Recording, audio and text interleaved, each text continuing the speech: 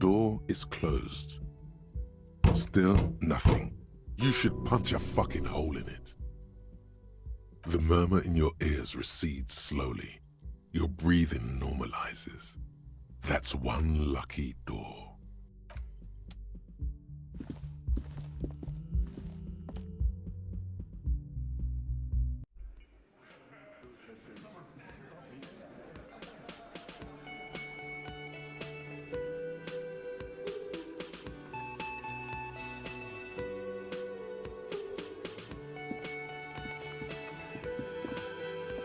Morning.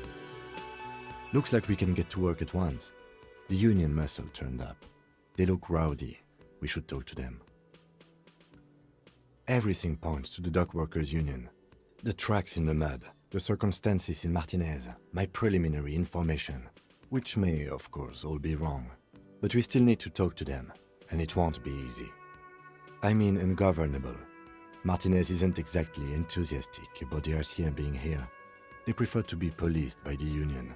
These men here, men who drink beer for breakfast, there's talk of an armed wing of the union called the Hardy Boys, who are responsible for state policing.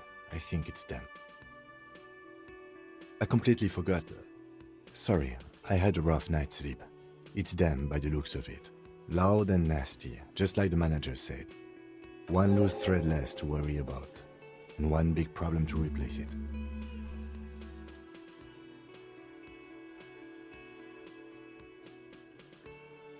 That would just escalate tensions. No captain would sign off on it. Solving one murder isn't worth a conflict between the RCM and the Debarders Union. In fact, even the death of 2 detectives might not warrant an all-out war. So let's keep a cool head, okay? He's not exaggerating about that mortal danger, just calmly factoring it in. Your fists clench and your pulse rises uncomfortably. One more thing before we do. We don't have to talk to them immediately. We can walk right past them, continue with our business. Good. A power move. Purposefully concentrate on something else first. They're in no hurry to leave. They think they own the place. Anyway, I leave that choice to you.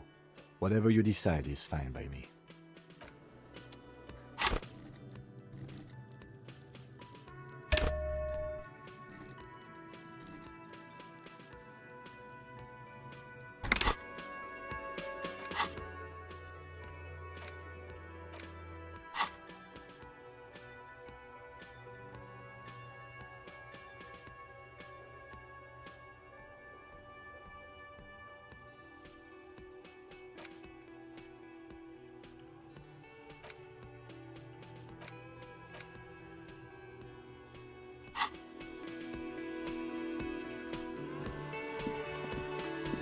Can I help you?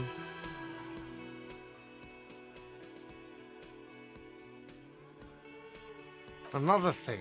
Great. I love those. Yes? Do I have a He sounds irritated. Am I smiling? Because I'm not a bartender. Like what? Got the 20 real? Then why are you wasting my time? And yours? Just a moment. And there's no public phones nearby? The closest phone booth is down the coast. Sorry for the inconvenience, ma'am. It's fine, I understand. Thank you anyway. I'm glad to see you again, dear. The lady is distressed. Perhaps something more upbeat might cheer her up.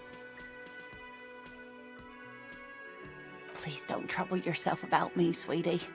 I was just hoping to make a call, but the Whirling's phone line isn't working. A faint smile tells you she appreciates the effort, but at the moment her mind is on more serious matters.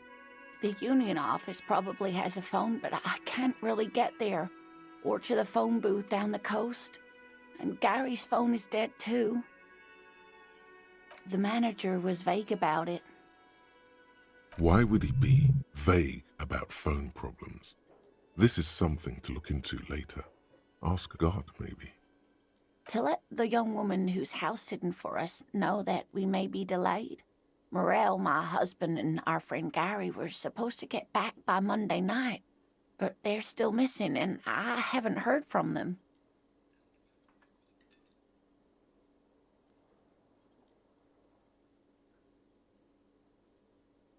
I was also hoping she'd heard from Morel. You hear that? Someone's missing. There could be foul play afoot. That's right. Now skip the foreplay. Time to dive into the dark alleys. Start shaking down the usual suspects. You know, legwork. Doing some good will alleviate the hangover. At least you're of use to someone. That's just it. This isn't like him at all. He always plans his expeditions so carefully. A cold breeze hisses through dense thickets of reeds. Something sweet in it, somnolent. A damp chill goes down your spine. When you look around, you're still in the whirling in rags. But you have more important things to worry about. Just some field work, sweetie. Morel is a highly trained scientist. He and his assistant Gary are studying an extremely rare species of insect. But they should have returned by now. They were just going down the coast across the water lock to set a few traps. He said they'd be back on Monday. What could be keeping them?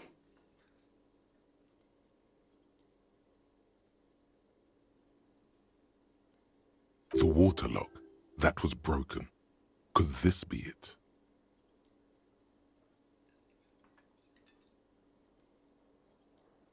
Oh, sweetie, it's nothing like that. Gary's as loyal as they come. I trust him with my husband's life any day. Oh my, what happened to the water lock?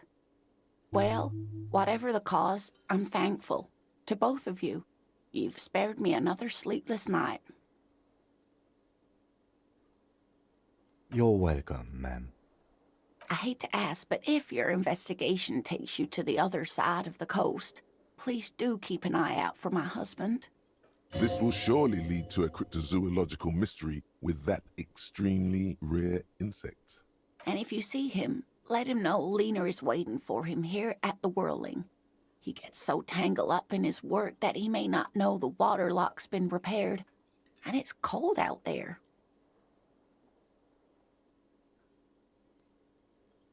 Oh, you're such a dear. Thank you, sweetie. Oh, yes. A zoologist. A cryptozoologist, to be more precise. It's a pseudoscience that attempts to legitimize research into mythological beasts and urban legends. That's one opinion, yes. And people are entitled to their opinions. My apologies, ma'am. I did not mean to undermine your hobby. It's not a hobby, dear.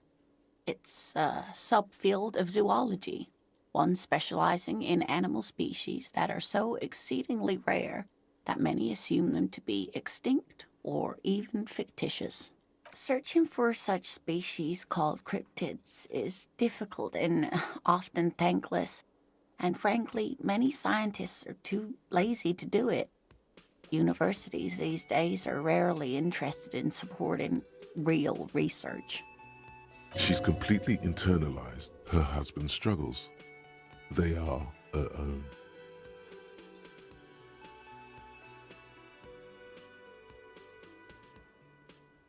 Oh dear, I'm not sure where to begin.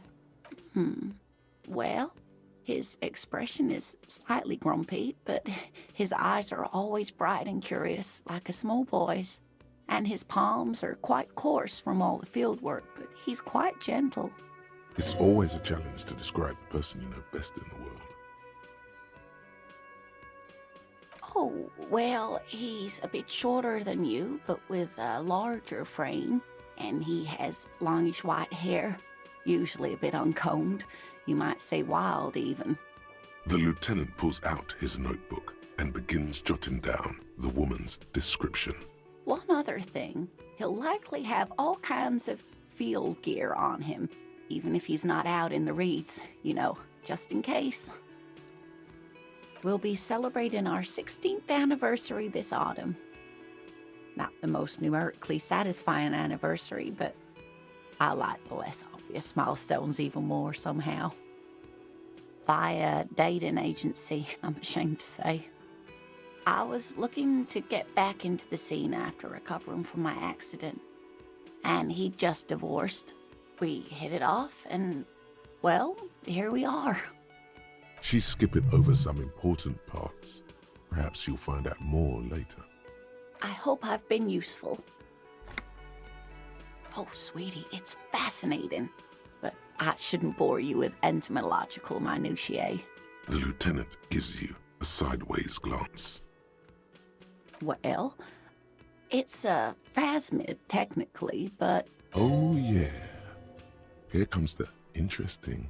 where other phasmids imitate sticks or leaves, this one's a living reed. It disguises itself among the reeds here on the Insulindian coast, hence its name, the Insulindian phasmid.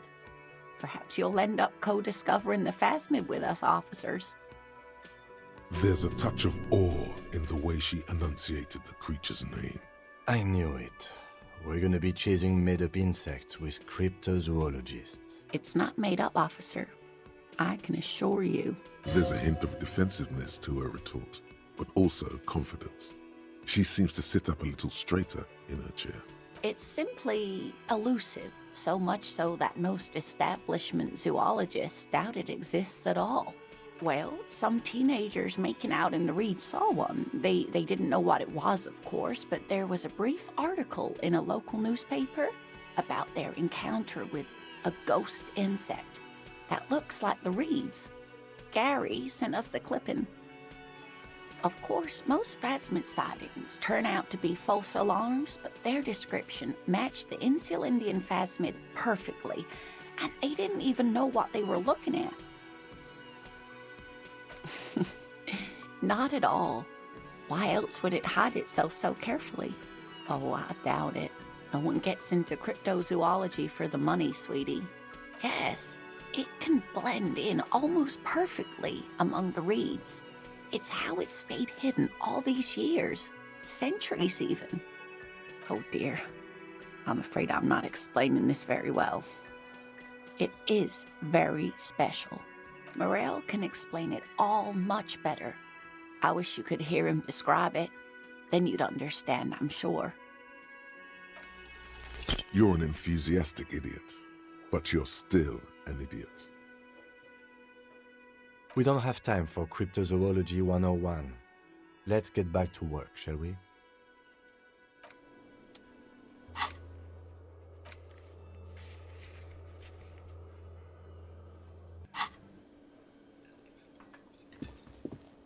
Can I help you? Another thing. Great. Yes, and the phone company is taking its sweet time sending someone to fix it. Losers. It's not strange, it's inconvenient. Who told you that? Fine, yeah, it looked like someone had messed with the wiring. It was shortly after the hanging, but I don't know if it's at all related. Plenty of assholes around here who aren't murderers. If you do find out who cut the line, though, let me know, so I can forward them the repair bill. Yes?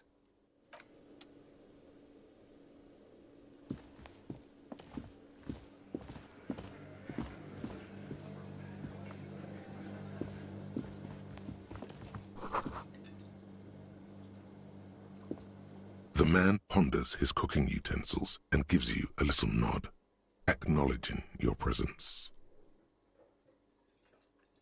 The mention of mañana gets his attention. He smiles and delivers a whole slew of unfamiliar words and lively gestures. Then he falls silent again. They're friends?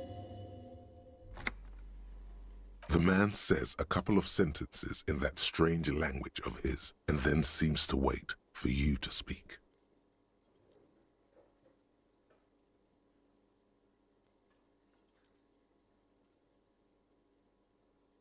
Just one word. Sounds quizzical. Then he awaits your answer, with his brow arched. Horse need more vodka? Okay, so it's vodka that keeps the men happy and in good spirits. Clever move by the Union. Vodka Borscht! I love it, Bratan! Turn it the fuck up and then ask for some yourself! Turning it up seems like a dangerous idea, honestly. The place is a powder keg.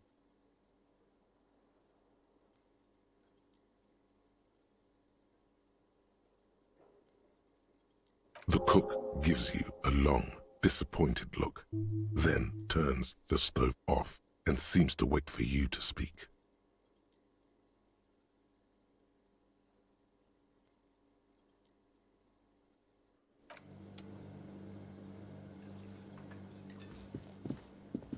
You see a heavy steel door with a prominent dimple lock.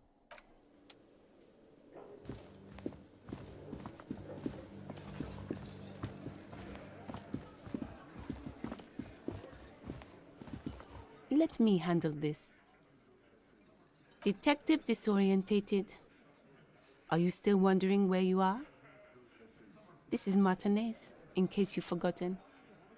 I advise you not to overstay your welcome. That's right. I am not a gardener. I'm a legal counselor for the Dock Workers Union. So let's get to it. You're looking for Titus Hardy? You think he has information that will help you? Maybe he does. That's Titus. Talk to him. But know this. I'll be keeping an eye on you. No strong arming. Nothing official. The District of Martinez does not recognize your authority to make arrests. It doesn't matter if you recognize our authority. We will make an arrest, if we have to. She says nothing. Her glare speaks for her. You're sure Easily mentioned something about a lawyer, Elizabeth someone, but you're too dumb to remember what it was. Like I already told you, I'm a legal counselor. Do you have hearing problems? What you want is of no significance, officer. Don't test your authority. In Martinez, you are no one. I saw what you were thinking. You want to say, what are you going to do to me? Don't. Just because it's in your head doesn't mean you have to say it. You will not lose out on anything good by not saying it.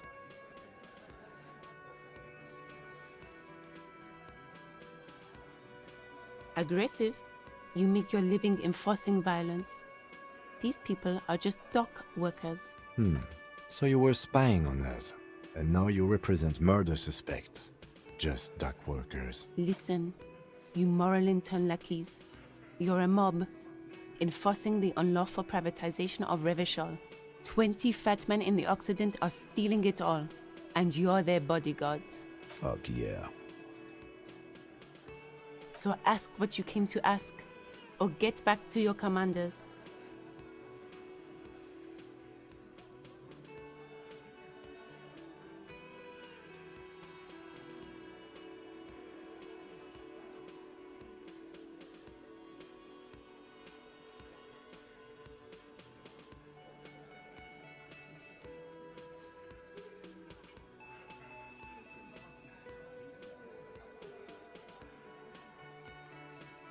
Look, a comedian.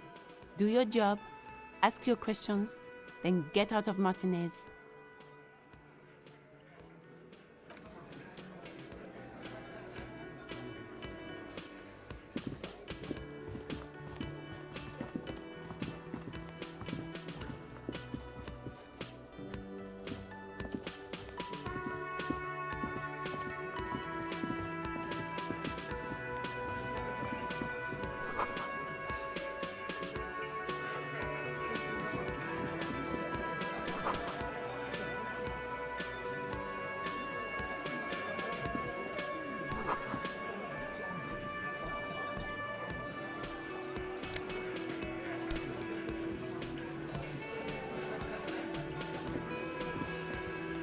This is where you say your bit.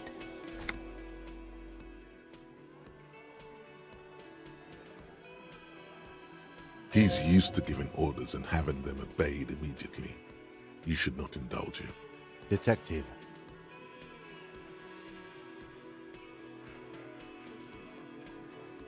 Precinct 57's finest scans the room, leaving the speaking to you. He trusts you, maybe against his better judgment, but he does.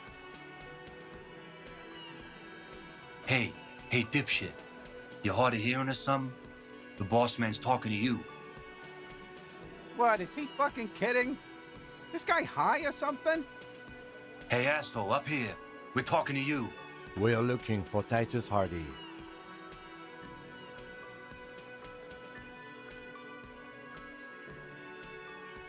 Wow. The RCM sent us some big dick cops. Real big dick cops. Look at them. Reckless. Swinging in the wind. Yeah, look at the big dick on that cop. Can't tell a dick that big what to do. Must be something in the water in Jamrock. Yeah, gave him real nice big dicks. Yeah. Anyways. You might want to start asking your questions now. It's not going to get better than this. These guys are so macho, they're ready to confess to first-degree murder. Ask if it was them. Do a head count first. Connect these men to the tracks you saw in the yard. Chances are they're going to match. Starting from the right, boot size 44, blonde man, in his 30s, overbearingly masculine. Sitting on his right, standard working boots, size 45 or 46, eldest in the room, probably mid-50s, smoker, quiet. Across at the other table, hobnailed working boots, size 43, gang tattoos, Mesk or Sarah Mauritian, in his late 30s, early 40s. A symmetric burn on his neck, resembling the letters Loss Loss. Has he tried to burn it off, leave that life behind? And then, standard working boot, steel reinforced toes, size 46. The big dick, wide at the shoulders and lean at the hips, rugby cap, fingerless gloves, and numerous scars, a little under 40. The emblem on his vest says Rowing Club. A little patch below it reads T. Hardy, Captain. In the far corner, standard working boot, steel reinforced toes, size 44, 40-something. Non-alcoholic beverage in hand. You squint. Is that a plectrum? On his neck. Forget it. It's not important. Size 41, with the light step. Not a child, after all. An older man with a rat face, mean, watery eyes, and 2 front teeth missing. In the middle, heaving and wheezing. Big guy. Boot size 46, deep marks. Probably carried the victim over. He alone is 130 kilos. Add the man in armor, and you could easily exceed 220. In conclusion, these 7 are the actors on the crime scene. The footprints were theirs, but there's a discrepancy. Exactly. You've stood there for about 4 seconds, not saying anything. Hit them with questions. Where's the 8th Hardy? The fuck is with you, fella?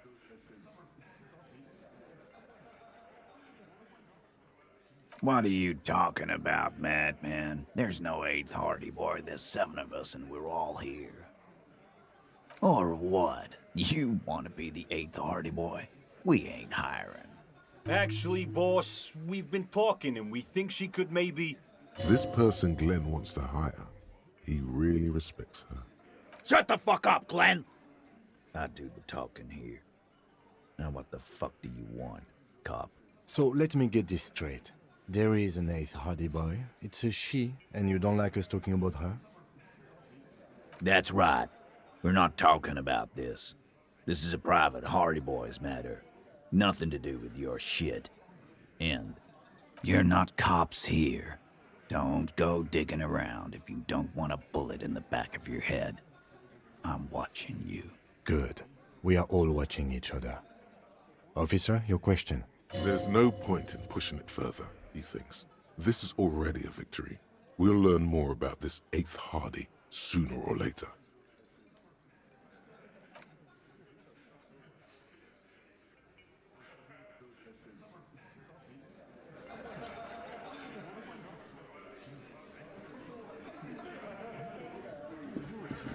Behind the dockworkers, a ceiling-height window. The hawthorn branches scrape the glass like bony fingers. The men are talking, but you swear you hear those black limbs tap on the window as the wind blows outside. There's a little slide panel up there to let some air in. No need to open it in spring. It's still too cold outside. You're not so sure about that. Somehow you just know there's something out there behind the glass. Yeah, your mother.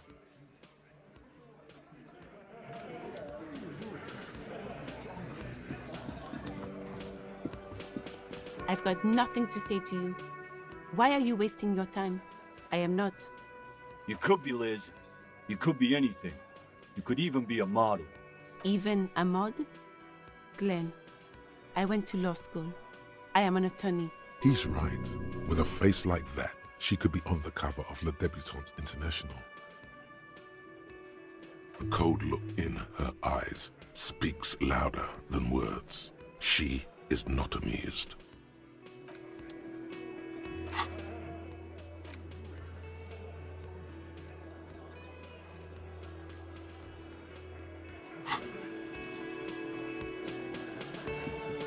Looks like the circus left him, but the clowns are still here.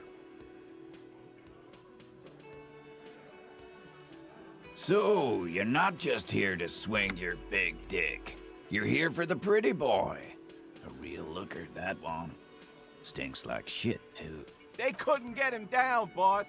He's still up there, stinking up the place. Funny. But my partner and I have a serious matter to discuss with you. You mean these boots? We all got a pair. We wore them the night we took the pretty boy out back and hung him by the neck. As he speaks, his fists contract, going through the pulling motion again, savoring it. Yeah, we did this. Together. All of us. Until he was dead. That's why our prints are all over the scene. Goddamn right. No. These 7 honest men have equally come forth. They told you what happened so that you don't waste any more of your time. They're playing to their considerable strength in numbers. Don't talk about arresting them. You'll only bring attention to your inability to do so. How many people have you sent to the Shays? Ever felt remorse for them? Or send them to Reunion to rot. For 20 years. For life.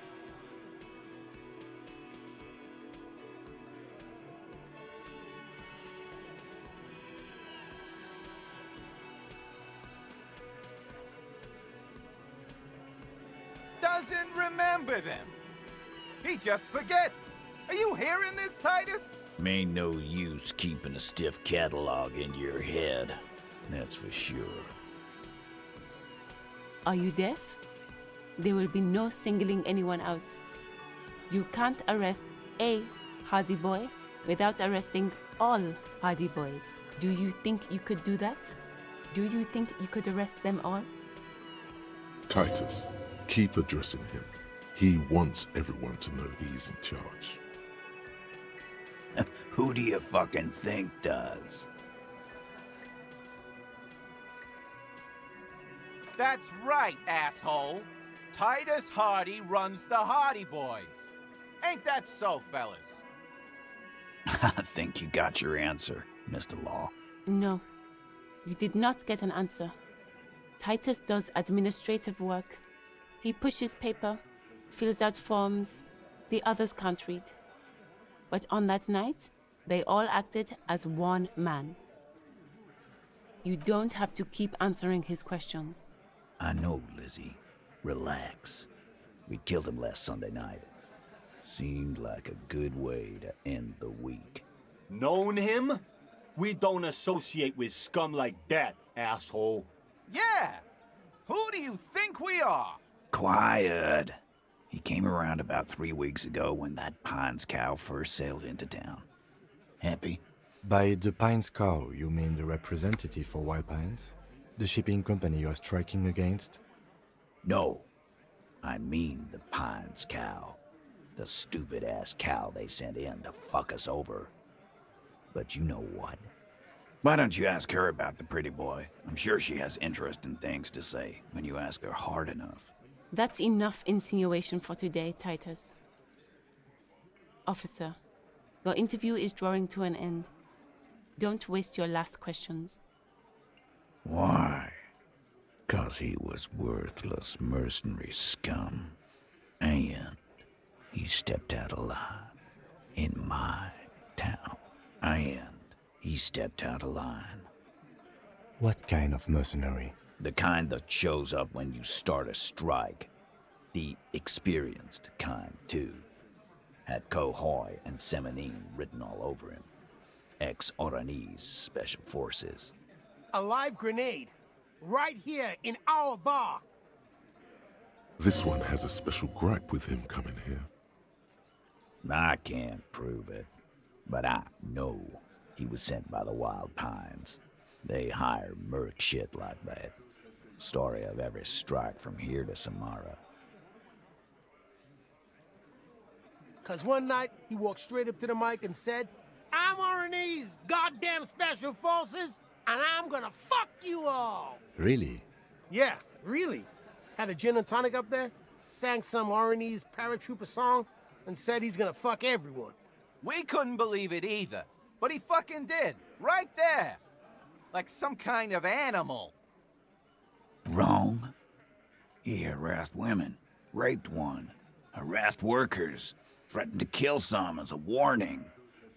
There's slight unease in him suddenly. He regrets mentioning the rape. To kill us all, if we don't open the gates, if we don't let the scabs in, if we don't bend over. And that was before he started coming here. Yeah, he said it was his favorite joint now. Started coming here every night. Drinking, grabbing girls. Grabbed one of ours mid-karaoke, right there on the stage. He grabbed someone? Yeah. This girl's on the mic. A beautiful girl, young. Gets into the second verse of Lover Lake. The fucker grabs her legs, starts screaming. Show me your cunt! Why don't you show me your cunt? Then, he gets knocked on the head with a wine bottle. Doesn't even fall down. Aren't you fucking listening? My man is talking to you. He took care of it. They got the girl out before anything else could happen. Yeah, me and Eugene got her out. Aren't you fucking listening? No, you're not getting the name. That's a Martinez matter, and I'm not discussing it with you clowns. Despite the stonewalling, you can slip one more question in. Titus, do not answer. You have been forthcoming enough. Fuck off, Carl. She's gone through enough without you harassing her too. She doesn't need more embarrassment. What are you talking about? Embarrassment? If someone has been sexually assaulted, we need to... What you need is to get the fuck out of my face. I've had enough of explaining myself to you fucks. He's dead. It's done. As you can see, these men can only take so much baseless scrutiny. I'm doing my best to keep the situation civil, but... It won't be for long, she means. It's true. She was the only thing holding him back. We hanged him up by his neck until he got real still. Wasn't that obvious, copper? Didn't they teach you anything at the cop school, idiot? You're pretty sure you've had at least 2 years of cop school and many more of active service. Certainly enough to not put up with this backsass. Deliver a knockdown observation. Titus, you don't have to clarify anything. We overpowered him, dragged his unconscious body to the tree, put a noose around his neck, and hanged him till he was dead and steady. Then we left him for seagulls, maggots, and you fucks.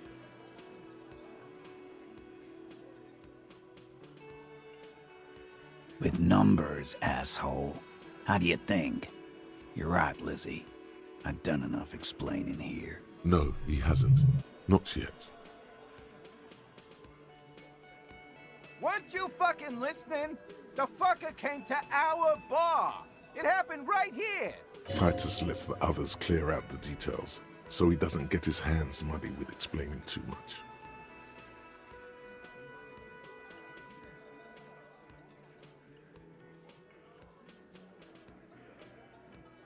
Like what, Copper? Nothing. Your investigation here is done. Leave Martinez, go back to your stations where you belong. I think we're going to stick around, thanks. Some things don't add up here, Titus. I've done this job for long enough to know that people don't just confess to first-degree murder, even if it is a group responsibility. We're going to look into this. Good luck with that. You've heard everything a rent-a-cop is gonna hear from us, real law officials. You're lucky you didn't get a beating. Rent-a-cop? So that's what this is about. He doesn't see you as his equals.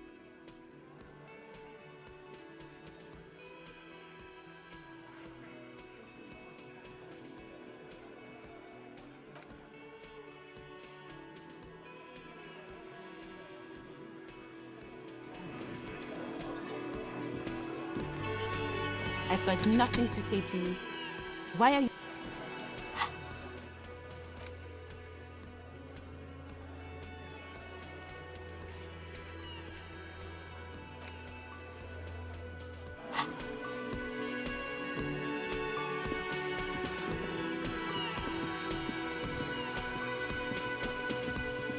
Can I help you? Another thing. Great. I love those. Oh, yes, that door. Sure. There's nothing. Yes. What else? Yes.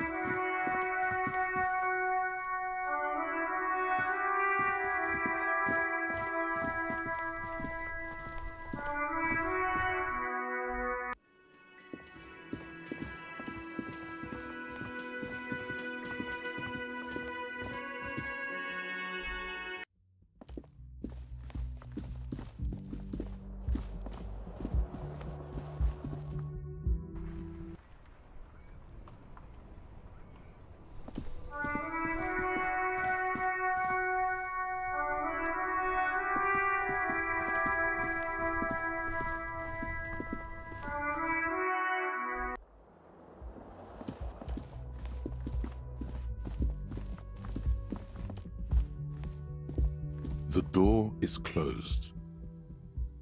This door can only be opened with a key or from the inside. Still, the lieutenant gives you a... He doesn't like where this is going. You should punch a fucking hole in it. The murmur in your ears recedes.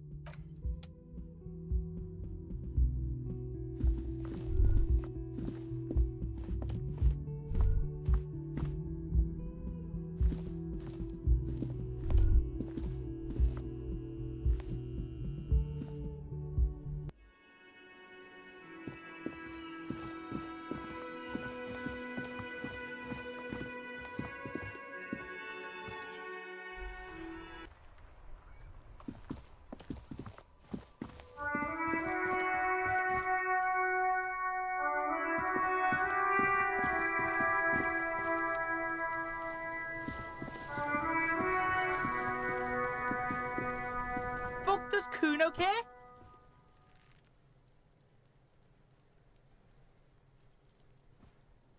Fucking right, pig. Kuno's filling bathtubs with that shit. Kuno's a kingpin. Fuck no, pig. Kuno ain't dealing to the popo. Not doing the pork pen for your sad speed habit. You don't know Kuno. He's not worried about prison. He just wants to antagonize you. He's got to at least know a source. Look at him. You need to figure this out somehow. You need to befriend him first.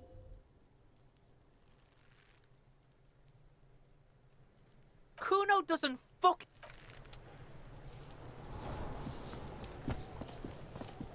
I'll die before I squeal, pig.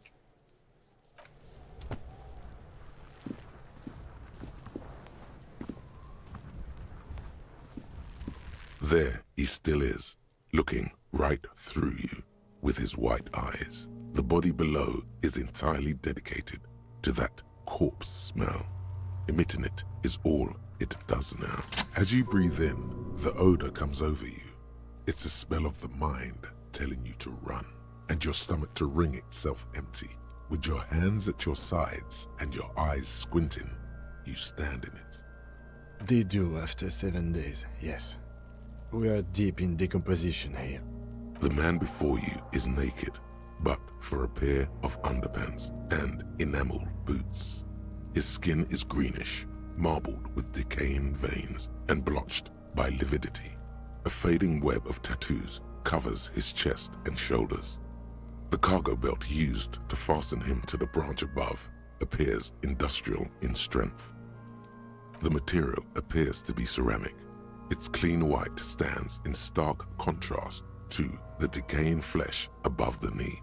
The man wore thick polymer socks, probably for padding. A fine array of interlocking plates covers them. Delicate and fragile, they feel alien to the world around you, out of place somehow. They are armor, no boots. Technically speaking, these are sabatons. Ceramic plate, zirconium dioxide, most likely. This is where the make would be. Under the heel, fair weather. Fair weather model T500 VE. I'm guessing that's vitreous enamel. This is advanced stuff. Piece by piece. He's been out here for 7 days. It would be odd if they didn't. We should keep a lookout for these species. The armor could yield information. This is one thing he might actually know. If you wear those pieces, it will help me protect your mortal coil. Yes, bullets will fly. They always do. And the coil is fleshy and mush and permeable. Cast it in ceramic shell. Resist death. No, I think he had something precious underneath the clothes. They had to remove the jeans and shirt we found to get to it. And this kind of armor is often worn under fabrics. They usually hang them completely naked for that. La puta madre, the Mazda, the Besmerties and the like. This one still has his underpants. Fucking talking about underpants. It is. It's expensive. We've requested similar material for our tactical units for years now. The constabularies deemed it too costly. In that time, we've lost 6 men to semi-automatics. For a full set, about 4 years of wages. By catching, do you mean, let's not log them as evidence? Let's steal them? What was that about the constabulatory before? You need to push some buttons if you want to recruit the lieutenant in a conspiracy.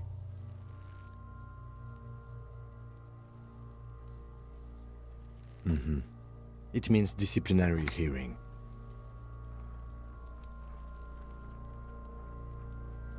That's for us to find out. My initial report on the area suggests he was a security guard for the harbor company, but that's just hearsay. Just something I scraped together from my station. An area report on Martinez. I'm sure you did the same. He's not actually sure of that. He's just being tactful. I agree. This equipment is way beyond what a guard can afford.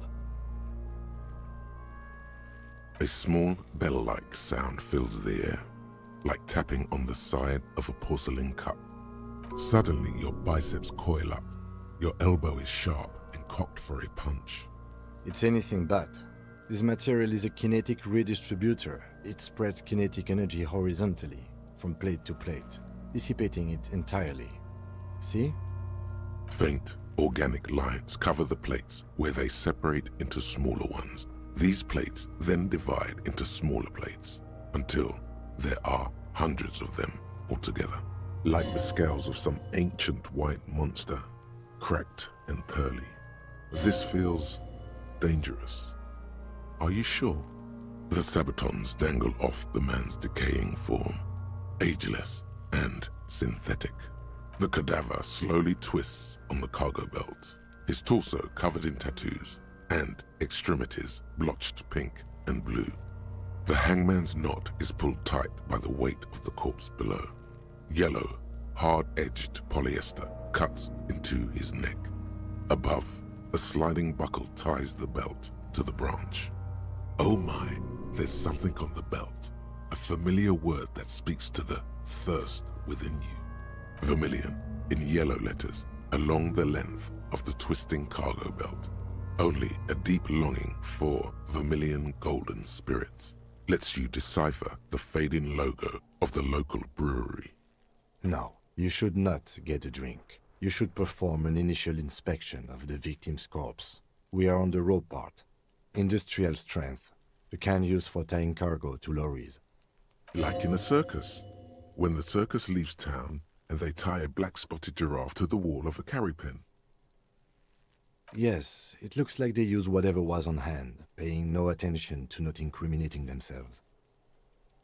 Right now, everything seems to fit their confession. It's not merely polyester, it's steel reinforced. See these lines? This is where the wires run. I see rabbits for more than 20 strands. This makes getting him down much more problematic than I had assumed. A noose is one of those things that's easier to use one way around. I think they lassoed the branch, then pulled on the belt, buckle closes. It's what I would do. Seems easier than climbing up there. The cadaver hangs from the cargo belt. An intricate web of blue lines stretches across the torso, from the right shoulder to the solar plexus. Each time they intersect, a small white star is formed in their crossing. Hundreds of fading asterisks riddle his skin. Their concentration is highest around his heart. His corpse is marked by stars, alcohol, and heartbreak. Your fist clenches suddenly. Decay is creeping on the tattoo. Already, most of the canvas that's holding it has darkened. Now, it disintegrates slowly, letting out a stink. A map of the stars. I do see some similarity to astronomical charts. Great Century Messinian, maybe. But this seems more particular. Customized somehow. As if someone left out most of the night sky, filtering it through personal choice. The principle of this filter remains unknown to you. The thought dissipates, and you feel as though you were only half right. So am I. He takes a thin piece of milled aluminium from his coat pocket and pulls it open. Sounds like a sword being unsheathed. A small lens appears. Some sort of camera. A Trigger Sunshine. Mini. Shit, Kuno! What the fuck is that? An instant color camera. This is the first time he openly acknowledges the kid's existence. I have only 2 ampoules, so nobody move. I don't want to waste one. A sound, a shrill flash, followed by the breaking of a small ampoule of glass. You see streams of color pour onto the thick, glossy piece of paper, rolling out. In case we need it. Yes, it is pretty cool, isn't it? It contains insight to the victim's person. By his build, I'd say this was a man of physical violence. The story he wanted his body to tell was important to him. It is his letter. To us. Someone should decipher it. We'll need to show it around. Sure. Just don't lose it. The glassy-eyed corpse looks by, his mouth mute and his skin as colorful as the chemical rainbow. His eyes are milky white and blind to the world, protruding comically from their sockets. There is no one home, just subaquatic terrors there. Dark brown hair grows on his head. His face is ready to explode from the organic processes inside. The death's head grin has passed. What remains is an unrecognizable mess. Underneath the curdled meat there is an expression, not carried on his features, but below, inside, an expression of pleasure. This man was experiencing joy at the moment of his death. Why do you think so? Okay. I am less skeptic about this hunch, he thinks, than I was of the supernatural premonitions that overtook you at the trash container. He then covers his nose again. I'm gone. Into the wild pale yonder. In the past. Way out in the west. The blue heart. Oh, that's good shit. You'll love it. Just press down and fuck it open like you always do. Fuck it hard. Copopo the clown. He means force. It'll work. I'm a joke. Look at me. A killer. A motherfucker. And a killer. Takes one to know one. Go ahead, Copo. What do you mean? It's the power of your imagination. Yeah, man! Don't be crazy! Inanimate objects and dead people can't really talk to you. Your wild imagination is doing this. Ask some more of those questions you love so much. He loves those. Because you're a copperoonie. Look at all of them go. Do you want more questions? Coming right up, copperoonie Rooney. This is getting upbeat now.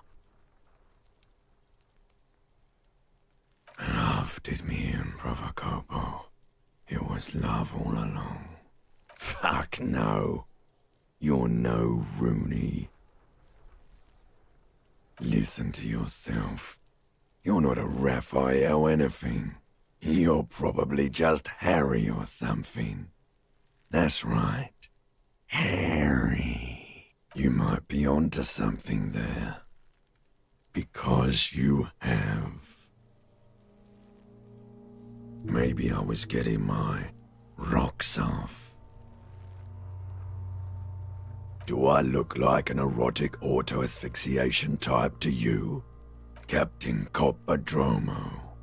I fear we are drifting away, fixating on sexuality again.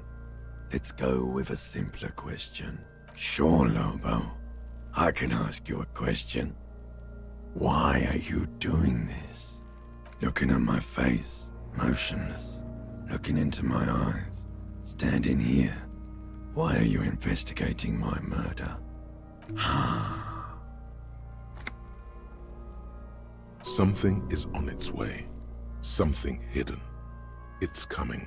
A miracle from the northwest, and it's almost here. You can feel it in the air, on your hands. The cold spring air smoothing them over. Do I remind you of someone? No, not quite. Be fair now. You sure we got out of that one? Coppolini. Come back later, Corpo. Amuse yourself with my frank manners and my memento mori features. If possible, also see me in your dreams. Are you sure we finished the preliminary examination of the cadaver? We might miss some of these things once he's done. The cadaver slowly twists on the cargo belt, his torso covered in tattoos, and extremities blotched pink and blue. As you narrow your eyes, the monster before you blurs into a violent mess of green and pink. Only the lower extremities are pink with a dash of blue. His fatted hands, thighs, and his neck, just above the noose. The rest of the corpse appears dark green in the cold spring air. How should I know why you are squinting, officer? Oh. You are trying to assess lividity. The monster comes back into focus, an explosion of color, coursing with dark marbled veins. His stomach appears pregnant with something. Black liquid streams down his thigh and onto his boot. So, what do you think? A pool of blood and feces has eaten into the frozen mud below the man's feet. Purge liquid is dripping into it, drop by drop. The victim appears to have contained no more than half a kilogram of digestion at the time of death. The fuck he's saying? Talking about shit.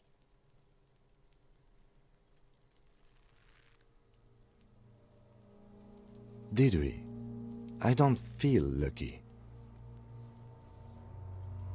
I do. Most of them are post-mortem. Maybe even all of them. The delinquents have made our jobs harder with their little sport. Stop talking in riddles, coin slot. It means you fucked him up good, Kuno. Fucked him up brutal like. I agree. There are crow's feet in his eyes. He's laughing silently. Totally dead.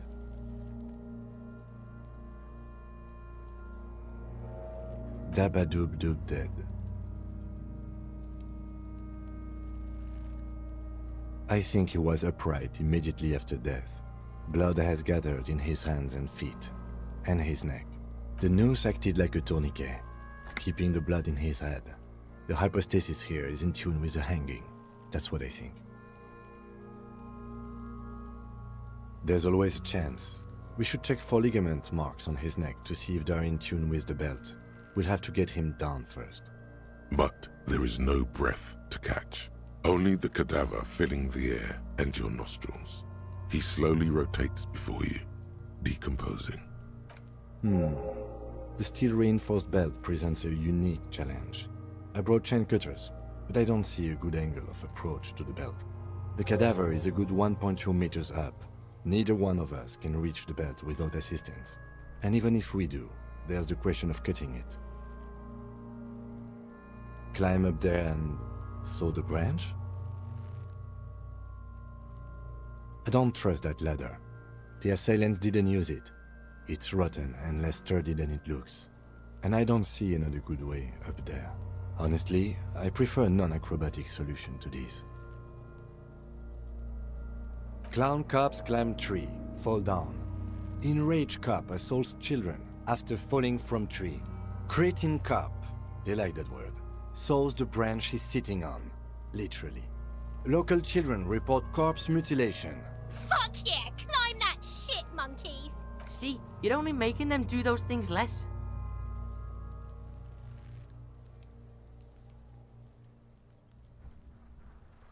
No, I do not see the future. I made those up using 2 decades in the Revacholian police force as a reference point. Oh no. We should be very afraid of newspapers, and the radio stations too. We should be wary of enticing them in any way. This is years of experience talking. He's seen career after career ruined by careless media strategies. What I'm proposing is, we save acrobatic tricks as a last resort, after we've tried everything else. Oh, these have got to be the most fucking boring mulkapats I've ever seen.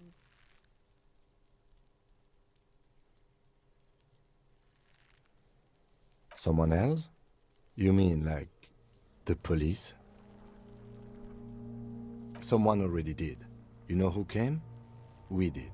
Because we have made bad life decisions. I know it's hard, but I assure you, the others won't come to help us. And we have a growing sanitary concern here. We need to get him down, fast. I was really hoping we wouldn't. The Union appeared to be suspect in this case. It seems like a dangerous route to go down. Confirmed. It's unsafe. Okay, they do have the tools and the men. And since it looks like they put him there... okay, let's do it in the lousy, dangerous way. To ask the suspect for help with the victim's body? To be indebted to Evrard Clare? Very much, yes. Which is why I would have preferred us to accomplish this feat ourselves. Clearly we can't. Suck my dick, bitches! Hooray for us. The man before you is naked, but for a pair of underpants. Of course. Come back later.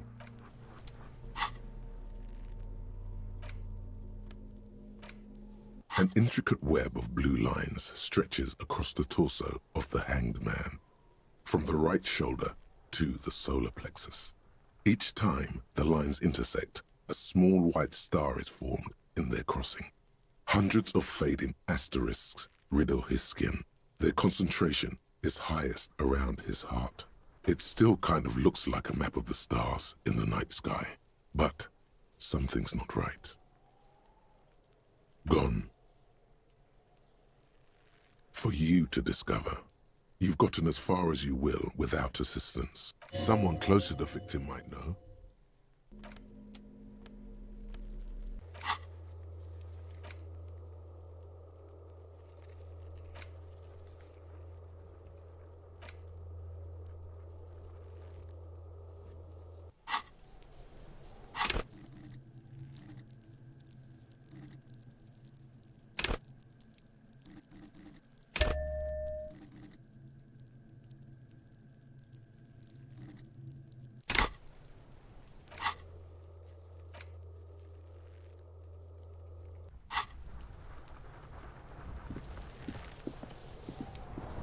Fuck does Kuno care? The fuck about it? Kuno doesn't give a shit about the armor. Kuno's fuckgimp's got one big thing wrong with him. He's a fucking mutant. Look at him. Fucking growth hormone shit. He's a giant. The armor's too big for any man. Kuno doesn't give a shit about that freak armor. Kuno threw that shit away. Oh, come on. He's just pretending that he doesn't care because he's too small for the armor. Get the fuck out of here trying to fuck on me with that midget shit. Kuno's 12. He's huge. What are you? Fucking 80. When Kuno's 80, Kuno can fit 4 of you in Kuno. Fuck out of here. Trying to fuck on Kuno. Fuck out of here. Kuno tried to get the helmet on. It was too big. Kuno kicked that shit in the sea, rugby style. That shit means nothing to Kuno. Yeah, that shit means nothing to Kuno. Kuno doesn't give a shit about material shit. Kuno's a fucking monk. You wanna fuck on someone about that armor? Go fuck the mustached union fuck. The jolly troubadour shit at the gate. Yeah, cock and boot. You know that jolly union cow fucker? Came around talking about cows or some shit? Came around pretending like he cares about cows? So yeah, he's the one you want to talk to. He's fucking crazy about that armor shit. Coming here pretending like he likes cows. Trying to catch a peep at Kuno's armor. Go to the gate. Ask him yourself. Yes, this troubadour has it. You can feel it. Fuck are you talking about? What is this contusion shit? He says you're stupid, Kuno. They want to make you stupid again. Oh, did Kuno make your shit sniffing harder? Obstruction of shit sniffing. This is Kuno's kingdom. Kuno fucking rules here. You hear the lieutenant hum. He's thinking the kid has amassed quite the vocabulary of law enforcement terms, but he's not going to stick his nose into this. Me and my partner are wondering, Do you guys puff Peter? Kuno erupts into laughter, pointing his finger at you, then Kim, then back at you. An unfortunate choice of words, the lieutenant from Precinct 57 thinks. He looks at the harbor walls looming overhead. He could use a cigarette right about now. You're testing Kuno's patience here. Get lost,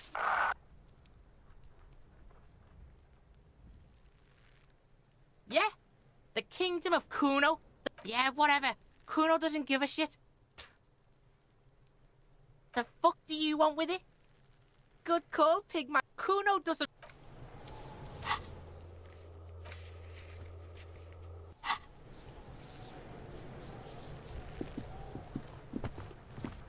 I'll die before I squeal, pig.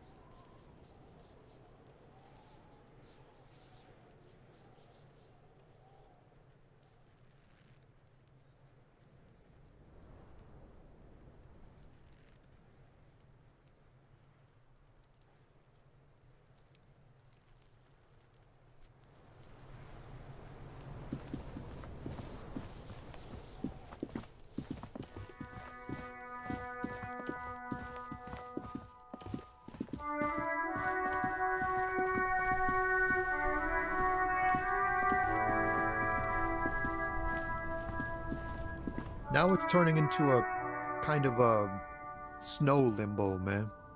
What's on your mind? Ease into it. Don't go too far. This seems like a personal matter.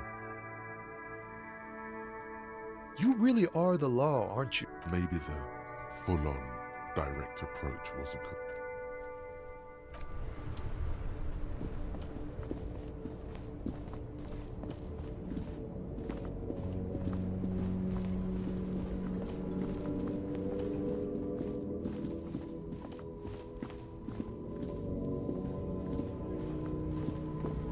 Looking for something?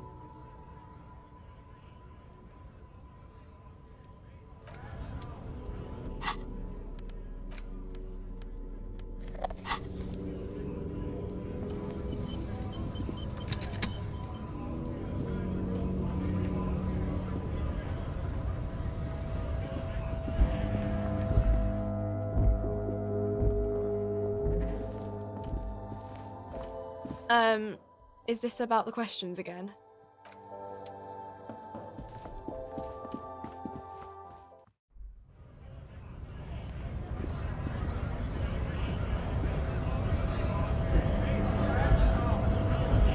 Right to work! Right to work! Shame on!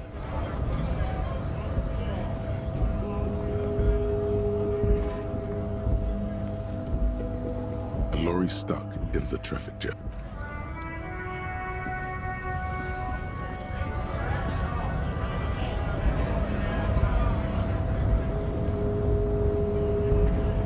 Hola, wandering man.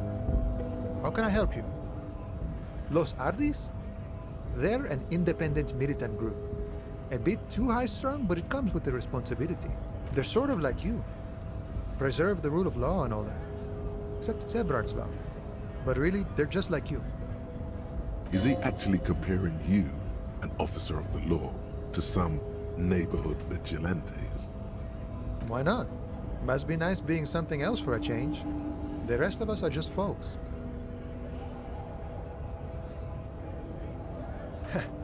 The little boy had it good on his promise. To get me into trouble.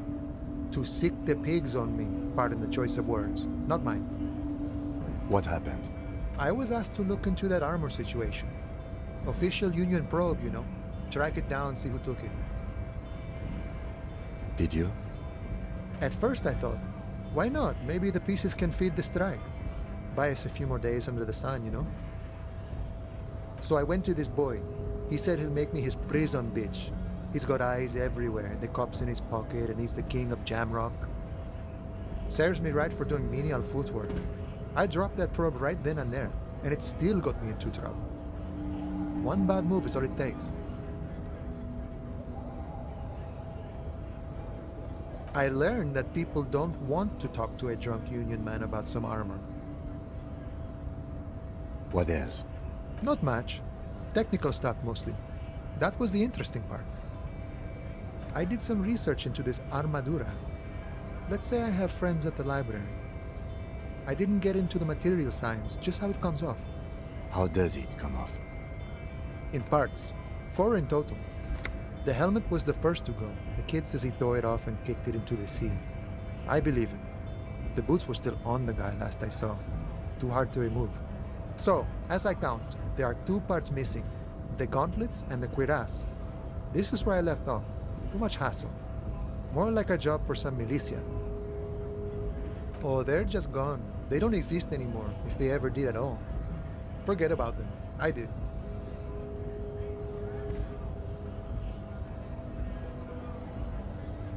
All of it?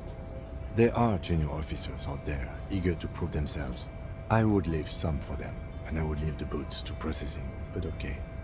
Let's find all of it. A Mesquite's epic then, all across Martinez. I hope it will be a real bonanza for you. It's a minor nuisance. It's all good. He thinks, not yet. Better to get this business out of the way. Sweeter then. No problem. If you see that kid, thank him from Call Me Mañana. Thank him for showing me the way. He is sincerely grateful he is not tracking down pieces of armor right now.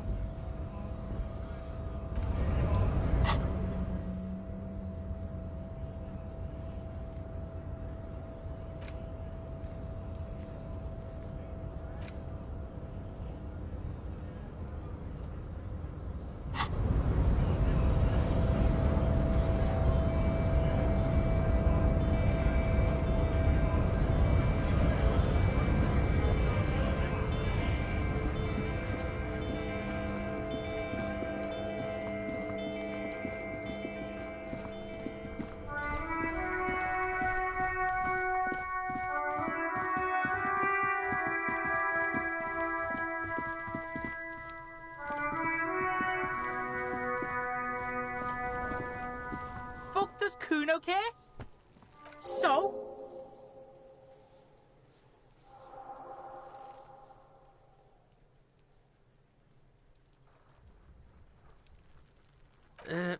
Fuck, okay. Kuno's a giver like that, yes? Kuno sent your fat ass running around like jello. Look, pig. Kuno sent you to rough some people up. Kuno played you. That happened. Now you and Kuno should move on. Good idea. Yeah, that's what Kuno said. Don't be saying what Kuno said back to Kuno. Get the fuck out of here, Patterson Kuno. After this shit, you better have something real interesting to say if you want to stay in Kuno's face. Yeah, real interesting.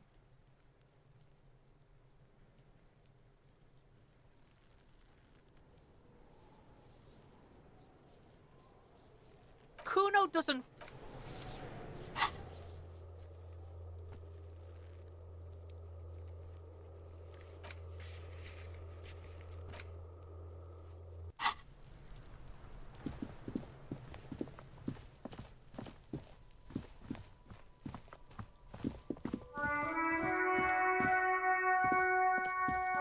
An old call box with a matrix of push buttons lists all the companies in the East Delta Commerce Center.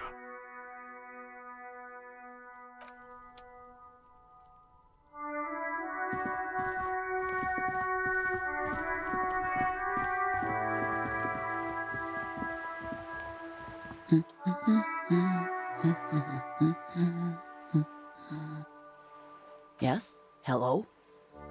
Me? No one. I'm just a working class woman.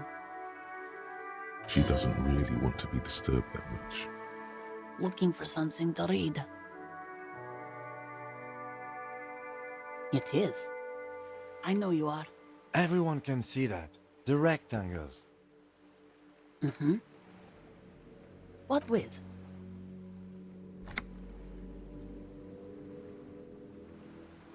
This citizen thinks she can do without your assistance.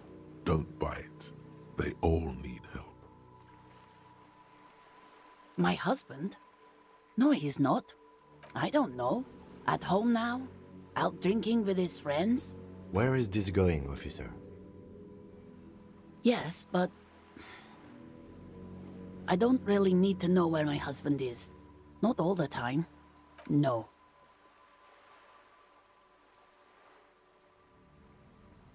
Why are we still talking about this? I haven't lost my husband. She has, though. The husband is totally lost. You should tell her that it's okay. What? Who said anything about shame? Stop talking down to me. My husband is not missing. But he is. You can feel it. Or maybe it's something else then. No, absolutely not. Are you a policeman or a nanny? They are not missing, sir. You know where they are. They're at home, smoking, giving the ladder of vices a chance. What if something horrible has happened? What if they're dead? That's the bad vibe you got before. What? That's just... My daughters are perfectly fine. They're with their friends down in Shamrock. There's nothing to worry about. She's getting upset. Her voice has risen as she tries to convince herself that her daughters are safe. They're almost grown up now anyway. They're past the age they need me protecting them from everything now. My youngest girl, Jolie, is just shy of 16. Jenny, she is turning 18 next month. But we shouldn't even be talking about them. Why do you need to know this? Haven't I repeatedly told you that they're not missing? That they're in Jamrock, safe and well, at some stupid party? Did someone say party? You could use a party. Hunt it down. A killer party? What is it with you and Pulp Staples? My God. Please, no more talk about my daughters. They are fine. I don't mean to disrespect, sir, but you are being a bit of a cockatoo here. For what it's worth, I agree. But cockatoos can't be stopped when they get ladies. It's better to indulge him at this point. I don't even have a cockatoo. And guess what? Even if I had, it wouldn't be missing. Great. Nothing. Go read up on them if you're so interested. There's a great book in the bookstore. Maybe you should. What if the cockatoo is your astral captain? Or your heraldic bird? Wonderful. The store is open. Her hands move over the book covers. The tips of her fingers look rough, stained with yellow. It seems like she has spent a lot of time at work, smoking. An array of neurons fire up with joy. Bum her a cigarette, lest it turn to pain. No, I don't. Why do you think that I smoke? It's not like yours look much better. She is right. Your hands look even worse than hers, with tiny cuts and gushes covering your skin like a spider web. Your fingertips have become an ugly shade of brown. I already told you I don't have any. Go bother someone else. She's lying. She's goddamn lying. She has smokes. Sorry, officer. From the kiosk? There's one near the harbor. It's Frita. You can look it up. She sighs. The woman before you nods and returns to her reading.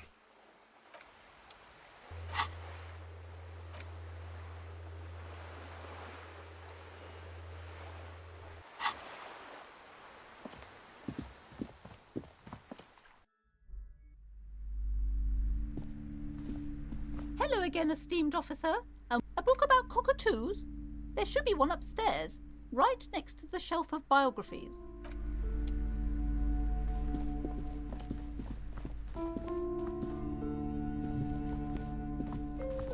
A sulfur-crested cockatoo sits on the cover, its beak slightly open. It looks as if the bird is calling out the book title, From A to Zurich, a guide to a well-behaved cockatoo. Turns out that there are so many different cockatoo species, and they all have behavioral problems. It's a must-have if you own a cockatoo. I've heard they're quite capricious.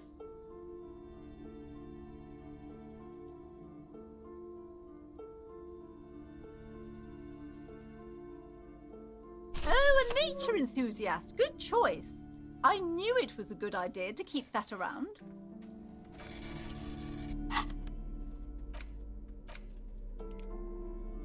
A cockatoo is a parrot with an erectile crest, found on the Seminine Islands and in southern Fas a la Mer.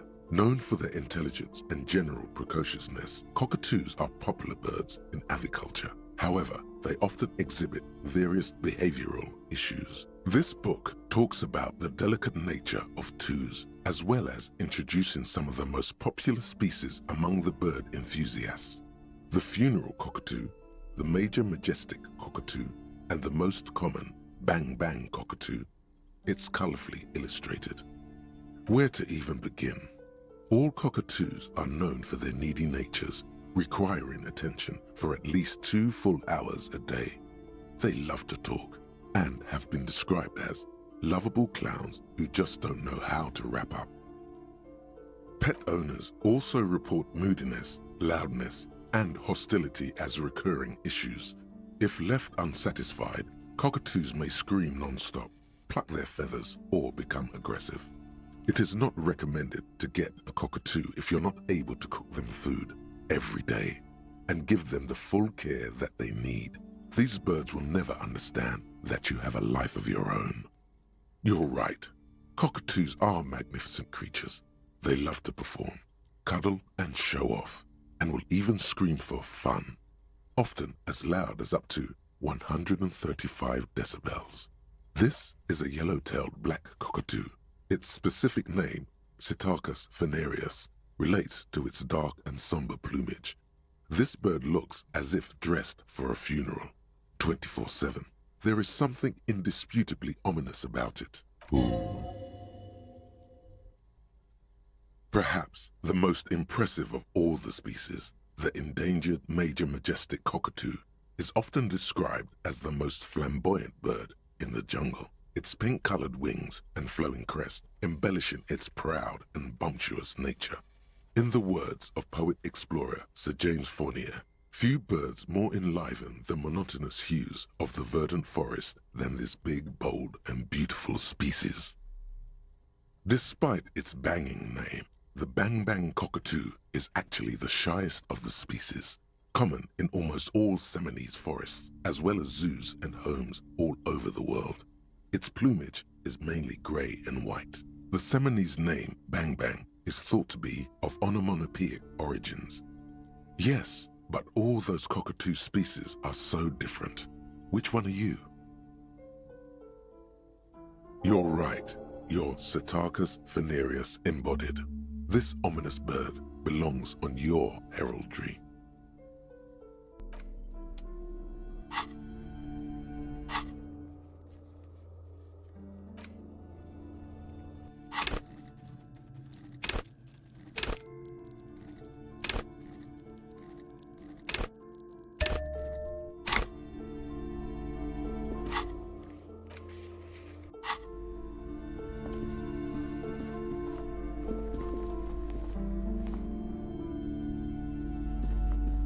Hello again, esteemed officer.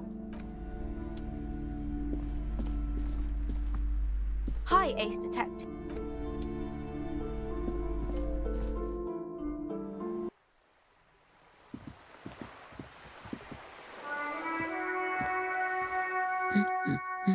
Excuse me? I don't know. The most talkative one? The what now? You truly are one strange cop, aren't you? The woman before you nods.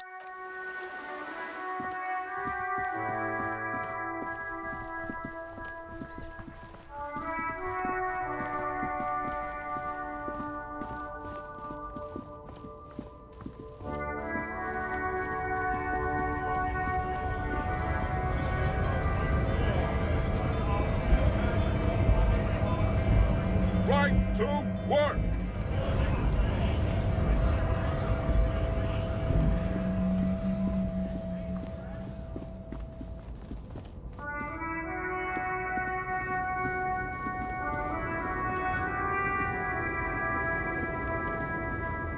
The woman still.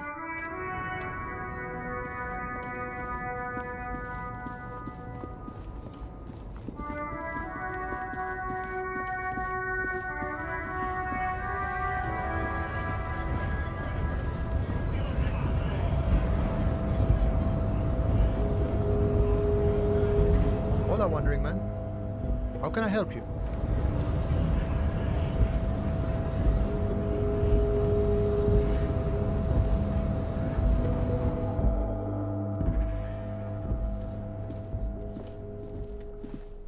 The file cabinet stands steady as ever.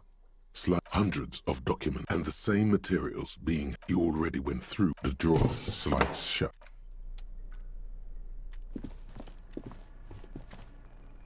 The payphone hangs mutely.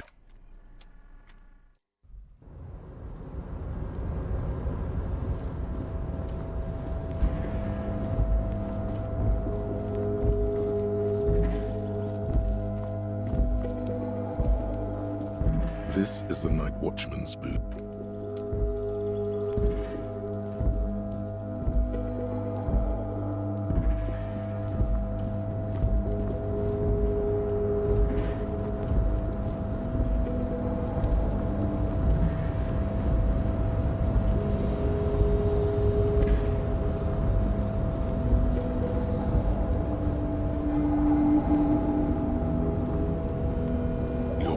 before the cargo container.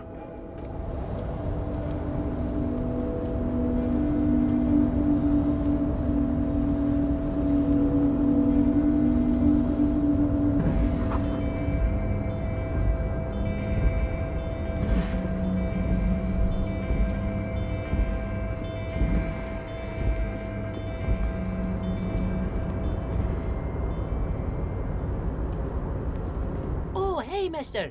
I'm not gonna bother you with...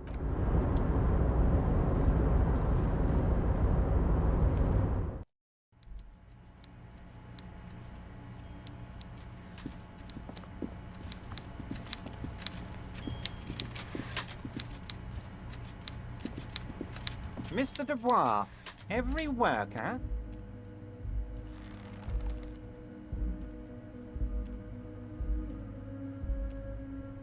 Ha ha ha! Mr. Dubois, so be it. How can I help you today?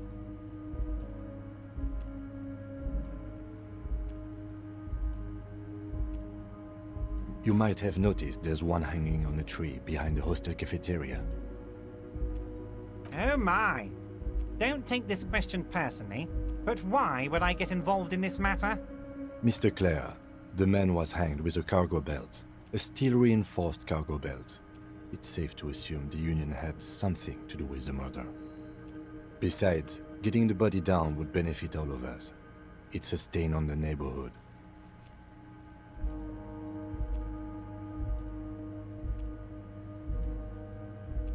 I can certainly see how having him up there might start affecting some real estate values. But of course, all joking aside, I am going to help you. Jean-Luc, my boy, I'm sending 2 police officers down. They have a dead body in a tree problem they need help with. Namely, they need it to be taken down. And, Jean, please take it easy with the race science. He's had enough of that. You can find Jean-Luc down at the gates, but you already knew that. Anyway, he's going to help you. What? Did I? Well done then, Harry. I like not knowing about it, and I'm sure you made the right call. I spend the whole day delegating tasks, and it's a great relief to see people taking initiative. I don't even want to know what all of that means. Brew, shady, alcohol, turned off. I'm gonna let the world surprise me. See you soon.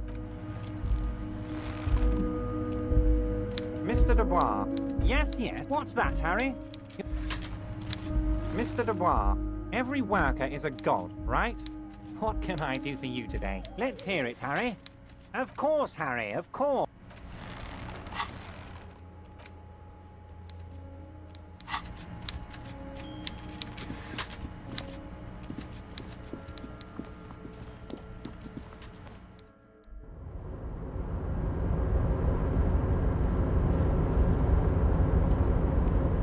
Oh, hey, mister.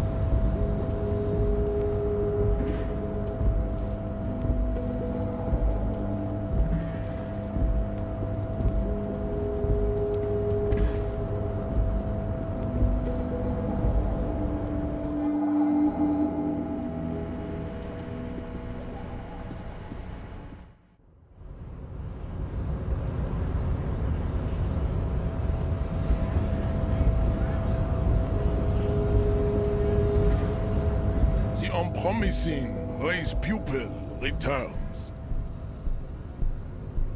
I am not the first line of defense. I am the last.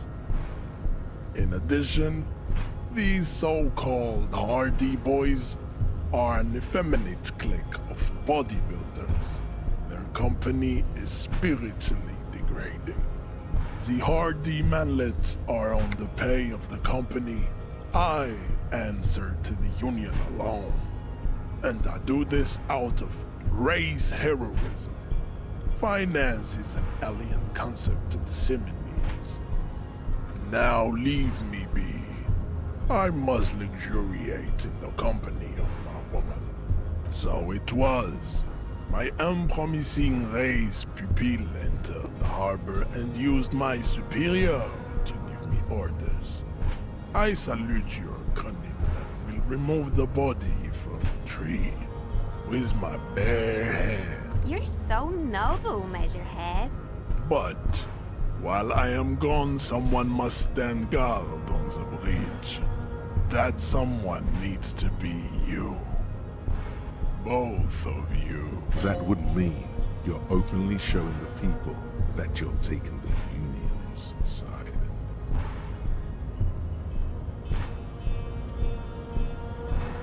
Yes, that is precisely what it means, homunculus. This is not going to happen any other way. This is the uncomfortable result of not taking it down ourselves. I can live with a compromise. Listen to your little friend. He is wise in his childlike way. His mysterious race may yet prove fierce competition to my heroic haplogroup. Babe, see that they stay here the whole time.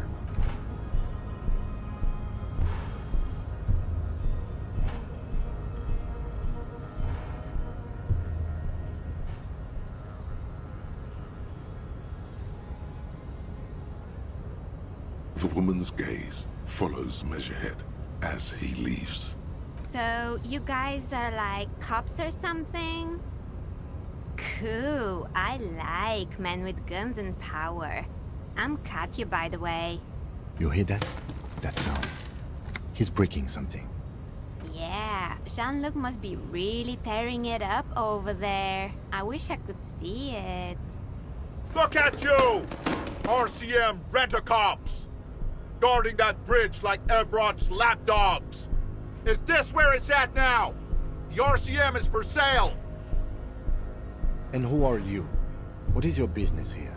Why are your clothes 4 sizes too small for you?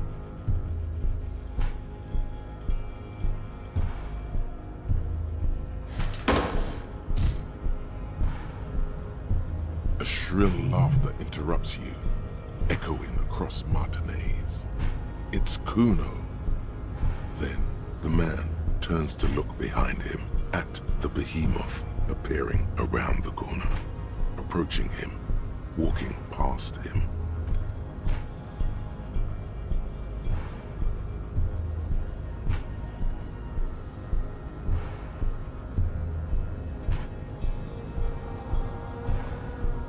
The corpse has been removed from the tree. Stand down and congratulate yourself. You have sided with Ray's victory today. Farewell, ham sandwich. You are a Union man from now on.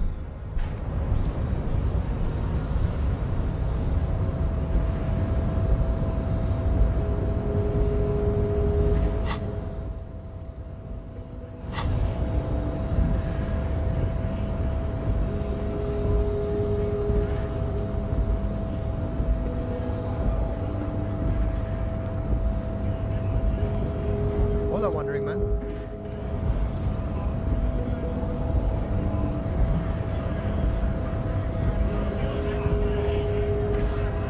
Right to work! Right to...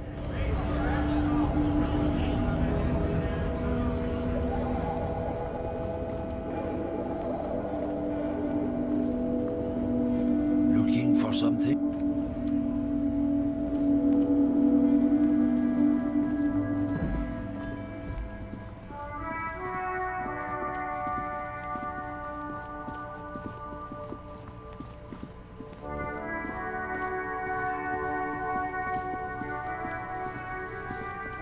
The corpse lies on the ground among the remains of an absolutely demolished pinewood branch. Mr. Measurehead has done a good job. Nothing is too broken or compromised. The victim is ready for a field autopsy. Yes. 1. Investigation of the scene. 2. Initial examination of the victim. 3. Field autopsy. 4. Transportation of the body to the morgue. We are on number 3. The fuck are they on about? Cop's gonna cut his shit up. No, you and I are detectives. The honorary rank of detective signifies our ability to handle the entire incident chain, from autopsy to cleanup to social work. You are. Your station would not have assigned you on this case if you weren't. Now, the way I see it, it's either this, or we complete the initial interviews. We already met Evrard, that only leaves the Wild Pines representative. There's one in town, negotiating the strike. She could have information. Not much later, I hope. He's about to melt away soon. The rotting man. The lieutenant adjusts his glasses and takes a deep breath. Shoot, Looney Rooney. Come back later, cop. I thought we decided to leave it to processing. Let's not turn this into some kind of circus.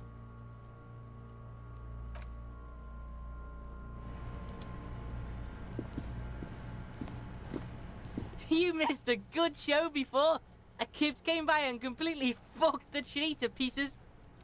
He fucked the tree up. Fucked it good. It was porno. What is this shit? Talk normal to Kuno? You got your fuck bag down? The huge kipped made him his bottom kipped, Kuno. Stay away from him.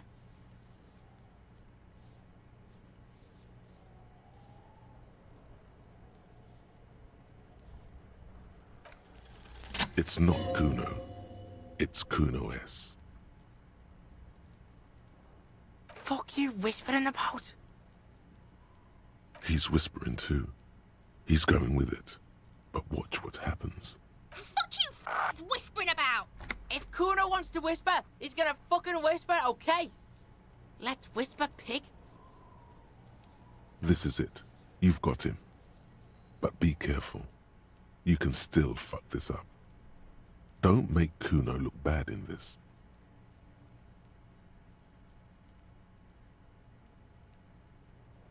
It's okay. The pig's trying to pit us against each other. Not gonna let him do that. Idiot. You bungled it up. That's it. You let him off the line. That was a bad, manipulative thing to say. You should understand. I got you this far. I couldn't get you all the way. Try to fuck my Kuno. Try to fuck my Kuno away. Me and Kuno are tight. We ride for life. A chill comes over you, the wind from the boulevard south, lashing you. But you were too pushy last time. Think this through. Try to really understand the psychological bond Kuno has with Kuno S. Just look. While Kuno has no problem being near you, she always hides behind the fence, afraid for her life. Like she's done something very bad. She came up with that psychopathic scheme of screaming for help before. Kuno just wanted to talk to you about his name. Kuno S was the one who wound him up and directed him. Also, Kuno hasn't stopped talking to you, even enjoys it from time to time. When you talk to the other one, it's like talking to a cornered animal. She only hisses and says murder was the case that they gave her. All in all, Kuno respects madness. You cannot hope to outdo her on that front. You must win yourself a few minutes with him alone. Kuno S is by far the worst of the two. Kuno has no problem being near you. She came up with that. Also, Kuno all in all. Fuck you whispering about? He's whispering too. He's going with it. But watch what happens. Fuck you If Kuno wants to whisper, he's gonna fucking whisper, okay? Let's whisper, pig. This is it. You've got him. But be careful. You can still fuck this up. Don't make Kuno look bad in this. Crazy? You don't know the half of it. She's not crazy. She's insane. Dangerous. She's smoked a man. She's done people in. Probably even pigs. Stop talking to him! Kuno, I'm fucking warning you! You're gonna get us into shit! She understands what you're trying to do. Yo, see? Did Kuno not tell ya? Kuno told ya. Kuno talks to whoever he wants. Talk, pig. Kuno's got it under control. You did it. They're separated. He's even turned his back to her, so she can't read his lips. Yeah, she's psycho. None of that kiddie psycho. Cat burning shit. She does the real deal. Yeah. Snuff radio shit. Believe me, pig, you don't want to know.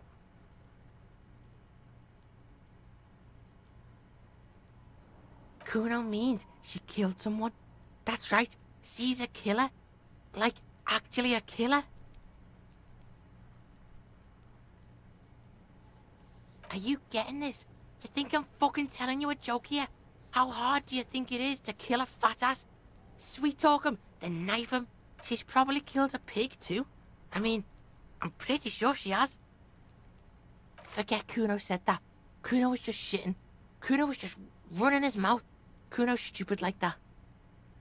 The creature peers at you both from over the fence. There is something searching in her eyes. Fear. Yeah, she would have liked to fuck him up, but she didn't. Kuno wasn't around, and C was with Kuno. Look, Kuno's gonna put you at ease. We didn't do it. Fuck knows. She says it's the song of her people or some shit. Crazy people. The fucking Nakis. I don't know. Some things are too awful to dwell on. The Nakis and Runkaris might be some kind of defense mechanism. Fuck no, she's not me sister. She's just a stray who got in. Like a mad dog or some shit. Yeah, she was just there. What was that, Kuno? She was in the hallway, dripping wet, by the fucking shoe rack, in the dark. Kuno's got no fucking idea. Her hair was all wet. I think she pissed on the floor too. She was there for 3 days, in the corner, every time Kuno went out. I don't know. Someone left the door open. Kuno comes home and she's sleeping under the desk, under the pile of clothes, like a dog. Kuno's dad doesn't give a shit. Doesn't even see her there, or thinks it's fucking Kuno. Shit's all on Kuno. Kuno? Kuno S? Two of a kind. 'Cause she fucking looks like Kuno. No one knows her name. Kuno told you, this shit was Psycho Killer. How's Kuno dealing? Kuno's dealing just fine. He doesn't need you fucking with any of it. C doesn't either. Kuno's got this shit under control. Listen, listen. C is Kuno's go-to. Kuno's protecting her. You fuck with C, you fuck with Kuno. You threaten her, you threaten to take her away. This is what it all comes down to. He needs you to take him seriously now. I'm going to kill you. I'll run when you put the cuffs on her, sneak up on you later, and fuck you up. You understand? He may not be able to do it, but he will try. Right now, he believes he will. All right, now we can do business. He's breathing heavily. That took something out of him. Yeah? What do you want? Kuno can hook you up with... Oh, don't hook him up with shit, Kuno! See? Relax. He respects the Kuno. Kuno made him respect the Kuno. You respect the Kuno, you get all kinds of shit. Remember when you tried to get Kuno to hook you up? We can get on that now. If you run a little errand for the Kuno, me and you, Kuno's gonna hook you up with illegal narcotics. See? It's tension and release with Kuno. Now we releasing. The pan buying shit, that's on now too. 90% discount for Kuno's pig. Kuno can flex. Kuno flexes for hobos. Kuno sees you're in need.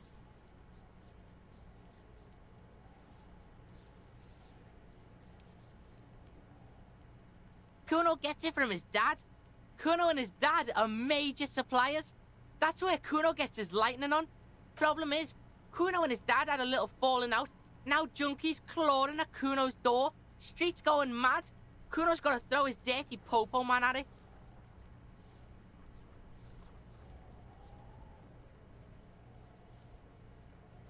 dirty popo man is you. In there is Kuno's violent dad on steroids. Kuno's dad does steroids and speed.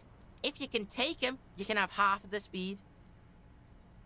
Kuno's dad is a fucking monster. He's the most violent man in Revachol. He doesn't give a shit about a single thing. He drinks too. Like half. A baggie, but like in this vial. Fuck you talking about half a G? This shit is giant, grade A shit. So clean you can barely see it. You can barely see it because there's barely any. Okay, Kuno's listening.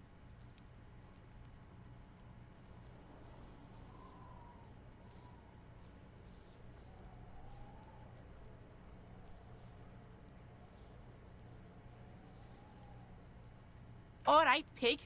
You can plug him, but you can't stop him. It'll only buy you time.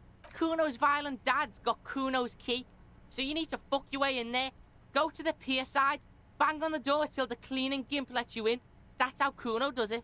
Then you go to room 12 and kick down the door, police violence style. That's what Kuno does. And then it's action time.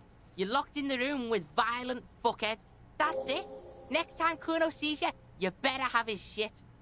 What the hell are you signing us up for here?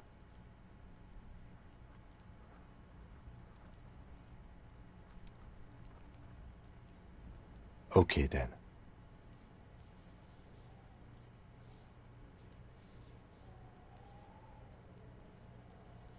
The fuck do you want with it? Good call, Pigmeister.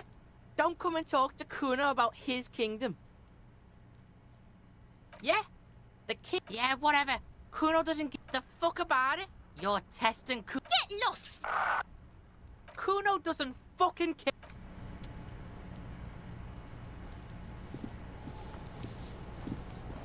I'll die before I squeal, pig.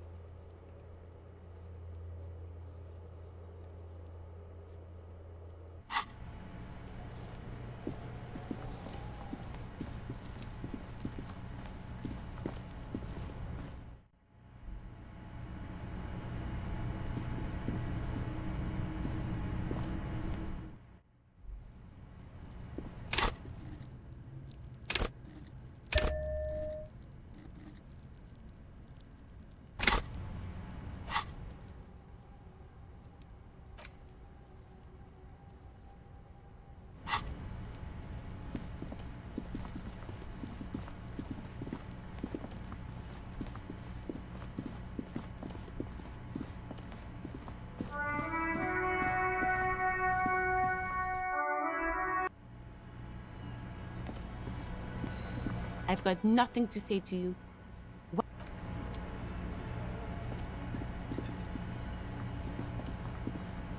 Can I help you? Another thing. Great. Yes.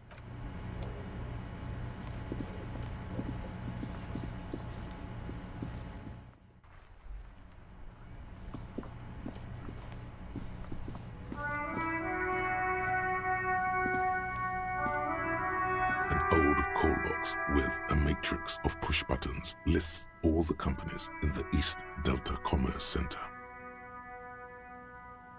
You ring the doorbell, but no one answers. Just seeing the words Andro Orlando gets your hackles up. Its very existence is a threat to your masculinity, to say nothing of your hair. All you hear is static, but no one answers the call. You ring the doorbell, but nothing happens. You wait for a minute or two, but all you get from the call box is silence. No one answers the call. Looks like someone has melted half the plastic off with a lighter. The doorbell doesn't work anymore. You hear static from the intercom speaker. It sounds as if someone has picked up the receiver, but Yes, hello. This is Triton's Ennial Electric. Have you come to place an order? My God. The lieutenant exchanges a look with you. It's you. My God. I didn't think I would hear your voice. It's a woman, and she knows you. No, something's wrong here. Are you sure she's talking to you?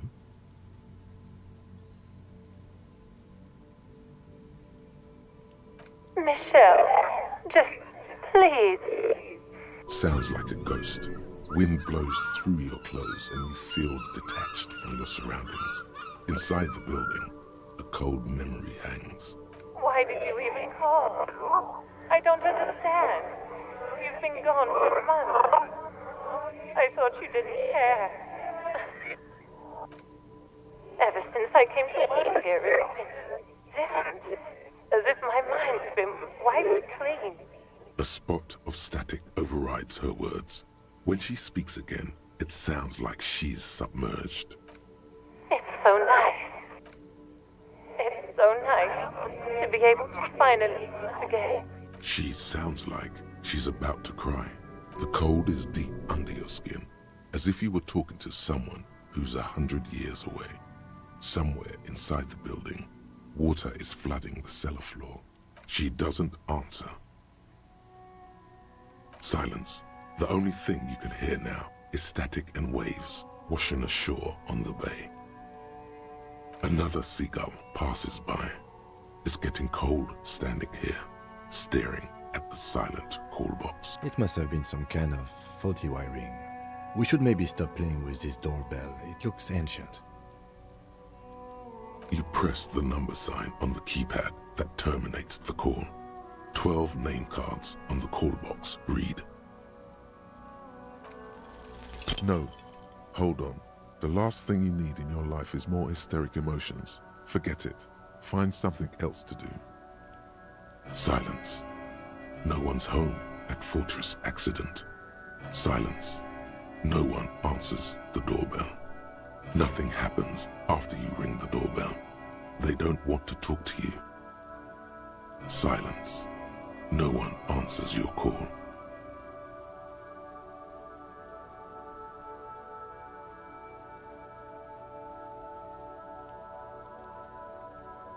This button looks new. Huh. This button looks new. It's probably not connected yet.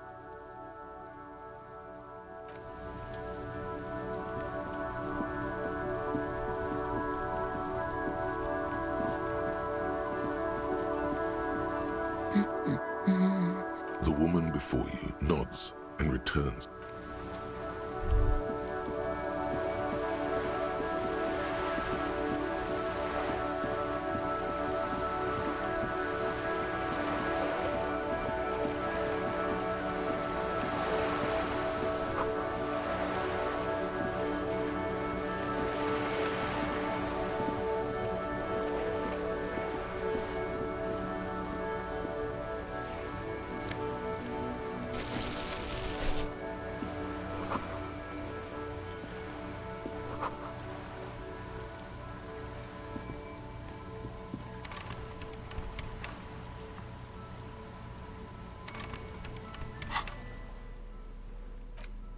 Hey, up here, piggo.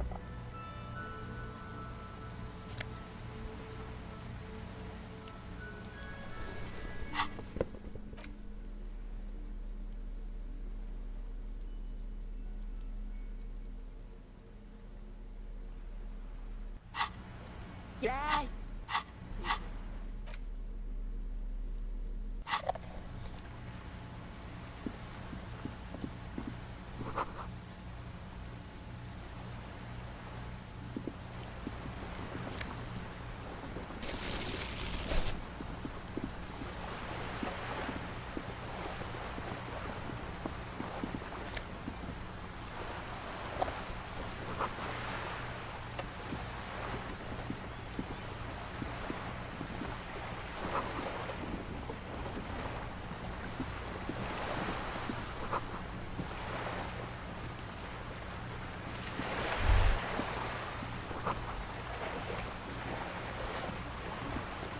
A striking woman leans against the cabin top of her sailing boat, smiling as you approach.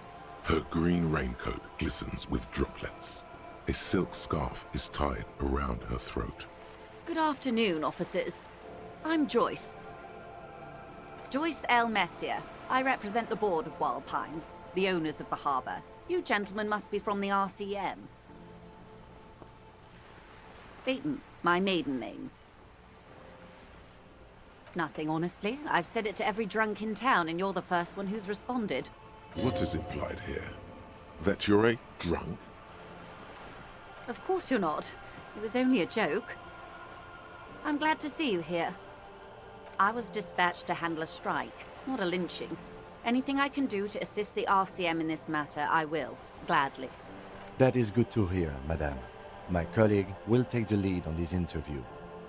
I should let you know that he is recovering from an unusual medical episode.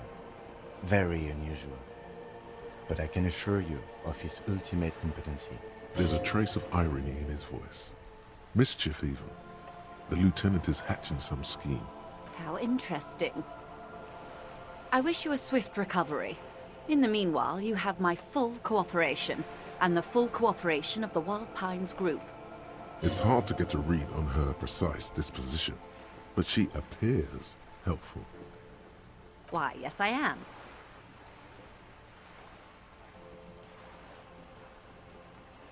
Of course there are. We're on an archipelago. How else are you supposed to get around? There is a pinch of defensiveness in her voice, but it is playful. Yes, we are. We are on Le Caillou. We are. And the city of Revachol is on the island of Le Caillou. I haven't seen anyone else drive a souped-up Capri Kenema motor carriage either. Actually, that motor carriage has been specially issued to serve as a patrol and pursuit vehicle. It's for crossing long distances in the greater Revachol industrial harbor. It's not a toy. Neither is this. A toy, I mean. It's a machine for crossing long distances in the Bay of Revachol, between the city and the islands. She's having a good time arguing against the law. Too good, perhaps. The boat? No. It is called Cor de Leyte 19 because that's the type of sloop it is. The word "it" feels strange. Such a beautiful boat deserves a proper name. A breeze ripples through the sails and tugs at your hair.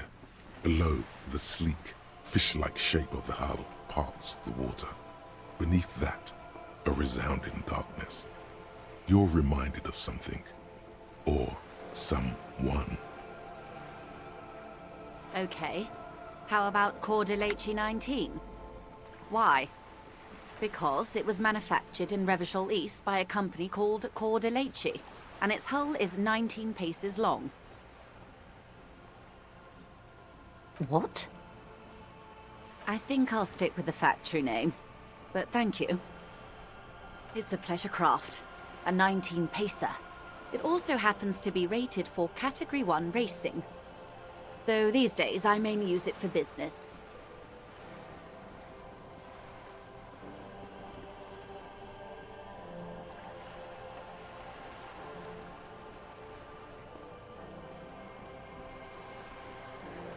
My sloop?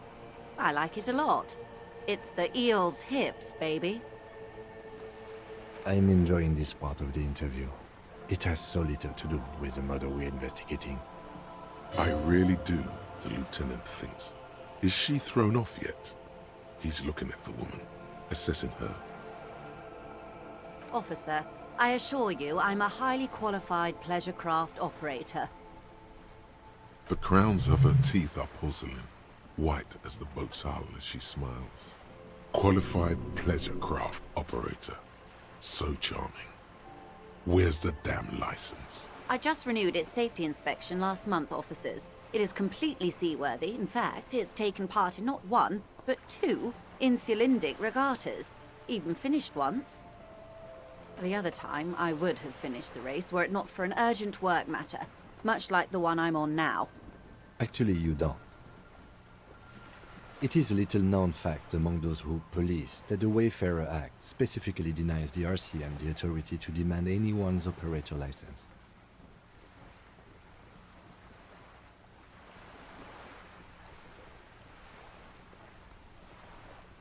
No need to politicize this. You may still ask for the lady's passport. You need to save face if you want her respect. Demand that passport. Of course. The woman is silent, smiling while the waves lap against the hull. In your hand, under the plastic, a light blue passport saying, Republic of Vespa. The coat of arms has a lion and an ostrich. Seagent. The woman, born in the year 3 in the commune of Revachol, smiles at you. Face adorned with frown lines and crow's feet. The photo is recent. The name reads, Rejoice Leighton Messier. Yes, but please don't call me that. Joyce is much more efficient.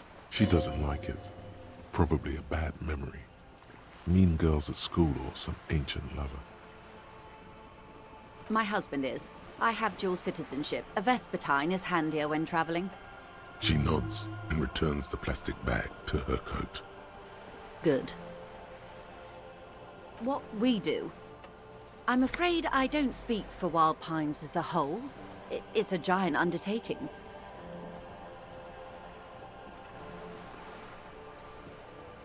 The Pines' core competency is logistics. Container shipping, freight, that sort of thing. See those airships there, blinking? Those are the shipping side of things. And that is the terminal. Another subdivision deals with energy, oil and gas exploration, offshore platforms. I'm not at liberty to discuss the company balance sheet, but I can tell you that last year, the company booked more than 20 billion real in revenue. A billion? It's a number, officer. A big one. It's made of 1,000 millions.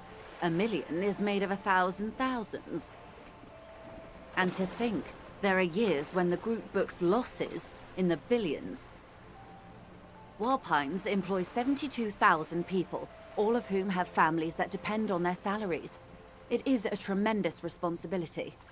They started as an exploration and cargo fleet conducting trade between the Samaran and Insulindian Isolas 250 years ago, when Pine ships explored the South Seminese and charted Lormentang on behalf of the suzerain.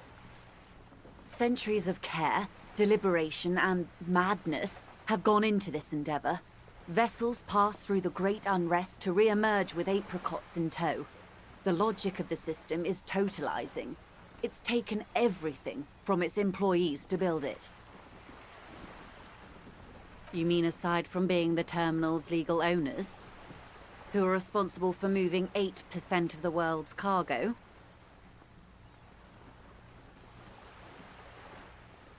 There are no minor cogs in the system. Each terminal must be accounted for, lest the entire system break.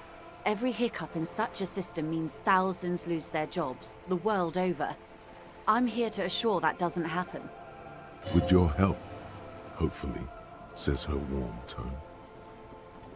Everything. Right up to, but not including, trade secrets. First, you'd have to repeal the Emergencies Act of Trade in Aliments that gives me the right to silence. It's quite the octopus. Good luck is only kept in place by the vested interests of half the civilized world, including your own. What the ma'am means is that the Emergencies Act and the RCM both get their authority from the coalition government. But I am derailing us. You wanted to know about the strike. I believe the official title is Senior Labor Negotiator. In practice, I'm a grocery clerk.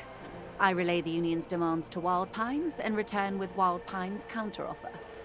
And how are the talks going? They're not. That's the problem. The union stopped all negotiations a week ago, after that awful lynching took place.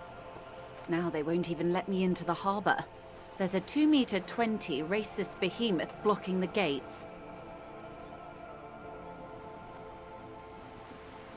Oh, so you've met him. Has he beguiled you with his inane theories? My colleague has his peculiarities. Let's not go into this particular one just yet. Of course. To each their own. Let's say I was not making the kind of progress I'd hoped for when I first arrived. And when did you first arrive? I arrived 3 weeks ago. Yes, in the middle of February. The bay was still partially frozen then. I prefer to do these things on site, like the RCM. But the strike began in December. I wasn't the original negotiator here. I took over after Mr. Gaumont hit a wall with Mr. Clare, the union boss.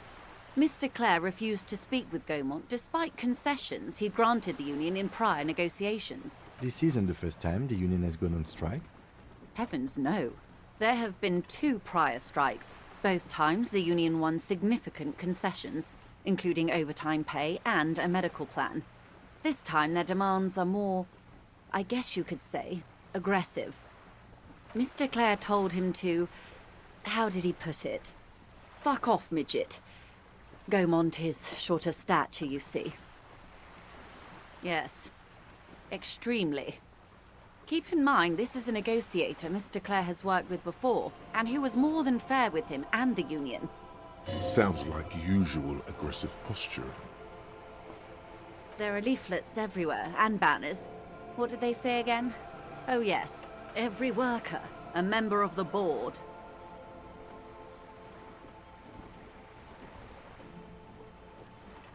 In its defense, another said, demand democracy. Pretty tame stuff compared to every worker, a member of the board. It's quite simple, you see. Every time the Wild Pines group makes a decision, about what? About anything really, it needs the signature of each of the 2,200 workers in its Martinez terminal. Just so you understand, this is but one of 22 terminals owned by Wild Pines.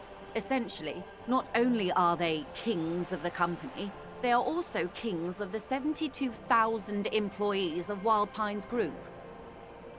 They're having a blast. But how can they afford it? After 4 months, my assumption was they would prefer a more practical solution. I'm not sure. Naturally, I assumed that was just their opening position, a hard-nosed tactic with a side of mockery. But there's been no follow-up, just the same nonsensical slogan repeated over and over again. And now, people are getting lynched, I hear. Behind the whirling in rags. A disastrous situation if there ever was one. Excuse me, from whom did you hear about this lynching? I first heard it from the boyer at the gates. The one whose very name advertises his aversion to work. I think he said it was, "Call me mañana." This checks out.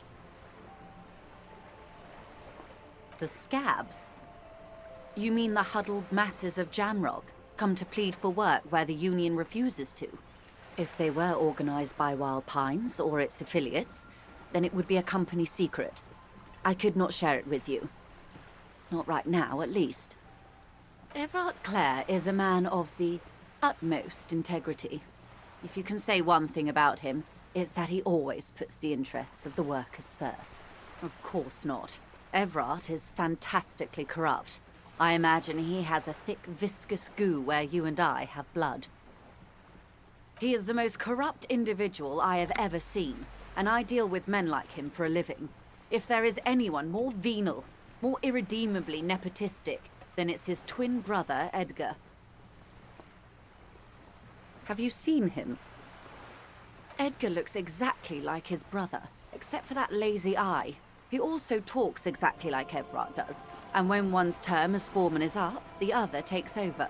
It's how they circumvent the term limits, you see, with a funny little switcheroo. While in office, they've embezzled God knows how much of their workers' dues.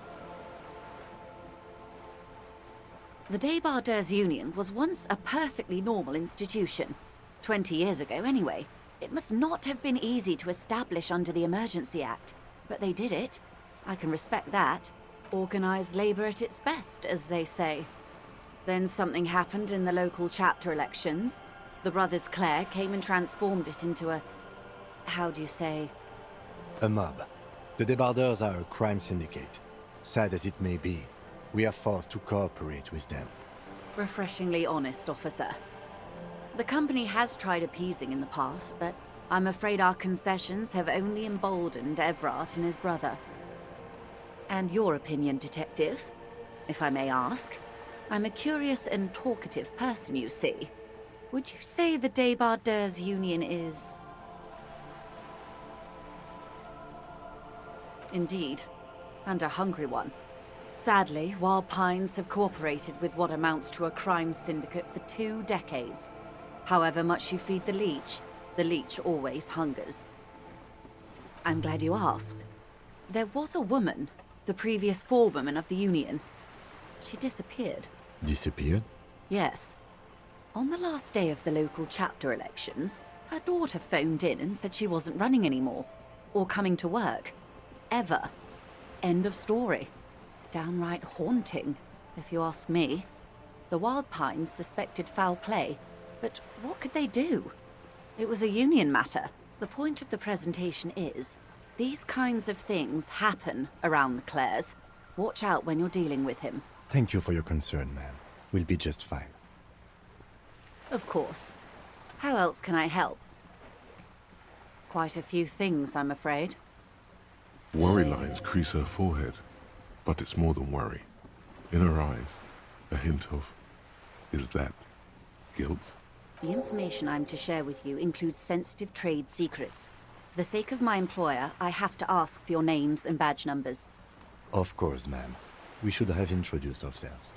I am Lieutenant Kitsuragi from Precinct 57, and this is my colleague from Precinct 41, Detective Dubois. I'm afraid Harry doesn't have his badge at the moment. I hope mine will suffice. Oh, and what happened to yours, Detective? Awkwardness washes over the conversation. The woman doesn't like this turn of events. I see. So, are you saying you lost your badge during the course of this episode?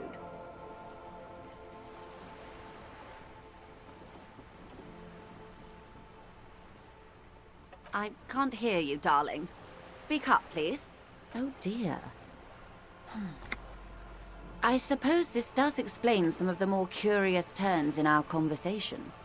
As I said, ma'am, his technique may be very unconventional, but he is an officer of the RCM.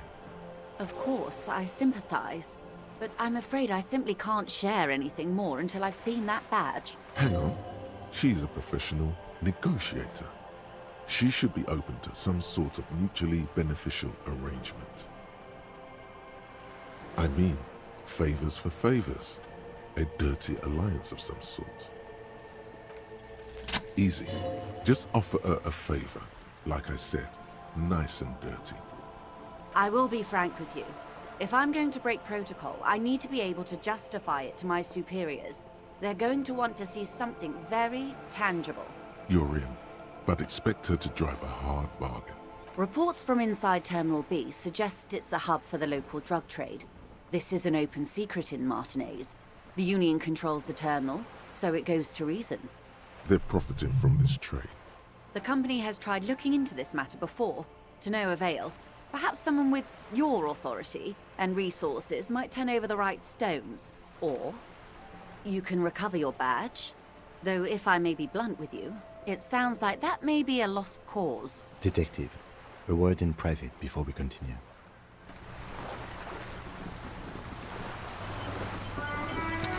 This is not going quite as I hoped it would, Detective. Honestly, I was expecting you to use your unorthodox technique to keep her off balance, and not volunteer us to be her henchmen. This woman is running circles around us. She might have known about your misplaced badge all along, or she's simply an adept improviser. Either way, we've played straight into her hands.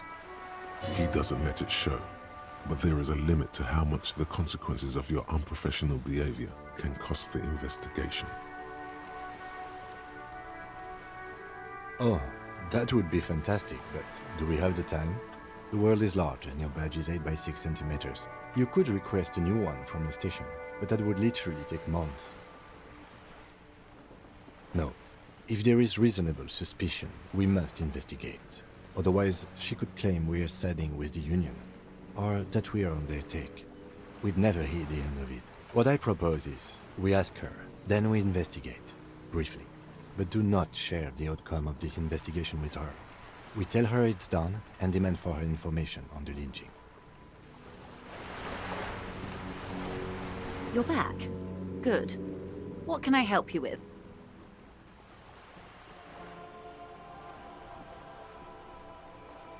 It's quite straightforward. Someone is using Terminal B to smuggle raw ingredients from the Samar and Isola into Revachol with the Union's blessing. Wild Pines has suspected it for years. Ingredients for what, ma'am?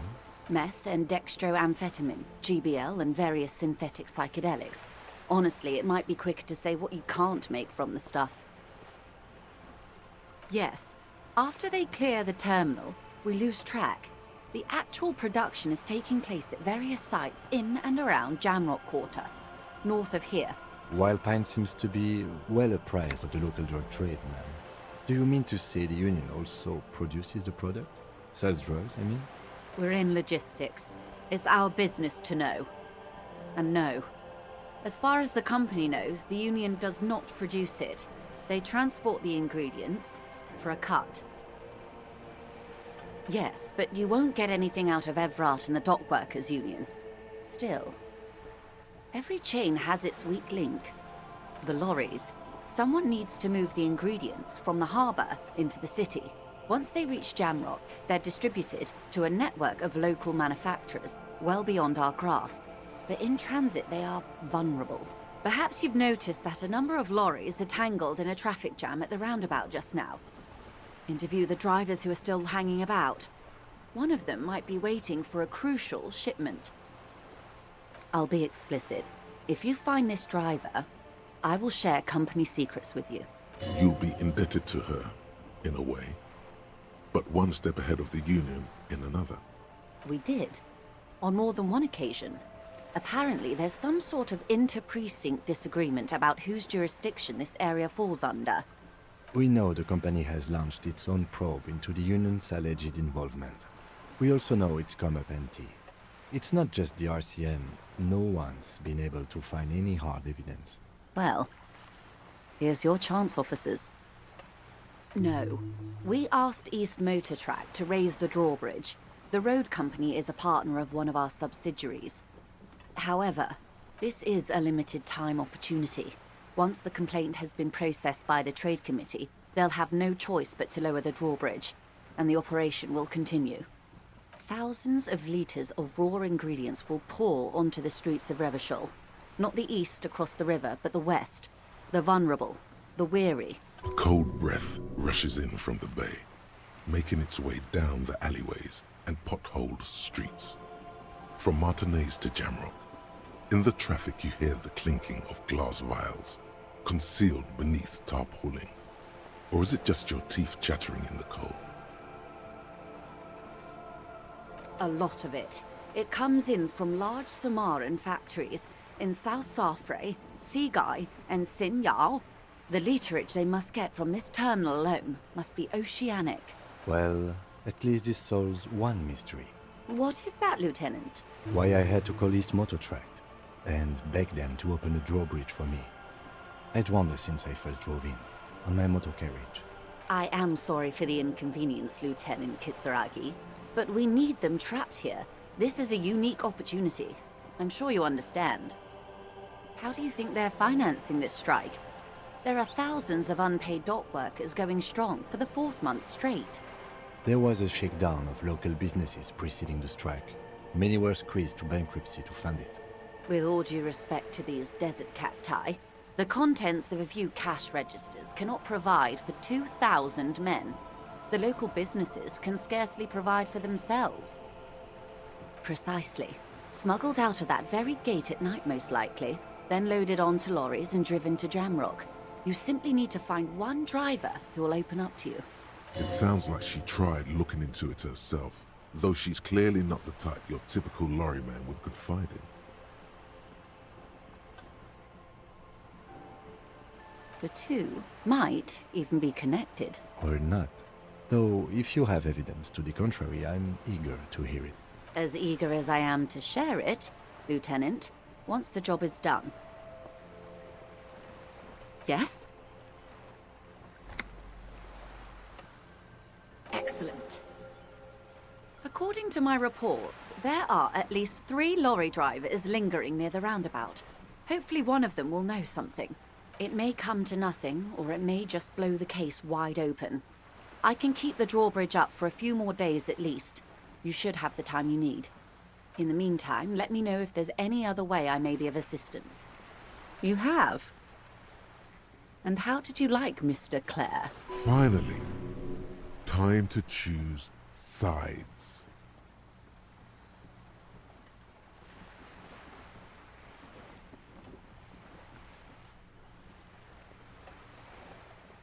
Oh, come on now. He has his uses. How else would he have stayed in power all these years? Or wait, actually, corruption. That's how he's done it. Fantastic, Verm-like corruption, reaching into the bowels of the earth. The position of my unusual colleague does not reflect official policy. I hope you understand. Of course.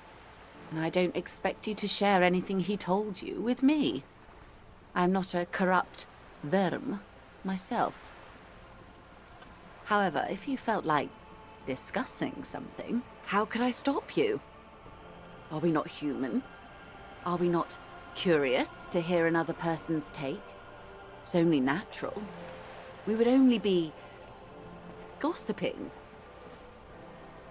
Tell her she'll like you for it. Yes, your disgusting necktie agrees completely. Let's gossip. Oh. That's so helpful of him. The lieutenant looks at you, and you can swear his jaw muscle is trembling. Unconventional police officers sometimes lose their guns. They then go around and tell people about this, to gauge their reactions. It's all part of detecting. Incredible. Simply incredible. And how is it going? Has this detecting produced a gun? Did he now? Well, then it should be any day now. Unless, of course, he's lying to you. Anyway, was there anything else you've heard? Did you now? What sort of borscht is he making? The strike brew. That's a classic. And by turn up the heat, I presume you mean put more alcohol in it? Why, if I may ask? Why make them more drunk? Aren't they corked enough already? Yes, Detective. What were you hoping to accomplish with this strange thing?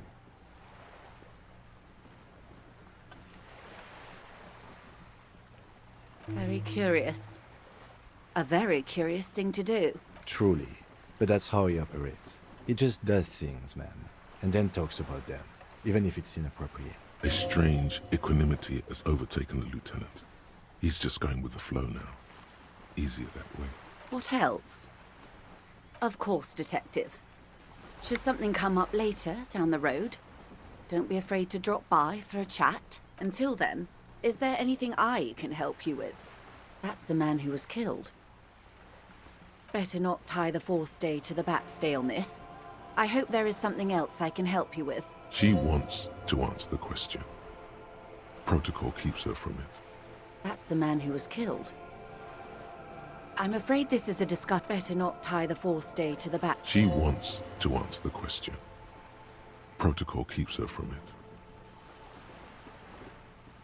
This reality. The aim is to gain a deeper understanding.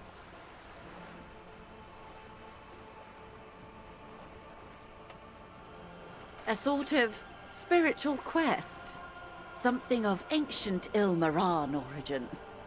You will find him a big fan of the ancient ways. It's part of his condition. Nothing wrong with ancient ways.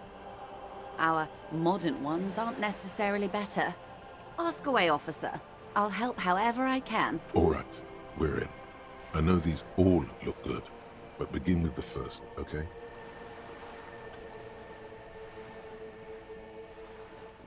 We're in Martinez, baby. A casual term of endearment popular among the 50-plus crowd. It's a disco holdover, pay it no heed. Aren't we all? Martinez is a district of Revachol. A very small district tucked away near the industrial harbour, north of the 881 and Jamrock. You would be excused for not knowing about it. Unimportant, they say. Forgotten, even.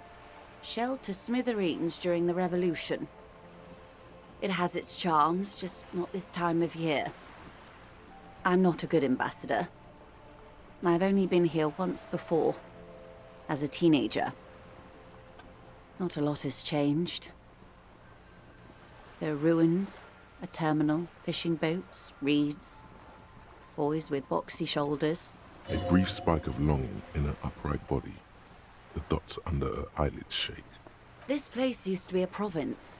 A workers' resort before the city swallowed it and the artillery did its work. The reeds are the real star of the show here now. The further down the coast, the wilder it gets. Yes, I was slumming it with some girlfriends of mine. We had boats and... Don't hold it against me. The boys certainly did not. There's a spark in the air, a live wire hanging in the wind, in your hungover neocortex.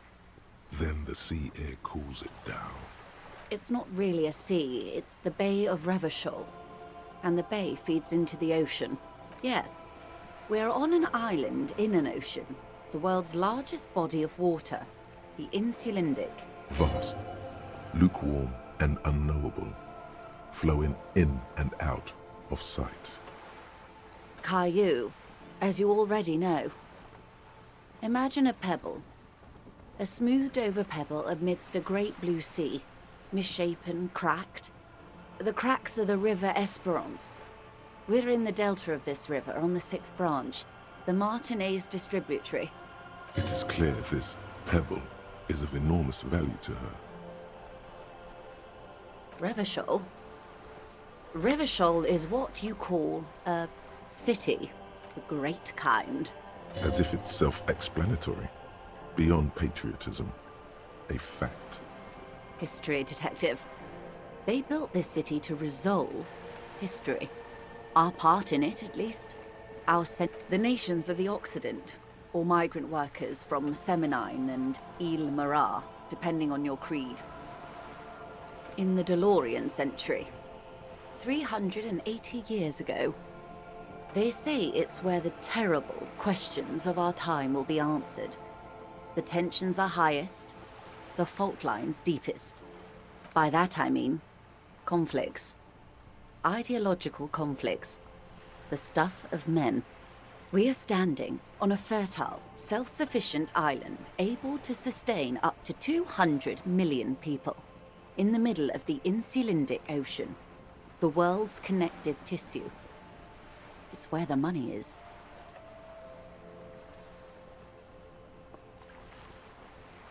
I think it's fair to say so.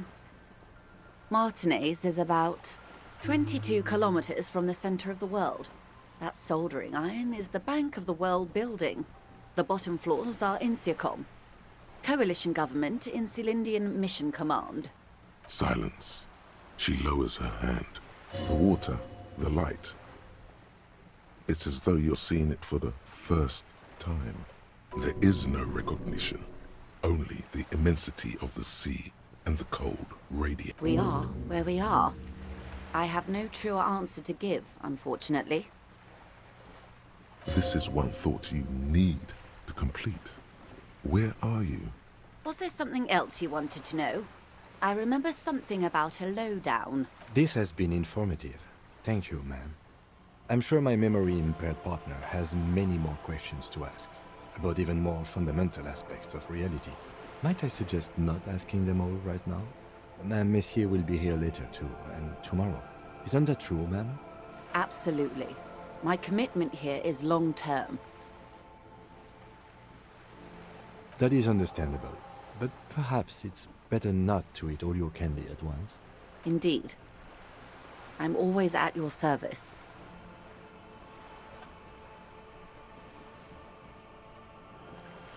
These are unimportant times, Detective. You and I were born after the dust had settled. 1,000th of a second too late. For the big time. The smile of a predator. No doubt what she's got in mind. All men are predators, dear. Nothing much to be done about that. It's all a matter of where you get to file your teeth. The revolution. It's quite easy. Every 100 years or so, our species gets together to decide what's next, who gets shot in the head, and who gets the mineral rights. It's a real kerfuffle. Why, of course. We're talking Duke out Central. Full swing intra-species warfare. No, I would say the apes were neutral. On the other hand, maybe you're right. No, the tiny apes are doing all they can to be better. It's not their fault. Those would be the communists. Generally speaking, 40 million people got shot in the head during the World Revolution. But the communists, they all got shot in the head. She's not gloating. It's a relieved celebration. Oh, and the anarchists too. They shot them well. So well, one forgets they even existed. Did they ever? Before they got shot themselves, they shot 2 million people. Yeah, it was a kerfuffle, all right. Yes, the Insulindian deluge, they call it. Oh, lots of people. Even the king got shot in the head, or thrown beneath a horse, or drowned. Accounts differ. It was unceremonious. Just as well, he wasn't actually the king. Just the king's nephew. The real king abdicated and lived out a long and productive life as a venture capitalist in Grad.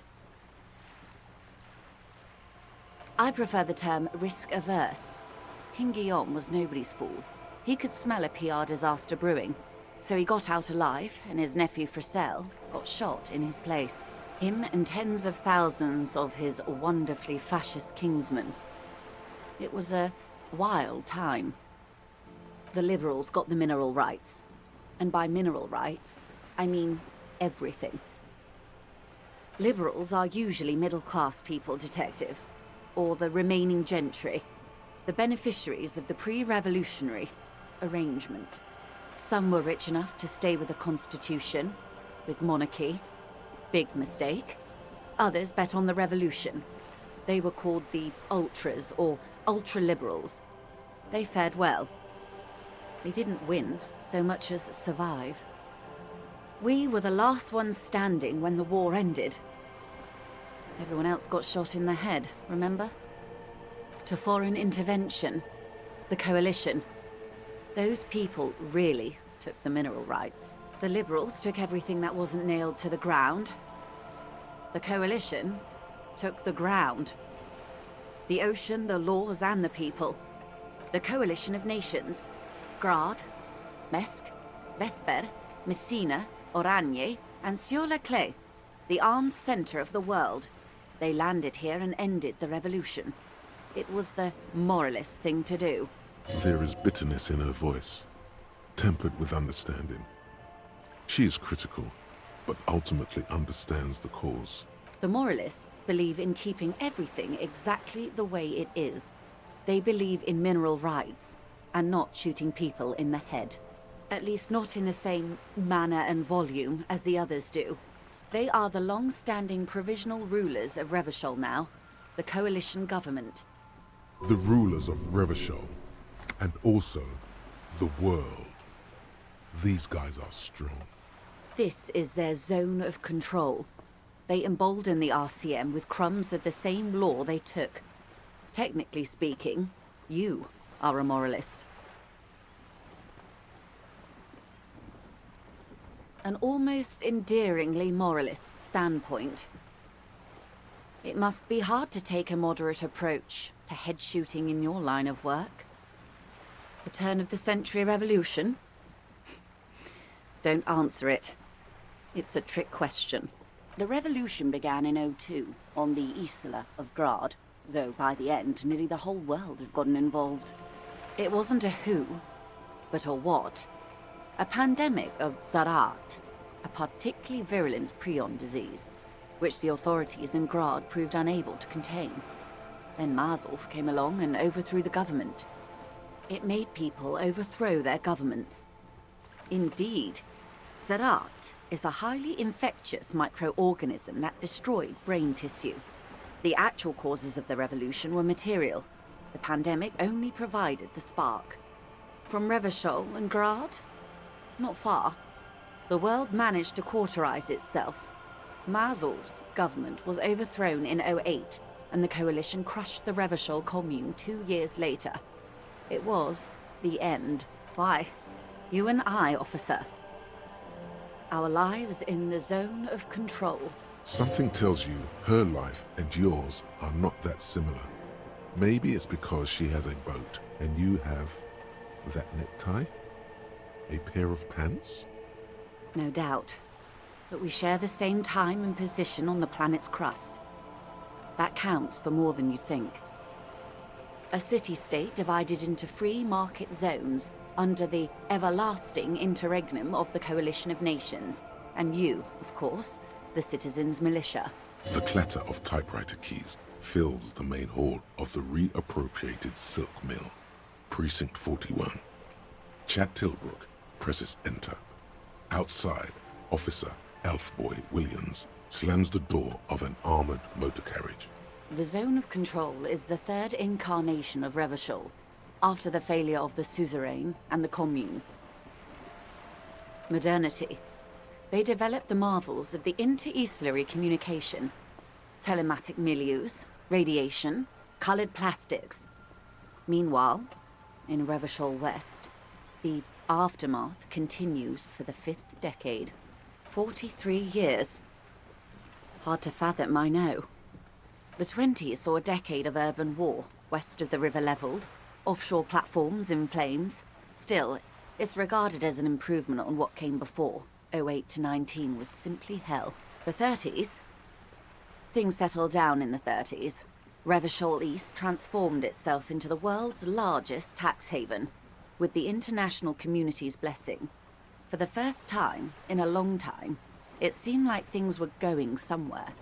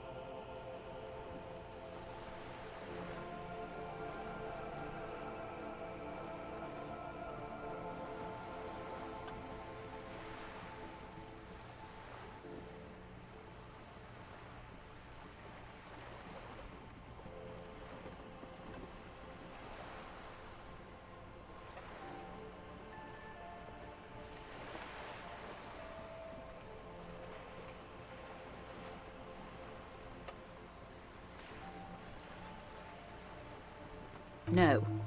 It was a market mirage fueled by cocaine and quantitative easing.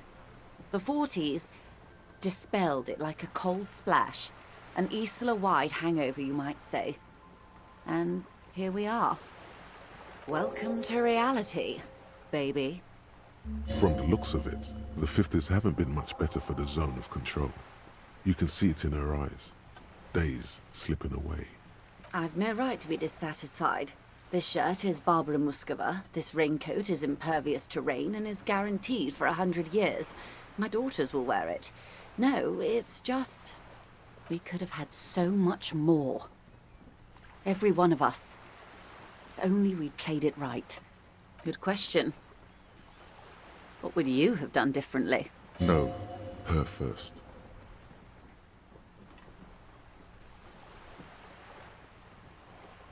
And I asked you, past-less detective of the Citizens Militia, what insight has acute encephalopathy given to you? Here's some wisdom, lady. Say the death thing.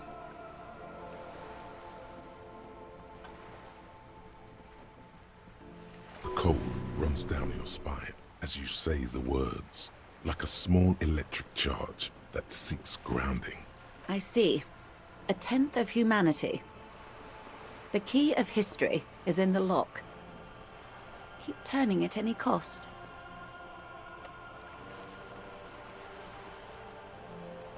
The wind stops, and for a moment, there's silence. The cold dissipates into your parietal lobe, like a dissolved bullet.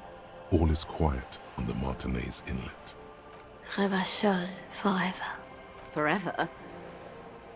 In 20 years, Revachol went from a king, to a commune, to a zone of control. She is forever. But the next thing she will be is something else. Opinions expressed here do not reflect the official position of the RCM. And what is your official position, Lieutenant? My position, ma'am? My parents got ripped to shreds in the revolution. I would have gone the same way. I was saved by being 2 years old. That's my position. The abattoir. Understandable. They are what they are. Who knows? An afterbloom may yet come. Anyway, enough sentimentality. Is there anything else you want to know? It remains a mystery what you mean by this something close. This isn't about you. It's about reality.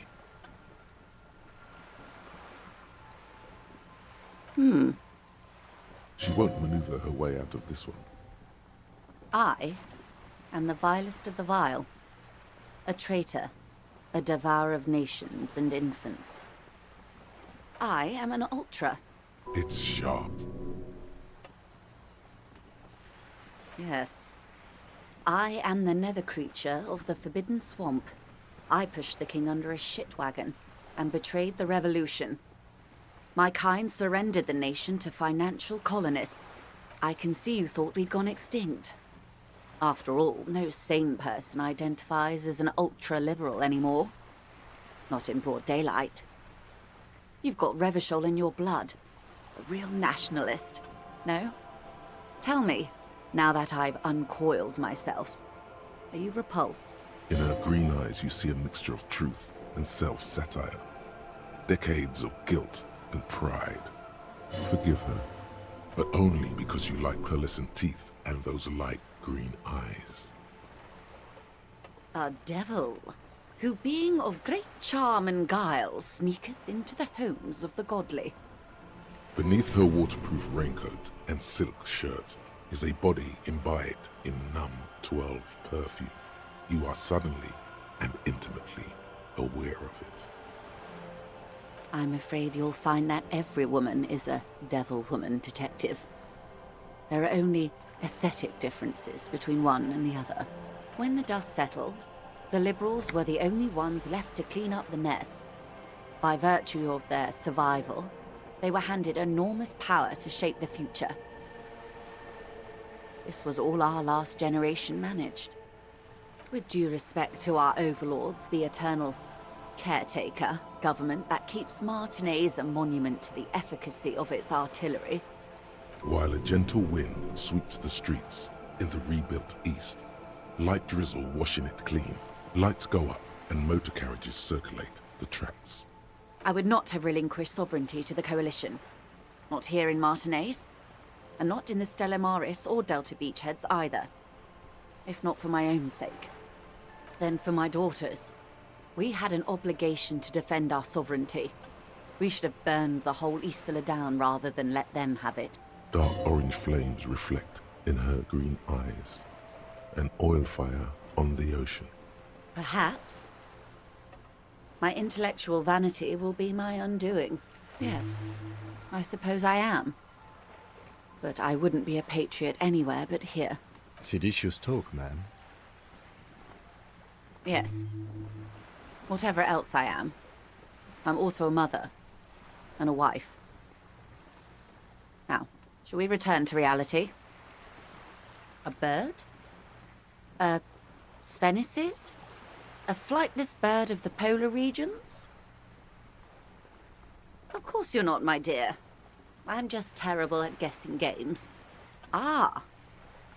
This is the pier of Rue de Saint-Ghislain, 33A, where the tenants have been kind enough to rent me a slot. Or two. A pre-revolutionary tenement. Old buildings are called tenements, you see. And new buildings, bâtiments. After les bâtiments nouveaux. But 33A and 33B are not nouveaux. They're old.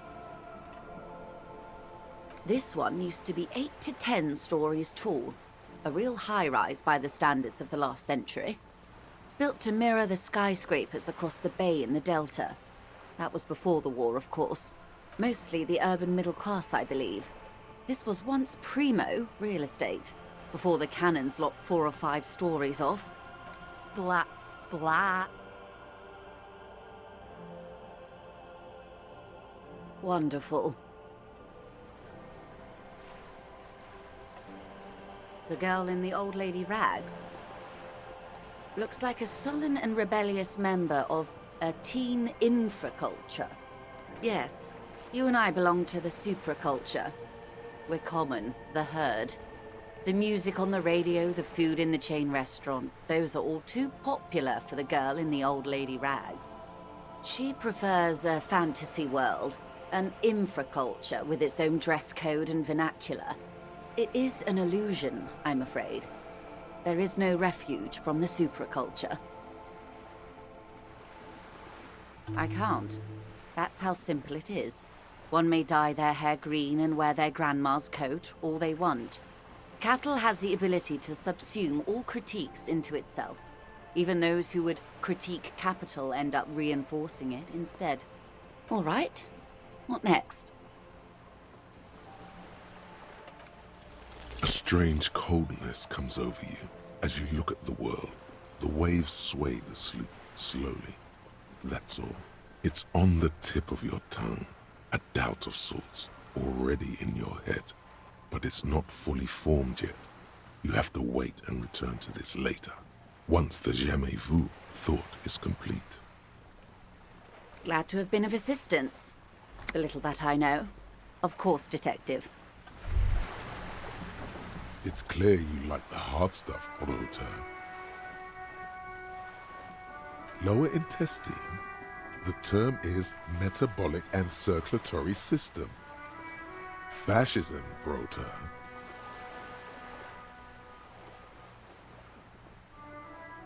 Many things, but it's mostly about trusting your gut. Who does your gut tell you is the source of Revachol's problems? Yes, them, but also women. Women, men of war. You don't like them. They're insane. Their idiocy needs to be scrubbed off this world with rubbing alcohol. Women need to go back to the fucking kitchen. That's what fascism boils down to. The rest is also important. But the main thing is that women need to know their place. Stomach truth. You're having a stomach truth. Because you've said the hard things that others won't say. The good things, you've said them many times. Okay, yes, let's call it that. Good thinking. You're going to keep your views, right? Keep your views, Brota. For the nation, smart. Best not to mention the women too often. That's why you're the head and I am the stomach.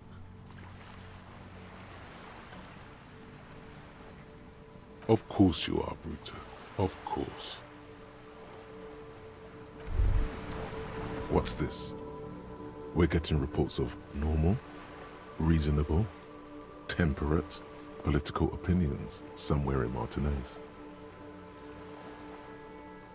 The air suddenly feels calmer, more transparent in a strangely tender way.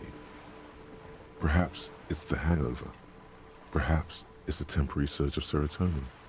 But something tells you it's time to become a citizen of the Kingdom of Conscience. It is not a place. It is a moment in time that can only arise in the right circumstances. In all of human history, it's only been achieved a handful of times. Incrementally. Yawn. You'd get there faster with a little speed. Speaking of, when are you going to get on that, bub? History's greatest catastrophes have been brought about by people trying to make the world a better place.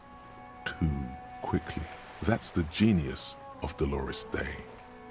She recognized that progress is meaningless if its gains are lost because of instability. Real, lasting change can only come about gradually, increment by increment. Tisk tisk, just because you live in the present doesn't mean you have the right to place your needs above the needs of the future. You may never live to see the Kingdom of Conscience. Your children may not. Even your grandchildren might not. But that's no excuse not to keep working. What benevolence. What a fucking joke. Do you believe the status quo is preferable to chaos and bloodshed? Then you've never lived through real chaos. Sometimes, in the face of great disaster, defending the status quo is progress. The kingdom is difficult to comprehend, and even more difficult to describe, partly because humanity will need to discard many of the categories that define and limit it today. The Kingdom of Conscience is post-capitalist, post-national. It's also post-industrial, post-ideological, and even post-sexual. Slow down, Mr. Reasonable. Did you miss the part about compromising and taking things slow? That's right. Remember, real democracy is just around the corner for Revachol. When that real democracy kicks in, a long time from now, we are all going to be so much happier.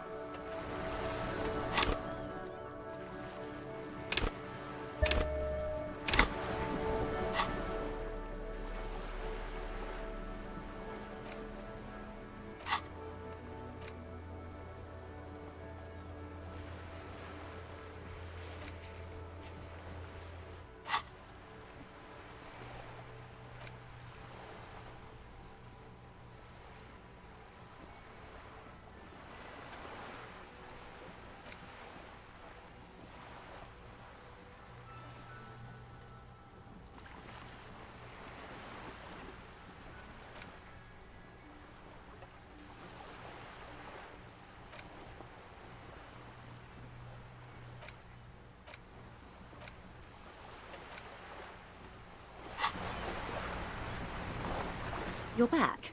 Good. More lessons in basic reality? 6 kilometers southwest, in the Valley of Dogs, Junior Officer Chad Tilbrook takes aim at a rabid black dog licking its wounds in the grass. To his left, his partner, Emil Mullins, whispers, "You heard what happened to Tequila Sunset in Martinez?" "Yes, he lost his mind," Tilbrook answers, fingers on the trigger. "Don't worry, Emil." He pulls it out slowly. Slowly now. He'll find it again. We always do. You? You're an officer of the RCM. Preciso Mundo. Nothing more nor less than the de facto law enforcement body of post-revolutionary Revachol, Detective. Yes, we are the Revachol Citizens Militia. We are. Yes, that means not de jure. The RCM acts in what is poetically called the twilight of international law, both at the behest of the coalition government and to its chagrin. The RCM's responsibilities are defined by the Emergency, Wayfarer and Aliments Acts, 3 pieces of legislation keeping the city in a let's be honest, laissez-faire stasis to the benefit of foreign capital. All three are good to know when we are out policing.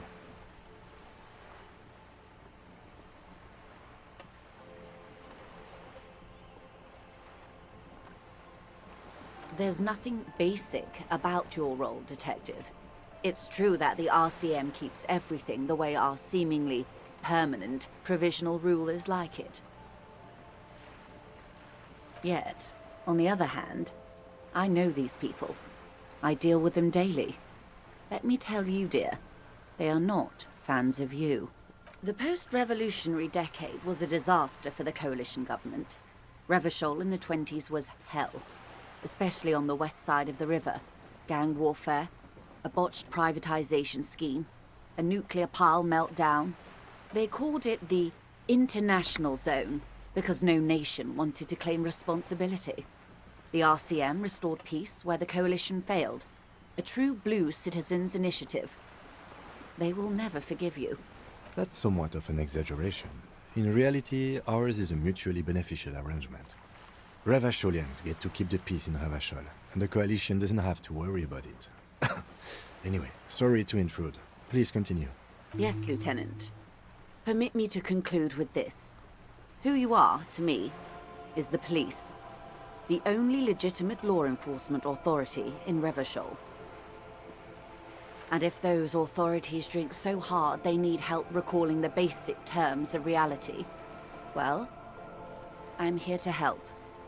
Nothing more nor less than the de facto law enforcement body of post-revolutionary Revachol, Detective. Yes, we are the Revachol citizens. Yes, that means not de jure. Permit me to conclude with this. And if those authorities, glad to have been of assistance.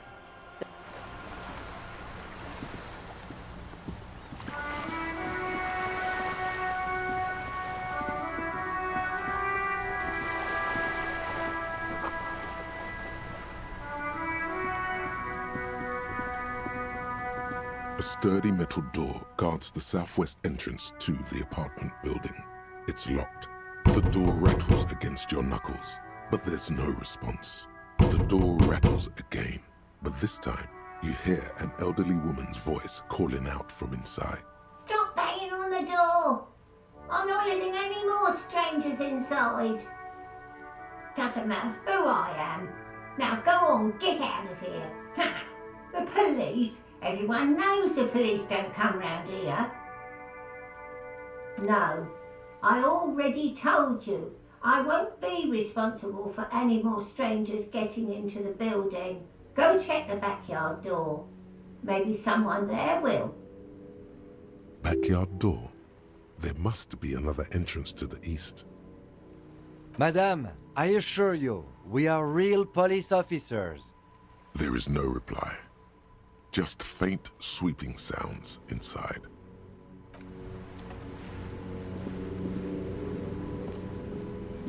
Hey, up here, Piggo. The streets will flow red once more. A great torrent rushing down Rue de Esperance. You wait and see. The streets will not flow red with anything. Who are you? I'm Cindy the fucking Skull. What else do you want to know? Date of birth, blood type, the last time I was tested for Hep C. Sod off, pigman. Art is above the law. The lieutenant is desperately searching for another handkerchief. Hatred, disgust. It's difficult to tell which of the two is more present in her girlish features. The woman on the boat does not notice her staring. That is on her. Someone's got to keep an eye on her. On a first-name basis with her, are we? Piggy's moving up in the world.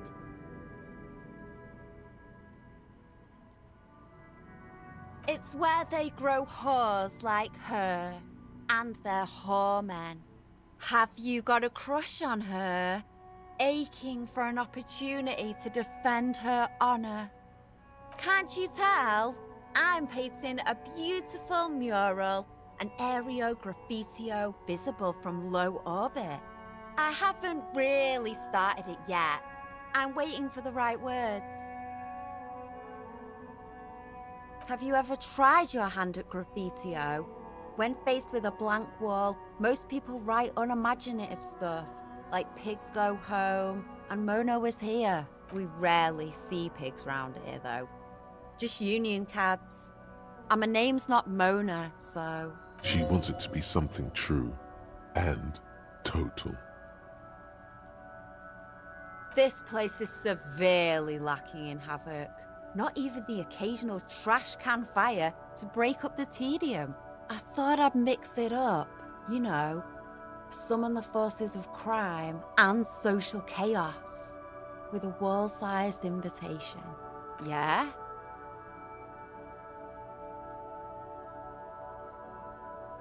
Thanks. I'm sure the inspiration will come to me now that I have an official RCM stamp of approval. You've lessened her desire to deface the building. I ain't no snitch, pigstein. Go forth and forage in someone else's shit. No shortage of squealers in these parts. Actually, there is a shortage of people who talk to us in a normal, calm, informative manner. We weren't put on this earth to make your life pleasant, fucko. What do I care about some fucking tin eggshells? Ugh, alright, sad piggy. I'll give you this one. I saw a little girl in the fishing village running around with military-grade handwear. Looked cute as hell. If you haven't been there, the village is a shithole down the coast from the main plaza. Have a good time! Piggy, I have no idea why I just told you that.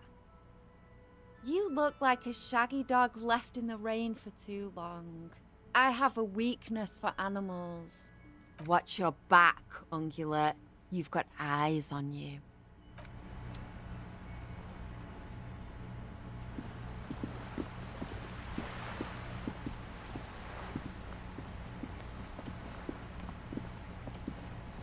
This is a wall on the side of an apartment building.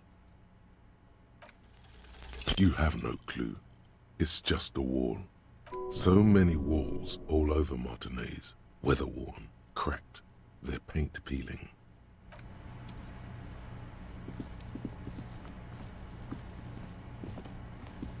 Are you trying to sneak up on me? Come to slit my throat in my sleep? Pigs come to take me out? Trying to snuff me out? Don't get fucking clever with me, pig. You think you're so clever. Trying to sneak up on me again?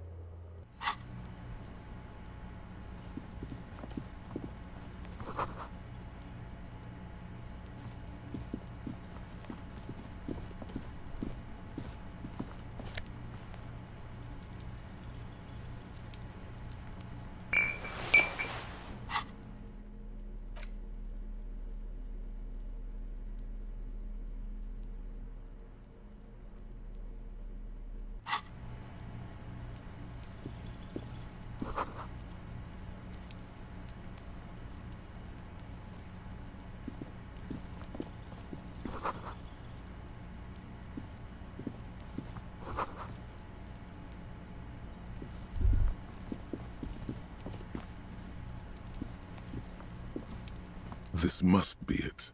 The basement door is weather-worn. The copper nails holding the upholstery in place have turned green from sea air, and there's a knocker shaped like a lion's head. The royal lion, Guillaume's kitten. This knocker will last a lifetime and then some. The leather upholstery is worn and rough against your jaw. You don't hear any movement. In fact, it's oddly silent in the yard around you. No birds chirp. You knock silently. The upholstery muffles the sound. No response comes from the apartment. I guess no one is in? You feel eyes on you, watching you from the window overlooking the yard. Let's be honest. This isn't what I joined the RCM for, but every day tells you something new about yourself. Apparently, working with the local union boss to get info on an investigation is not something I'm squeamish about. I mind that the local thug is using the RCM for his busy work. But if this gets us to the bottom of this hanging, then I'm willing to look over it.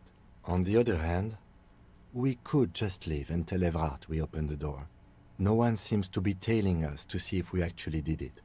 Yes, presenting a fabrication is known to get results here and there. You took this task. You make the call. The door is right here. You can just open it and be done with this. Besides, if you never open it, you're never gonna find out what's behind the door. You try to be as silent as you can. It takes a bit of rattling of the handle to loosen the bolt. Finally, the door unlocks with a small clack. Thoughts race through your head. Only curiosity could account for stepping over that threshold. Maybe there's treasure in there. A white alligator. A fountain of quicksilver. As you hold the open door, you can feel the air moving. A little draft. A whistle.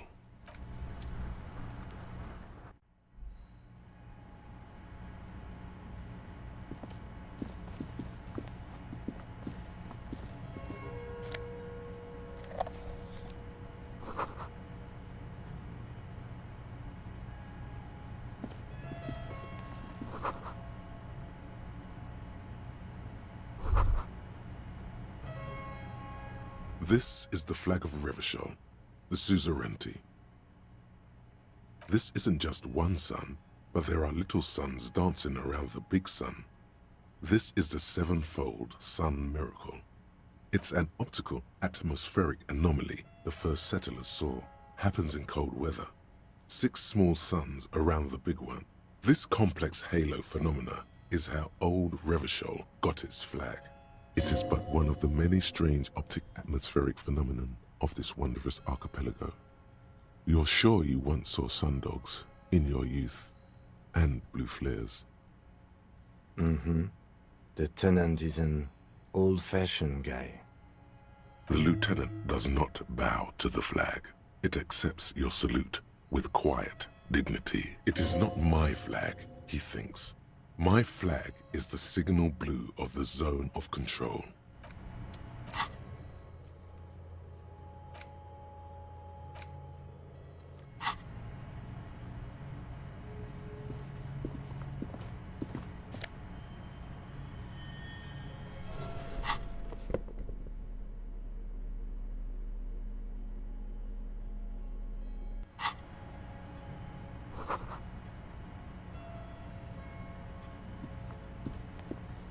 A row of mugs sits on the shelf. Each one depicts a human figure. A dark-skinned woman grinning amidst mysterious symbols. A broad-shouldered man shoveling potatoes, and others. A little ring. Though cheerful, the images on the ceramic make you vaguely uncomfortable. The images betray a lack of interest in human beings. They are merely unflattering caricatures. The owner of these mugs doesn't like people of other ethnicities very much. This person is unhappy. The lieutenant picks up one of the mugs, then puts it back down with a look of disdain. I'm beginning to feel better about breaking into this man's apartment. Yes, your broken mug friend would feel very much at home here. The same humor, the same mocking line. There's the missing tin soldier. Whoever lives here might have used the Whirling's container to dump his trash. And now they've drawn the ire of the Union. The plot thickens, as they say. Perhaps you should break into apartments more often. Who knows? I'm not expecting too much from this clothes in the trash lead either way.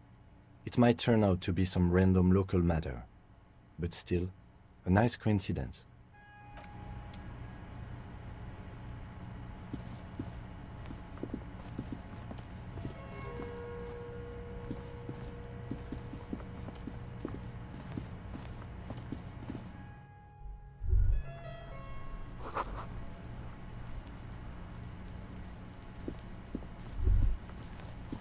The spread pattern of these bullet holes makes your chest ache. Your breath grows heavier. You peer into the faded marks in the stone. They peer back like an endless row of tiny black holes. Sweat starts trickling down your brow. This is bad mojo, man! Fucking horrible mojo! The end draws near! Your chest feels tight looking at them. It's closing in, caving in, ever tighter. Your breathing grows even heavier. You okay there? Might be the after effects of your past escapades. What are you looking at? Remnants from the revolution. These are over half a century old. Perhaps a crime of a sort ages ago. But no, these do not warrant an investigation. Not much. I don't have a fresh perspective on it. Should we go?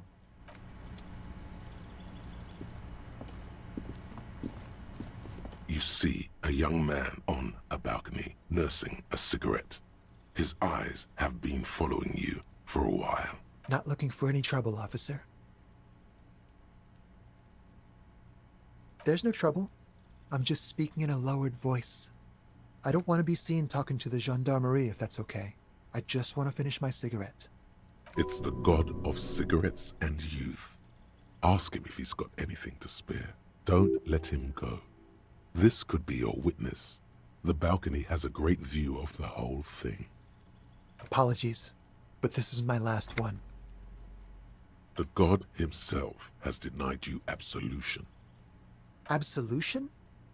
I don't know that brand, but I'm pretty sure you can get Astras at the Frit. I'm not sure that's a good idea.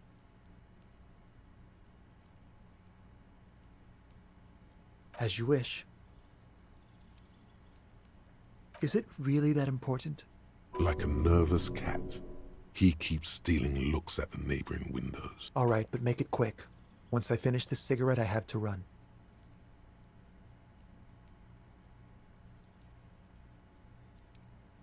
I can tell that you finally got him down. Thank you.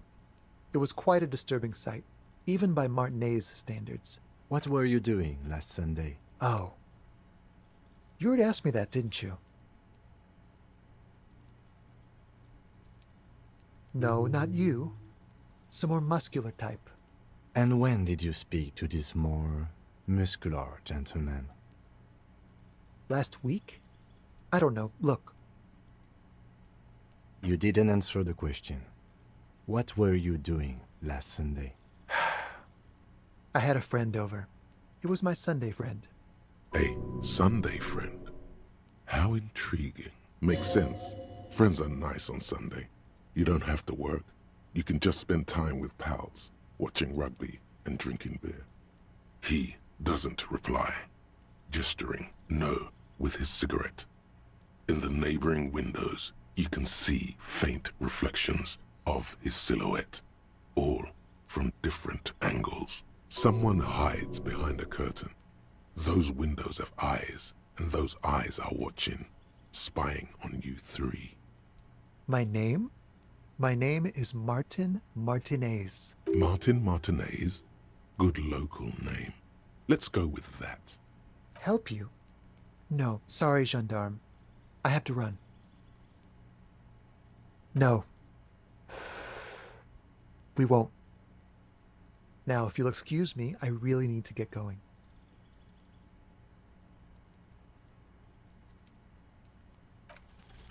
Time to bring out your secret charm. Tears and begging. Show him your emotional side. Throw yourself— No, for God's sake, I don't want you to cry. Listen, I really have to go. Ah, there it goes. Wasted.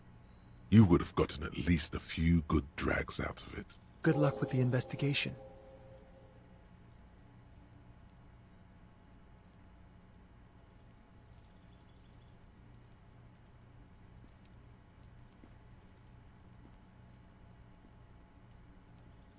He's gone. No point in running. Tenements like these often have multiple exits. If he doesn't want to talk to us, then he'll know how to hide himself. He could be a witness. Him or his Sunday friend. Either way, we need to look into that muscular type who's asking about our case. There has to be a way of getting inside the building. Let's go check out the door near the pier again. Once we found a way in, we can ask around for his apartment.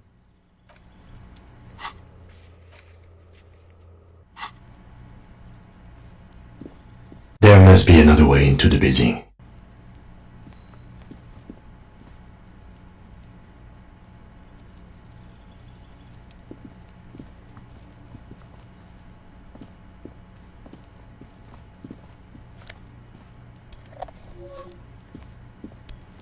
Trying to sneak up on me again?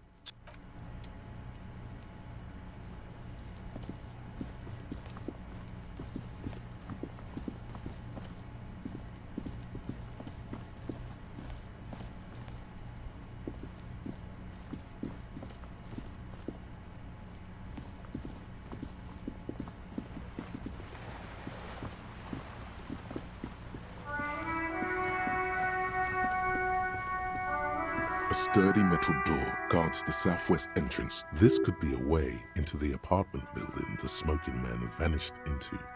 Good. We had enough problems with bums and drunks and thieves loitering in the hallway. You have no business here. You're well versed in the kind of threatening legalese that implies criminal liability, but in fact has no meaning whatsoever. I know my rights, and don't you marm me, boy. Miss, would it help if we offer to show you our badges? Hold your horses. I don't care about your stinking badge. Just come in.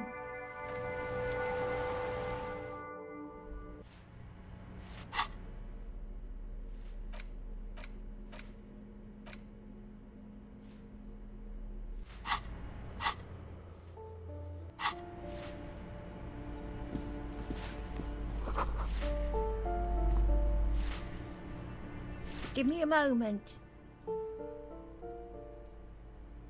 The cold never does any good for my bronchitis.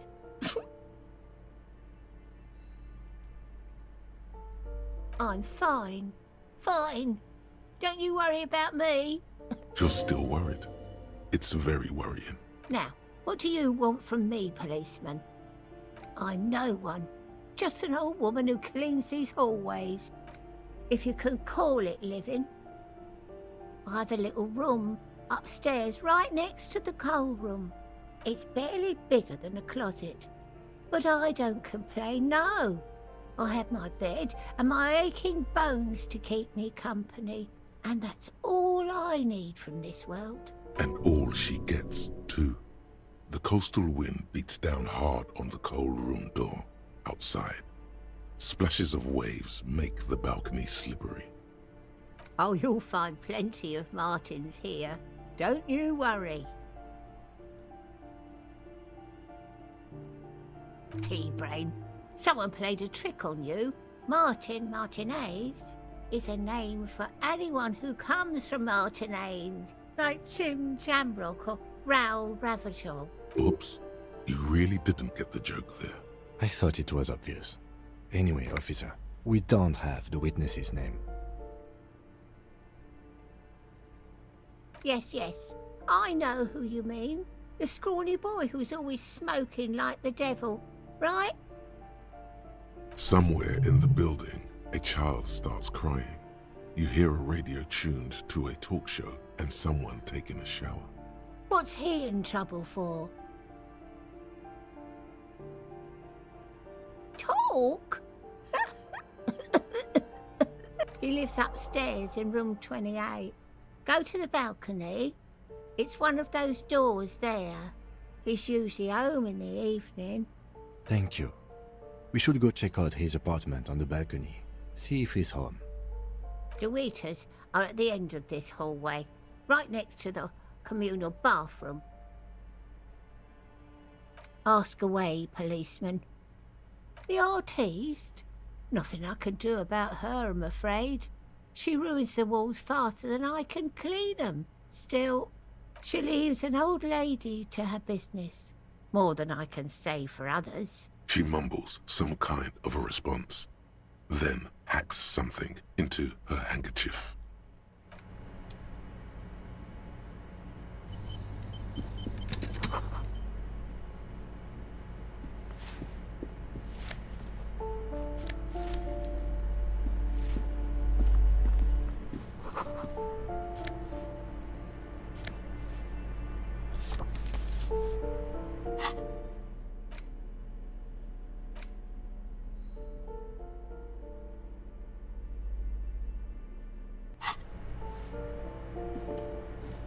You hear someone walking around inside, rearranging the furniture.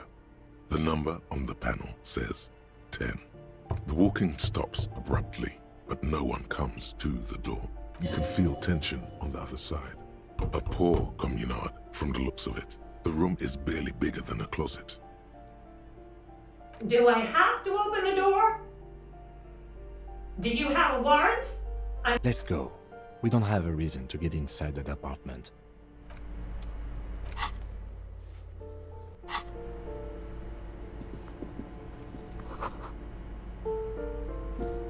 This door has been closed with a padlock. A chalk-drawn number on the board says, number 11. No reply.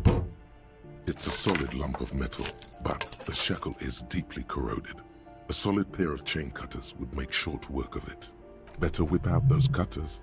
You won't get very far otherwise.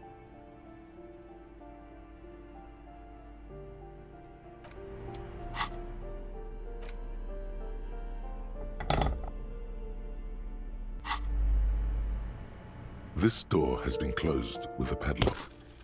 The shackle snaps like a twig, and the lock falls to the floor with a little thud. It should be possible to enter now. After you, detective.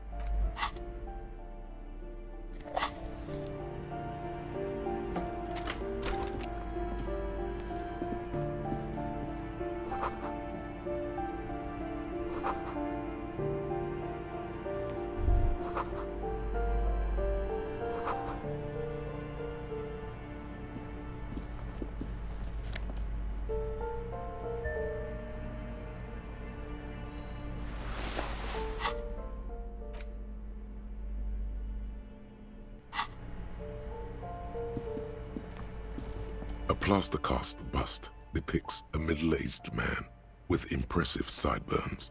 The name on the plinth reads Kraz Marzov. The White Star, the photos on the wall. I think we have broken into the apartment of a young communard. How fitting. He's known as the father of scientific communism, also known as Mazovianism. His theories about economic history greatly influenced, some would even say sparked, the anti-centennial revolution. I suspect that's exactly what they are trying to do. There aren't many communists around, not after the revolution. Some youth still keep the ideology going, it seems. He was definitely controversial. The tenant here seems to like him. There aren't many communists around, not after the revolution. Some youth still keep the ideology. The lieutenant raises a brow. Thank you for sharing this wonderful opinion on human sexuality. There aren't many communists around.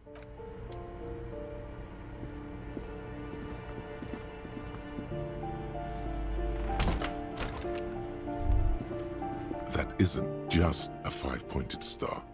It's an inverted white pentagram cradled in a wreath of antlers. The iconography of communism, in other words. The star and antlers was developed in the 6th decade of the last century and quickly adopted by Mazov and the communards during the revolution. Even today, half a century after, the star and antlers retains the ability to evoke hope, disappointment, and fear in equal measure, to symbolize the toppling of the old order. Also, some social democrats were already using it, because white is the color of peace. You see noble aims, but also mountains upon mountains of corpses. They should have taken a more measured approach. Also, you're really smart.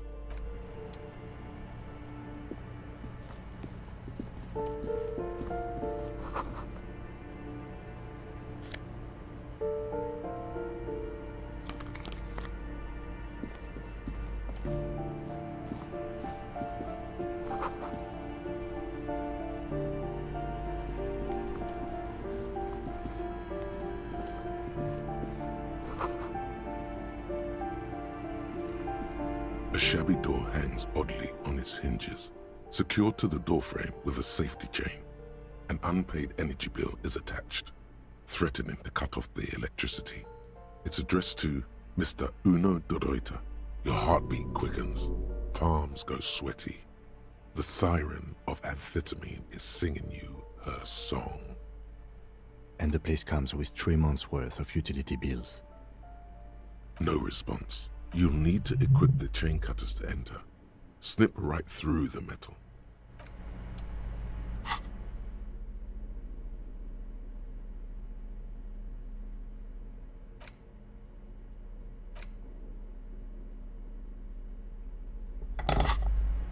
A shabby door hangs oddly on its hinges.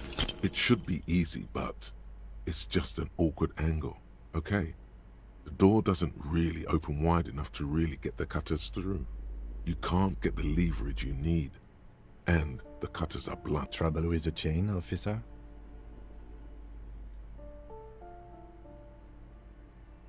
Supreme titanium? Sure.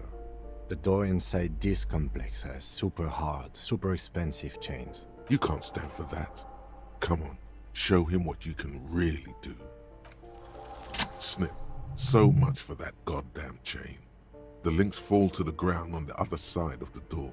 You have bested the titanium menace. Don't let the quiet fool you. The beast is in there somewhere, ready to rip you to shreds with a broken bottle. I know there's no stopping you, but let's at least make this quick.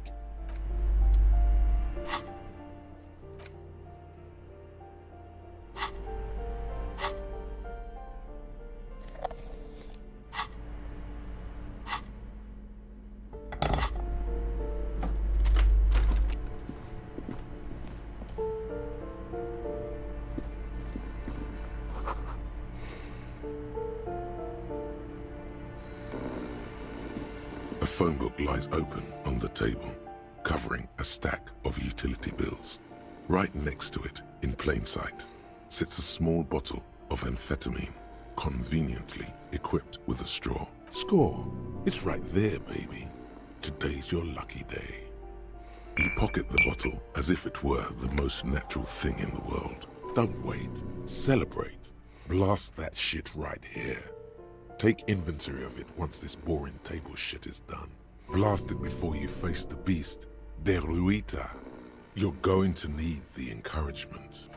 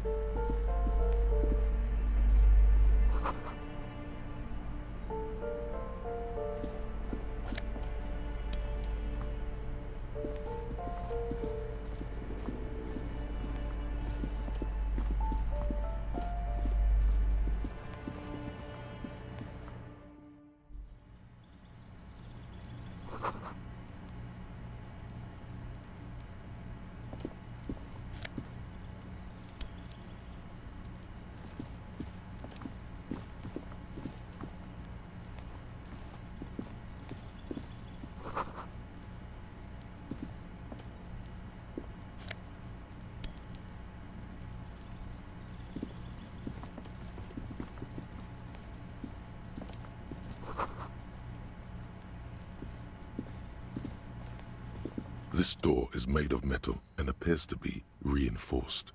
Someone here really values their security. Number 28. This is where the cleaning lady said the smoker on the balcony lives.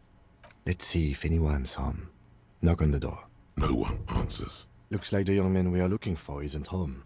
I think our best chance to catch him is in... We should return tomorrow after we have finished with our day's work. How about 9 p.m.? Sound good? Tomorrow, 9 p.m., right here. Apartment number 28. Damn. Turns out it's quite tricky finding someone in a big apartment building. Don't worry. You'll get him.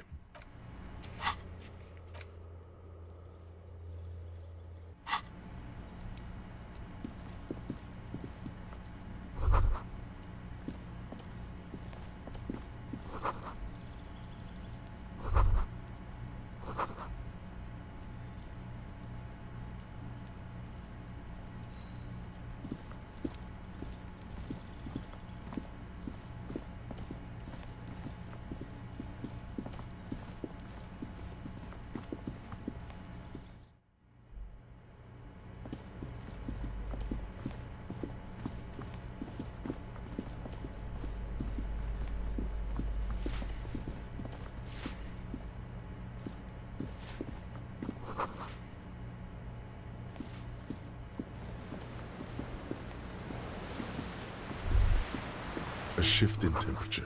The air chills around you. Dust settles on the stony floor. A former architect stands before a slice of window, a room plan in her hand. A cold wave has made the air in the building stand still and frozen, with temperatures falling down to -2 is red from the cold. She's breathing on her fingers, clasping the plan. Traces of sadness are visible in her expression. Faint pencil lines on paper depict the same place, but a missing eastern wall connects the room with the neighboring apartment. Ideas for arranging the furniture have been jotted down. It's clean and empty, with new tapestry embellishing the walls. A standard HB graphite pencil has fallen off a three-legged stool in the middle of the room.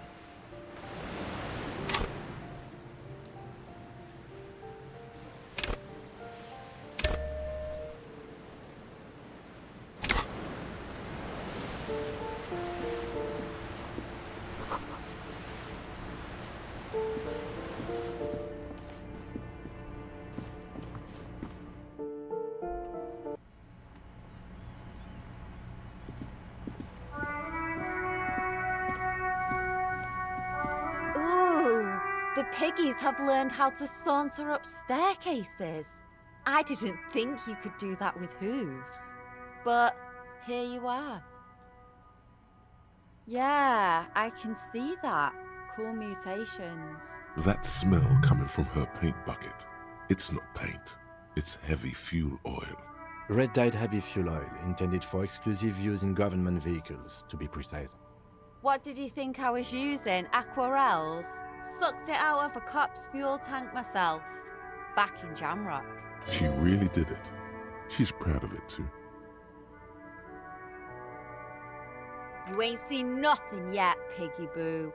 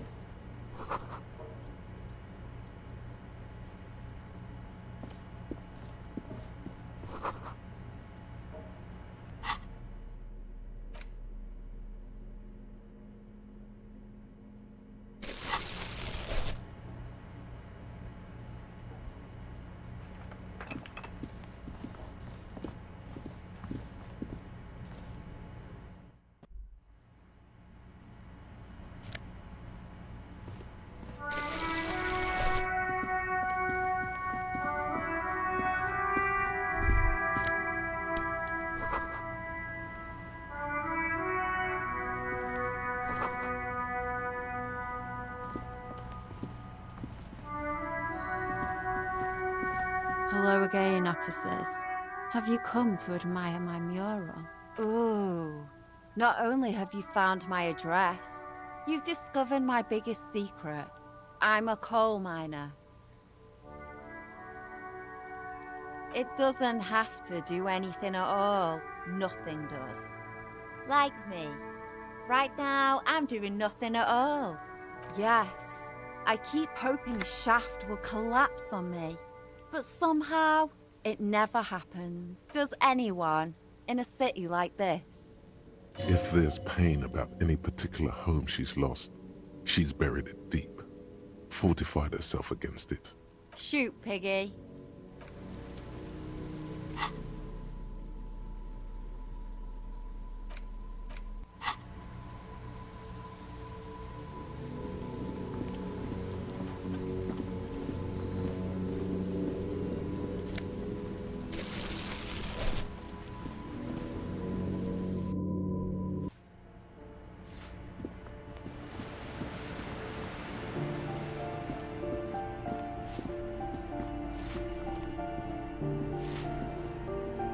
Give me a moment. Ask away, policeman. The hell am I supposed to know? Another nut job, I assume. She really doesn't like those nut jobs. bad blood there. People come and go. I don't keep an eye on everyone. No one lives there. It's been empty for months. Impossible. I would know if someone had moved in there. Maybe it's those countercultural people again, breaking into a house like it's a public space. You're a policeman. Be good and take a look, will you? Great. Young people. They're worse than rats. You know, always littering the hallways with trinkets and empty beer cans. Oh, that one is a scientist, a future scholar. I think he studies astrology at the community college. Education's good. I always tell them to study. Something to do with all those stars around his door. He asked me to leave his drawings up on the wall. The symbol of what now?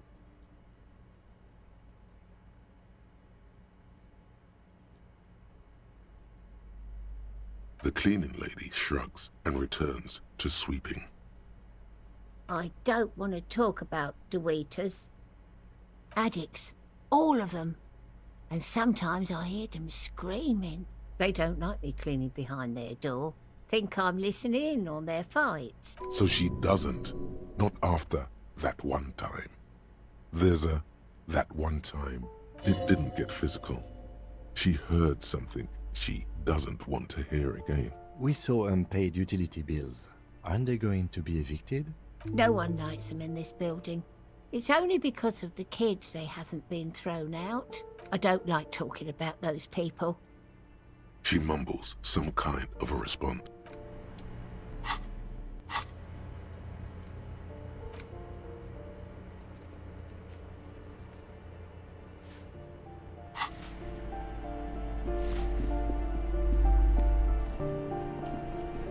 You hear someone walking around inside, rearranging the furniture. Excuse me? Of course not. Scare them. Suspected of some big crime. There's no sweet talking your way in there. Be official.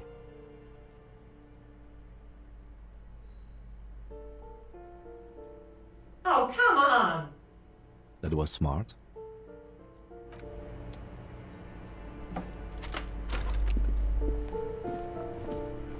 Satisfied? My name is Marielle Charpentier, and I'm an agent with Martinez Realty Associates. I am not breaking in, as I have every right to be here. The keys, see? Her voice is really cheerful, despite her obviously hating you. Do you want to see my ID as well? You can't legally ask for it, but why not? Want to see my residence permit too? It feels flimsy in hand, with the words Revachol Zone of Control written under a nondescript municipal logo. There's a picture of her with shorter hair inside, along with all her personal details. Thank you. Do you have any questions? I need to be back in Midtown in an hour. I need to get it ready for the next lease, but as you can see, the previous tenant completely trashed the place. It was some kind of a moribund old man who used to be a business owner. You'd think they'd make rent. But that was months ago. Anyway, was there anything you wanted, or is that it? Oh, that's another huge mess. The former tenant owes us 3 months of rent. 3. We closed the apartment and planned on auctioning off the valuables, but... And again, I have no idea how stupid mistakes like this can even happen. But Ron, when he came to close the door, didn't close the neighboring door. And there's a hole in the wall. So preppy. She's probably on some low-grade performance enhancers, like Peptide or Pericanine. A hole in the wall. Can you believe it? And then the tenant ran off with his stuff. He's gone. The money's gone. Just like that. Oh, it irks her. The incompetence. Well, it does not disappear from my hands. No, I don't let it. These apartments are perfectly fine. They have gorgeous architecture, a million-real view of the bay, good ventilation, neighbors, life, spark, and they are affordable. I'll tell you, Martinez has a future. In a few years, it's going to blossom with artists and creatives and those radio computer wizards. It's as if they're real wizards, able to resurrect dead real estate and breathe life into bank accounts. Don't ask me what happened with the wall. I have no idea how we're going to find the time or resources to fix it. Both apartments are now unrentable. Both. Of course.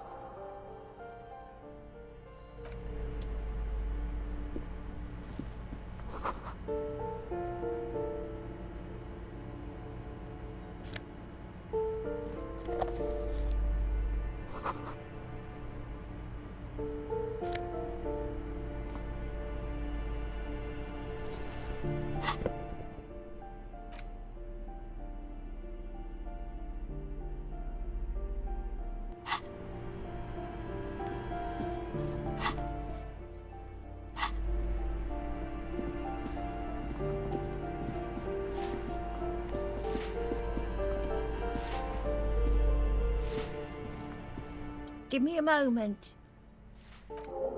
I see. I hope some good people are finally going to move in. This place needs them.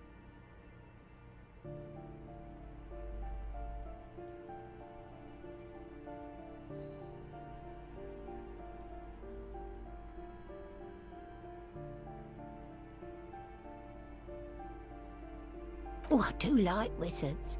And people like that in general. They have a lot to tell us about our fates.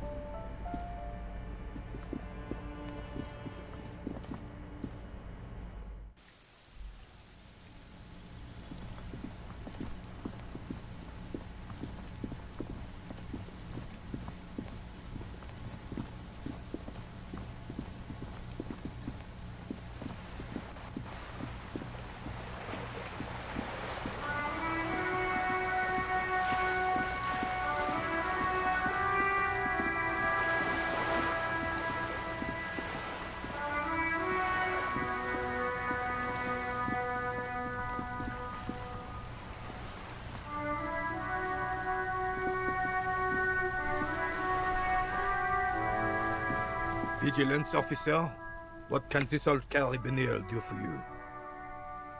Yes, the Debardeurs Union pays me to stand vigil during the night. Not out of any political allegiance, mind you. I'm an old man. Don't sleep more than a few hours every night anyway, and money is tight. He feels like he has to justify himself for some reason.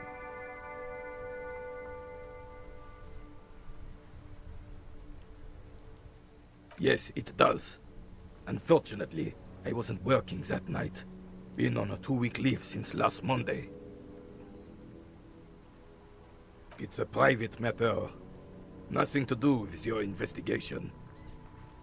You see, officer, René is the kind of man who would rather die than admit he needs medical assistance or, God forbid, seek it.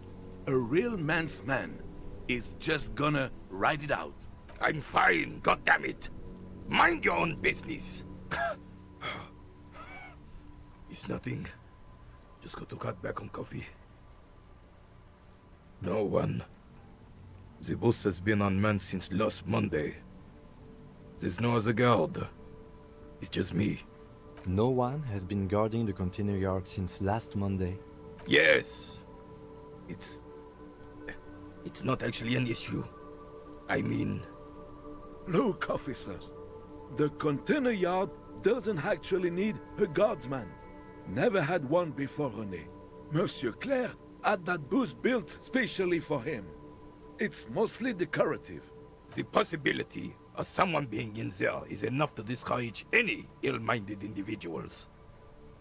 Evrard created this job for René because he knows the Royal Carabiniers' pension of honor and PTSD isn't something a man can live off. A decorated Kingsman collecting tear reflects bad on the whole neighborhood. His words.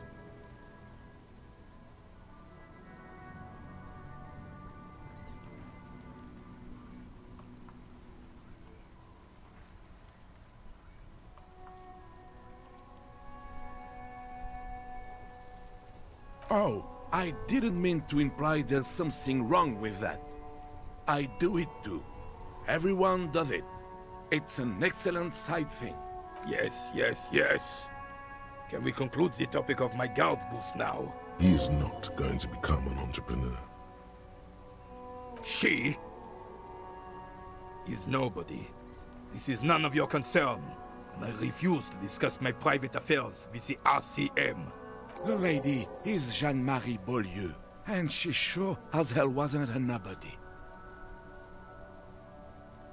Yes, yes. Like I said, it would be up anyway, so might as well keep an eye out. It keeps my senses sharp. All you observe is a veteran refusing to let go of the past and his old uniform. This is not uncommon. This is the uniform of the Royal Carabiniers in service of Fissel I, Guillaume le Lion, and the valiant King Philip V before him. Don't you mean Fristel the Fan? You do not speak his name, Craven, although he was a clown. But he was our clown, ours to ridicule and to mourn. There's something you missed. You will get to it. Don't worry.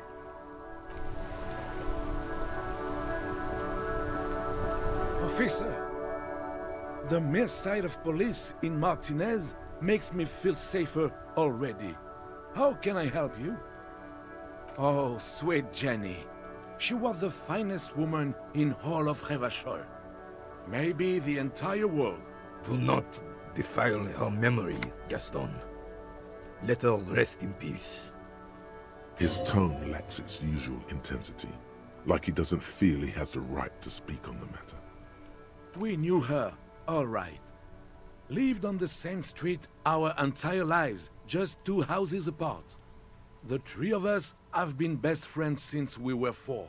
She was René's first girl back when the prick was 16. They were courting till he decided he'd rather die for some great ideal than just be happy. And then you stole her from me. Well, technically, you stole her from me, because we'd been pretty close ever since you two had that falling out over the ink you spilled over her pretty yellow dress. We were just boys then. This was different. No point starting this all over again. For the 1000th and the first time. Especially when we have company. Officer. She died of pneumonia 2 winters ago. It was a quiet passage, peaceful. René and I were both by her bedside when she... died. No use sugarcoating it. Won't bring her back, will it now? Departed. Until the very end she couldn't decide between us. The most indecisive woman I've ever met. A quick grimace of pain passes over René's features, but he immediately regains control. His face now a dispassionate mask again. She could never make up her mind about anything. What to have for breakfast, favorite color, or which one of us to marry. She was always leaving one of us for the other, but never long enough to actually get married. Heck, technically, we're both still engaged to her. You always confused her. Couldn't let us be happy. So Justa with your fancy words and pastries. He suddenly remembers you are still there. Falls silent and turns away. Of course, officer. Memories are all we have left. Sweet, sweet Jenny. Of course, officer.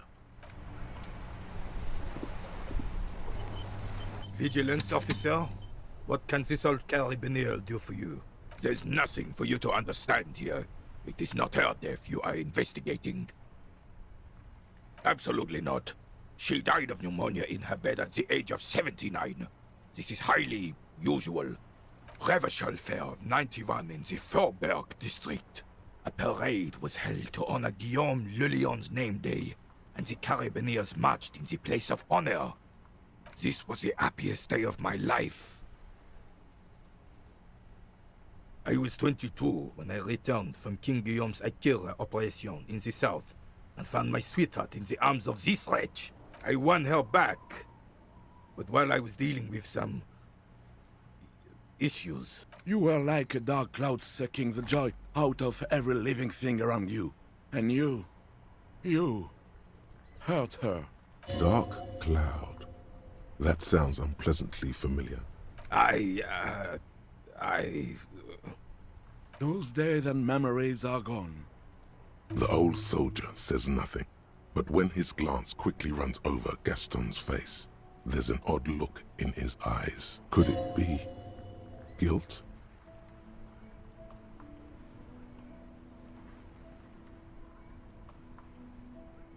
There's nothing for you to understand. His face is motionless.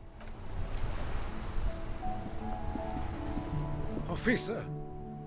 Sweet, sweet Jenny. Of course, officer.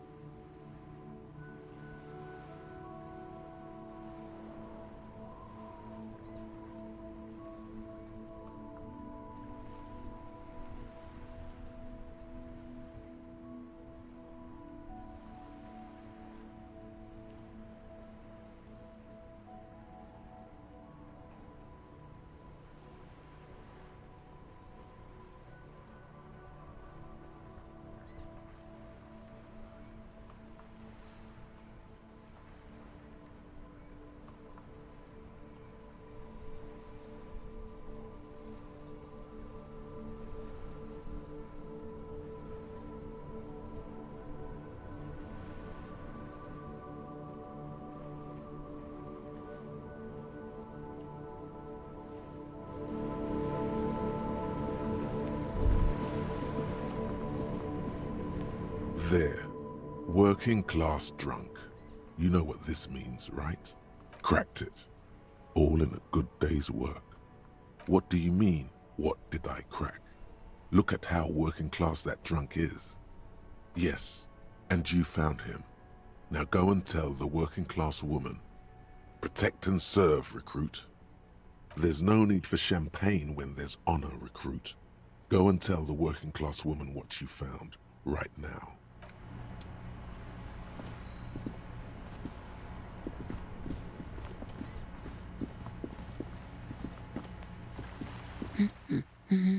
God damn it, I already told you.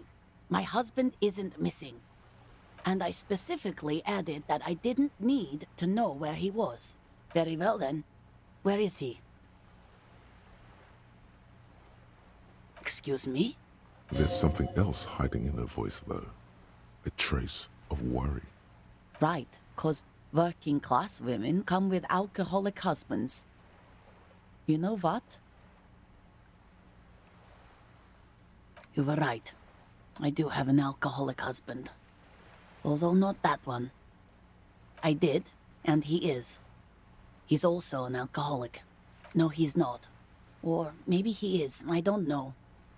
He's probably in the park, or in Shamrock somewhere. Drinking with his friends. I haven't seen him for... Well, to hell with him.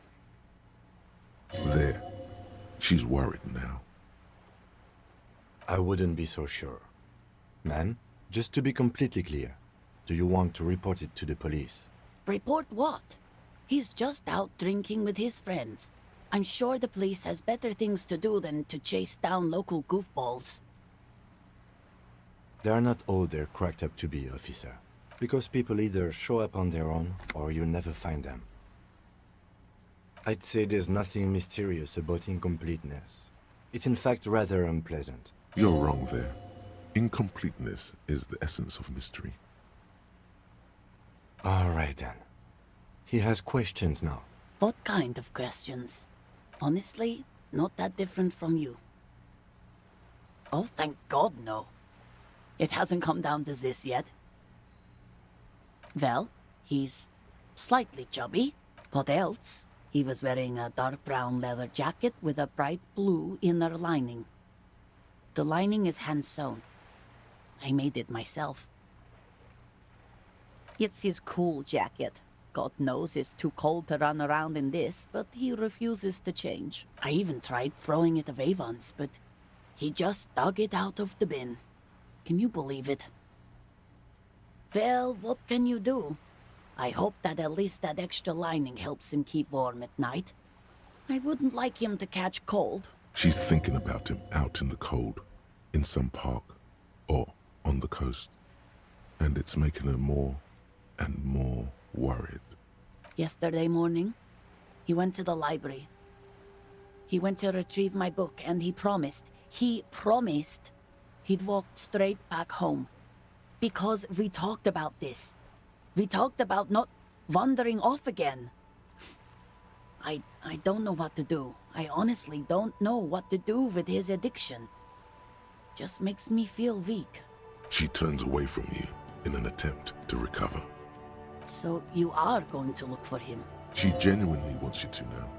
Don't make her ask. Thank you. Please do. Even though I'm sure he will return home by himself. I'm still sure of that. I'm sure he will too.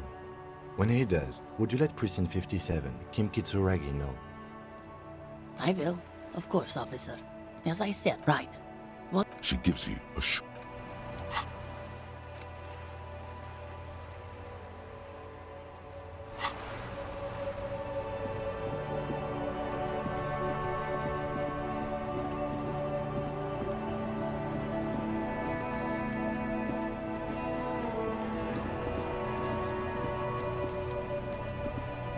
Does Kuno care? Alright, so you got Kuno's kilo. Here is how we do it. First, you give Kuno Kuno's kilo, then Kuno gives you half back. That's how we split it. It's the best way, street way. Wow, that's heavy. There you go. More than half in there. Kuno's fucking honourable like that. There is no movement on the lieutenant's face as he stares intently at the trash container. Now tell me, how the fuck are you still alive, pig? The fuck do you know about Kuno's life? Kuno's got plans. Get the fuck out of here. Yeah, we got plans. 6 meters underground, below piping from before the war, the collapsed remains of the Martinez storm drain system. There are 2 stolen flashlights with piles of batteries next to them, beside 2 bedrolls, in the dark and opening into the lower tunnels. Fuck right there were. Fucking 3 years or some shit. Yeah, that's right. Kuno's dad doesn't give a shit about that electricity and light shit. Just wants to pound on people and drink.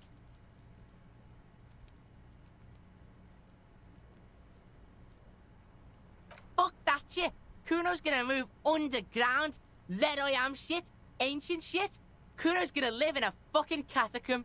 Yeah, in a tomb, Kuno. Yeah? How are you still standing, pig? You sneak past him. What? Fuck right. Kuno's dad was sleeping like a bum. Kuno told ya. Kuno's dad doesn't give a shit about anything. Fucking breaking and entering shit. That's nothing to Kuno's dad.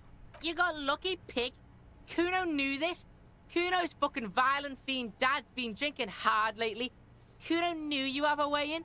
Narrow window. Kuno window.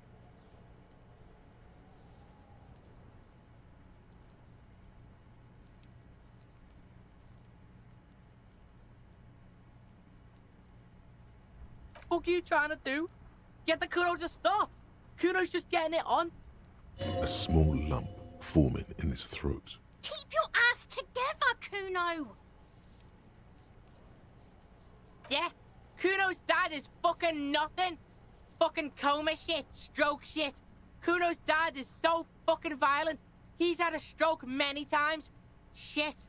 Kuno's gonna have one too. Gonna be just like Kuno's dad. Speed shit, crime shit, fucking on the bed. Kuno's gonna go out like Kuno's dad. Revachol West style. Stop saying all this sad shit, Kuno. There's a touch of grief in there. Fuck are you talking, sad? Kuno's got hard shit, death shit, nothing shit. Fuck right I am. Now get your nun ass out of here before Kuno fucks it dead. You think because you broke Kuno 1 gram of speed, you're friends now? Turn into... Kuno ain't turning into shit. Kuno is that shit. Kuno won! Oh, you won, Kuno!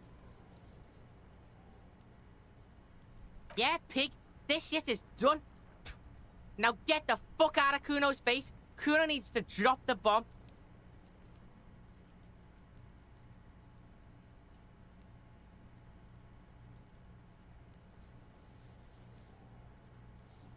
Kuno doesn't fucking care.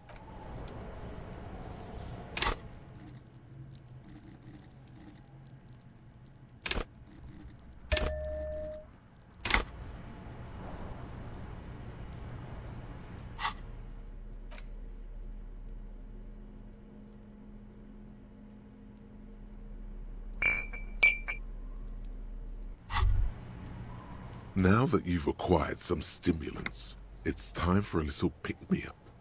Time to detect.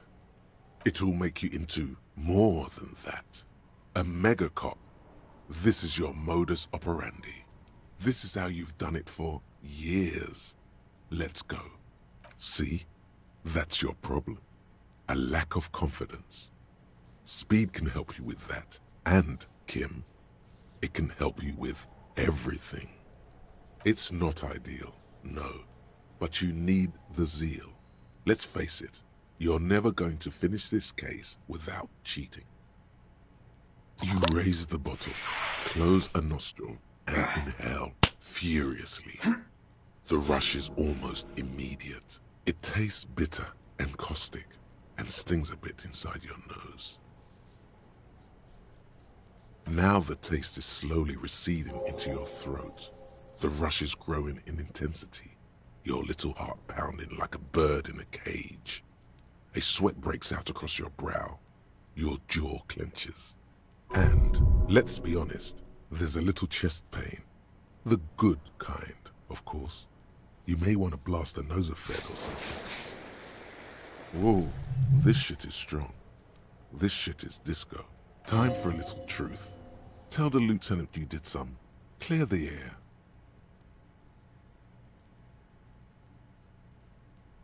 I'm not your mother. I don't care. Do what you have to do.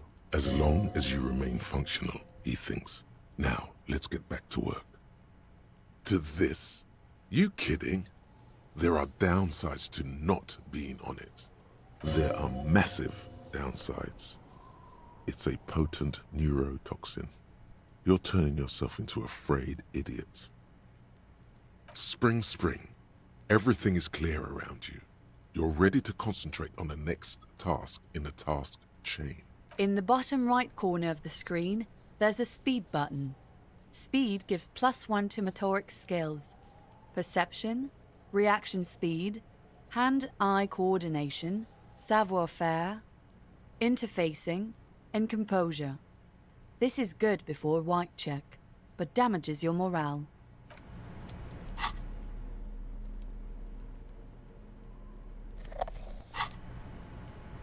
Fuck does Kuno care? Kuno doesn't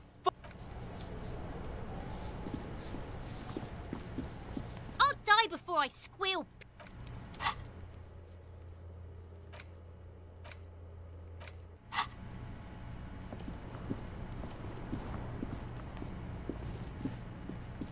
The trash container. The smell of rotten food rises to greet you. You see soggy cartons, dirty rags, and organic waste. The container sounds a muffled gong.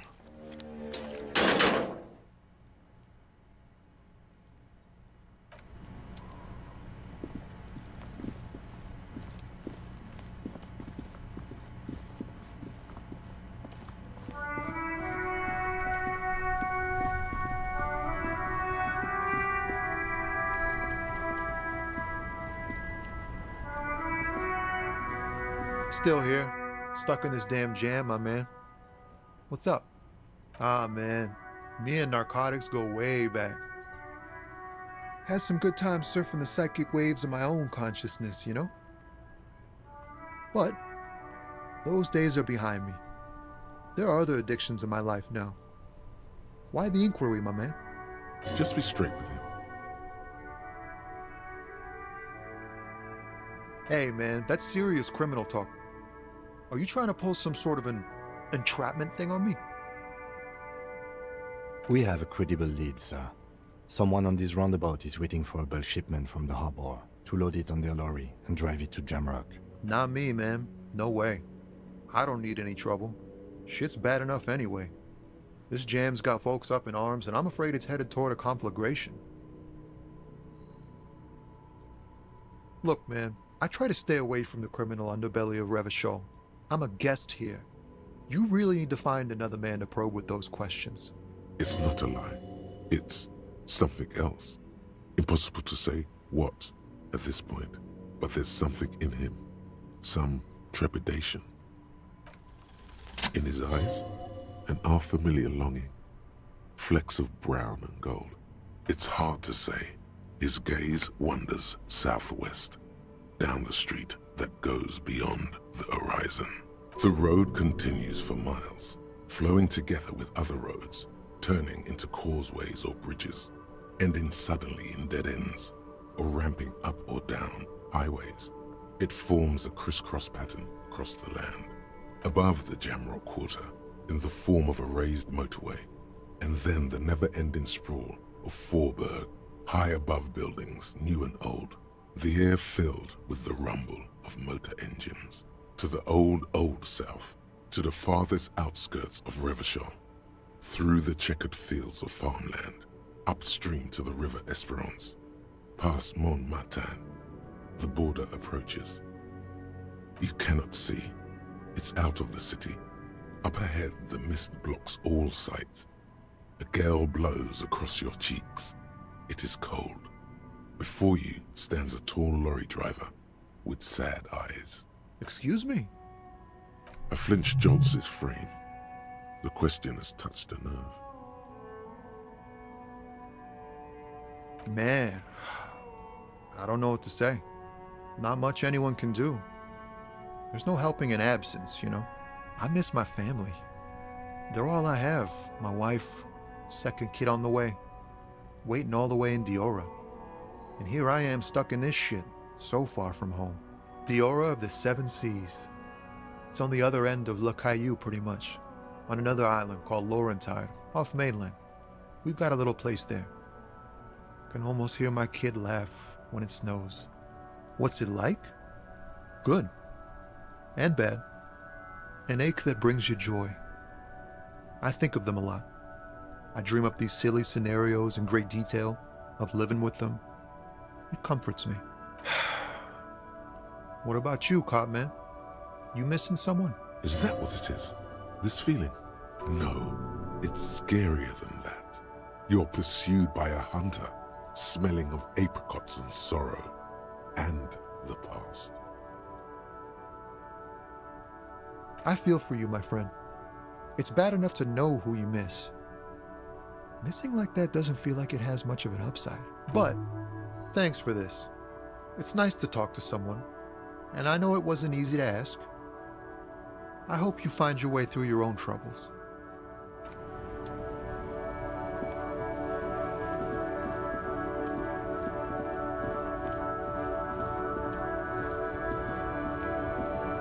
Looking for something?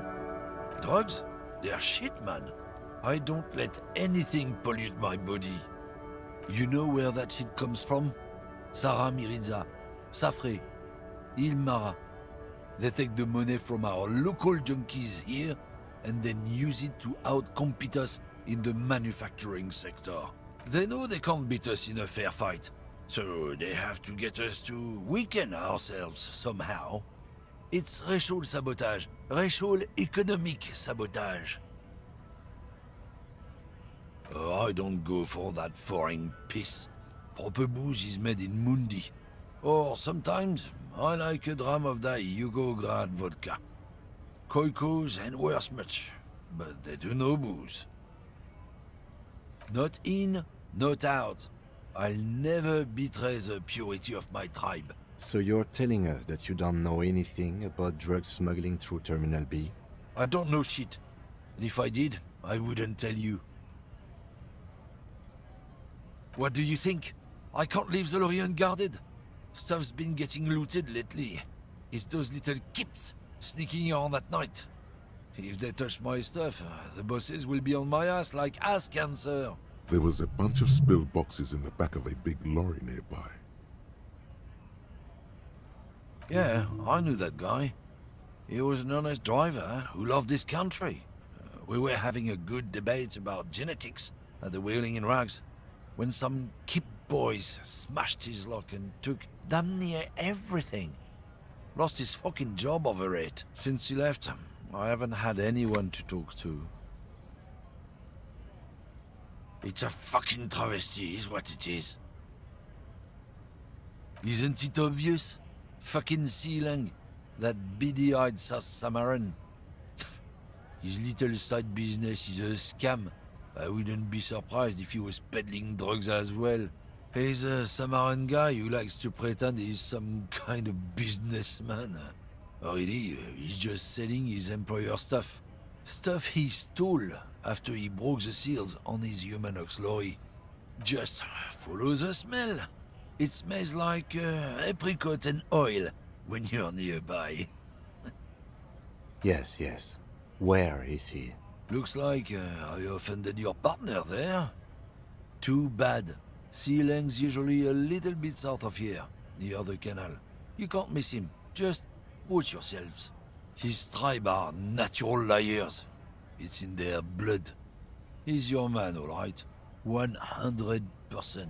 I wouldn't be so sure about it. Not until we've heard what Sealang himself has to say. Guess so.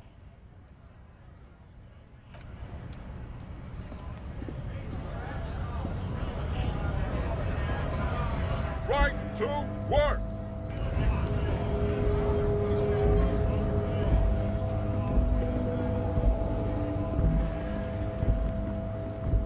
A lorry stuck.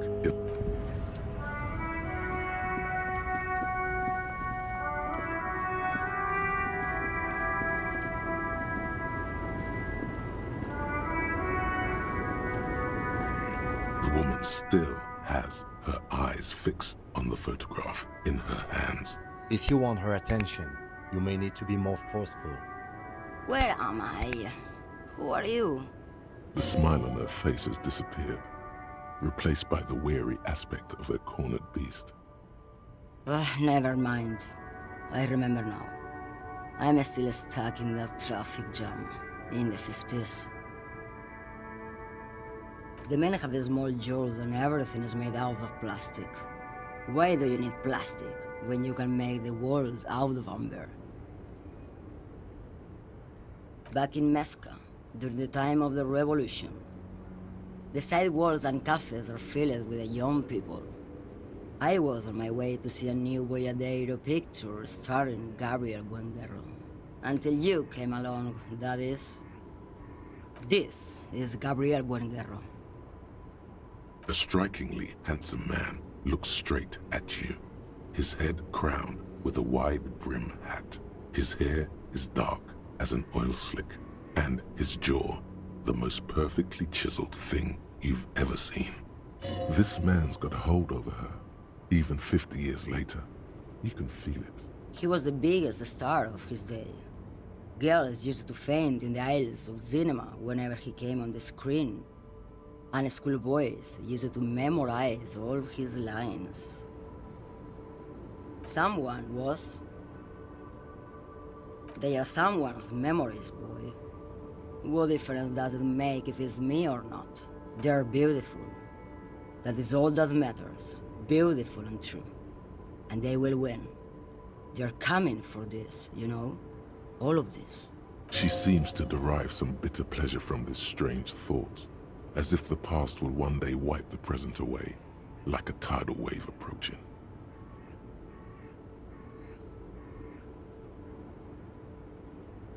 I wasn't dreaming. I was there, Lowman. It was early spring, and the mine behind the Black Sun had just come out. The posters were 20 meters tall. Everything was golden. While you, people, were tearing each other apart over your petty little revolution, in Methk, it was a golden age. Why not, Harife? It's not like I have anything better to do in this hellhole. There's something off about this woman. Tell her to show you the soles of her boots. Maybe she was at the hanging somehow. Now what do you want with an old woman's boots, Sheriff?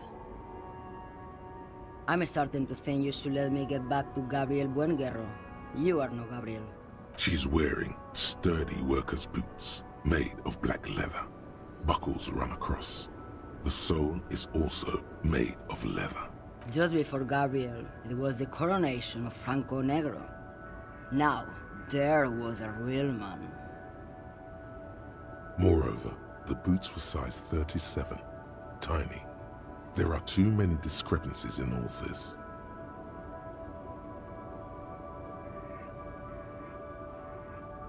I could have told you that from just looking at them.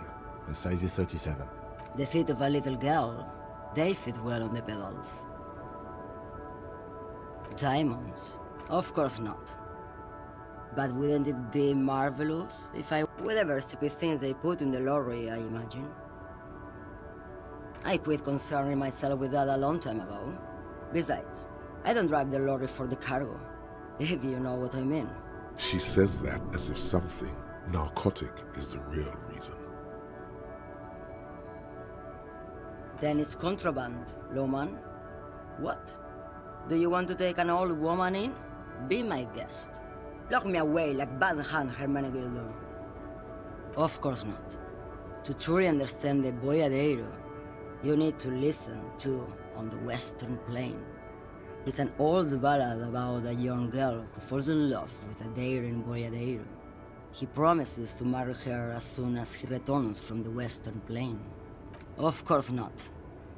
The Boyadero returns from the Western Plain a changed man. One night, as he and his beloved are out walking along the river Maygrit, she pleads with him to give up his riding and settle down. So the Boyadero strangles his beloved and throws her body in the Magritte. Then he rides off, because the Western Plain is calling to him. The most beautiful. A true Boyadero needs a whole horizon to himself. He can't be tied down by man or woman. His beloved was selfish. She didn't know what it meant to love a Boyadero. What if to truly love a Boyadero is to float lifeless downstream? She's just a distracted old woman. We should maybe let her get back to her things. You hear that, Lowman? I don't think your partner likes you spending too much time with me. Nothing. I just don't think she's connected to anything. He's worried, but not for her. For you. What is it about this woman? Oh, don't worry about me. I'm one of the best camioners around. I drive routes no one else will. Lomonosov's Land, Udashnaya Zemlya, the Western Plain.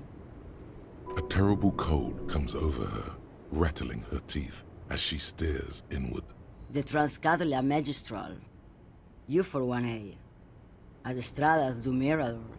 All the good ones. The deep trenches. Where the bluebirds fly. You're right, Lowman. I'm the one who should take my health more seriously. Thank you for looking out for me. A correct appraisal. You're quite shabby. Is that all you woke me up to say? What do I need drugs for, Lowman? What I see, what I feel, the great adversary, no drugs can compare. If you don't know, you're mad, Lowman. What of it? Maybe. Probably not. Makes no difference to me either way. Just this month, I made half a dozen trips from Saramiriza to Grad. And the U41A. What do you think they take from Saramiriza to Grad? No, Lowman. Diamonds. Damn this. Make her answer.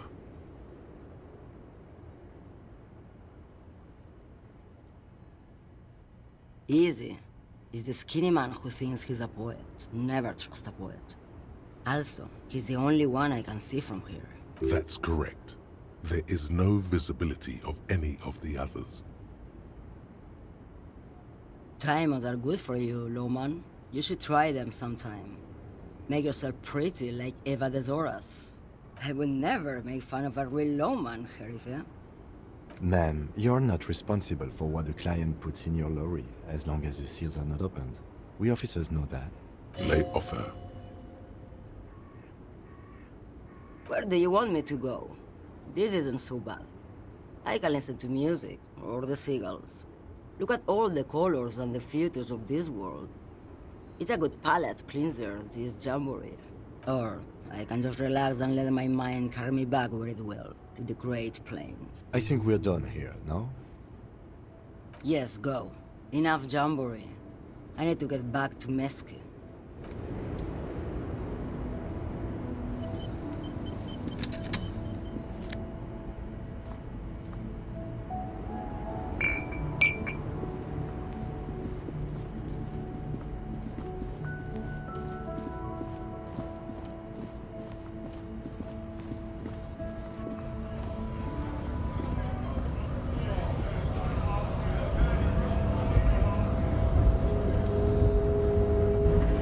Hola, Wandering Man. How can I help you? Yeah, the janitor who gave me the key to his apartment said the guy's a bit of an asshole.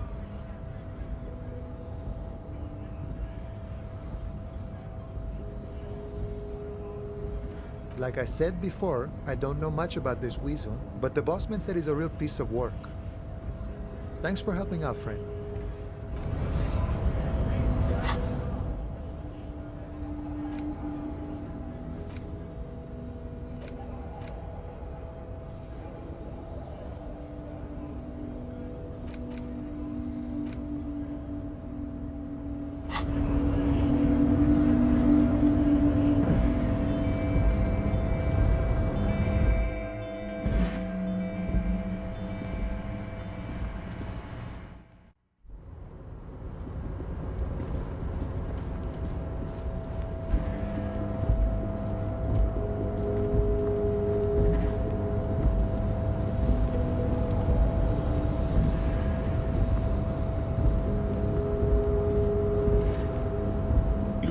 Before the cargo container. Its drawer has not lessened, and as it's always been, it's impossible to open a container with rhetoric. Maybe you're losing your mind.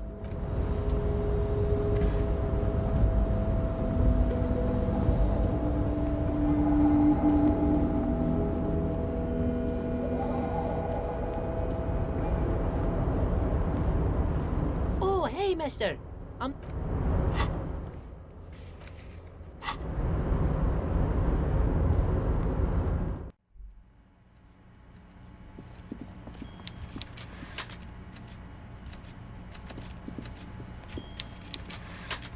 Mr. Dubois, every worker is a god, right? What can I do for you today? I'm very glad to hear that, Harry. One question. You didn't actually happen to stumble in and see what's inside the apartment, did you? There is no way to sway this man in any direction. He is unsuggestible and unswayable. Just tell the truth. Just as I thought. Culturally antiquated mug collection. What a weasel. Pissing on Everart's Rainbow Coalition. Now let's get down to brass tacks. It's time for men like me and you to figure out who's killed who and why. Real police work is gonna start happening now. I promise you, Harry, this is gonna be good. Racist mugs in the trash and in the apartment? You guys are just light years ahead of me. I have so much confidence in the ability of your organization. I'm relieved you're doing this and leaving me to do what I do best. Helping people. With the power of politics. Yes, yes. Do you think this weasel is somehow connected to the murder? Oh, no. I don't cross paths like that. All I want is for you to succeed in your investigation. I would never complicate things for you. Believe me, Harry, he's a nobody. Just your basement variety nobody. Can't imagine him being connected to a high-caliber case like this, but he does live nearby. Maybe it's a pedantic weasel. Fascists are neat freaks. If you don't mind me saying so, I feel like a real detective right now, Harry.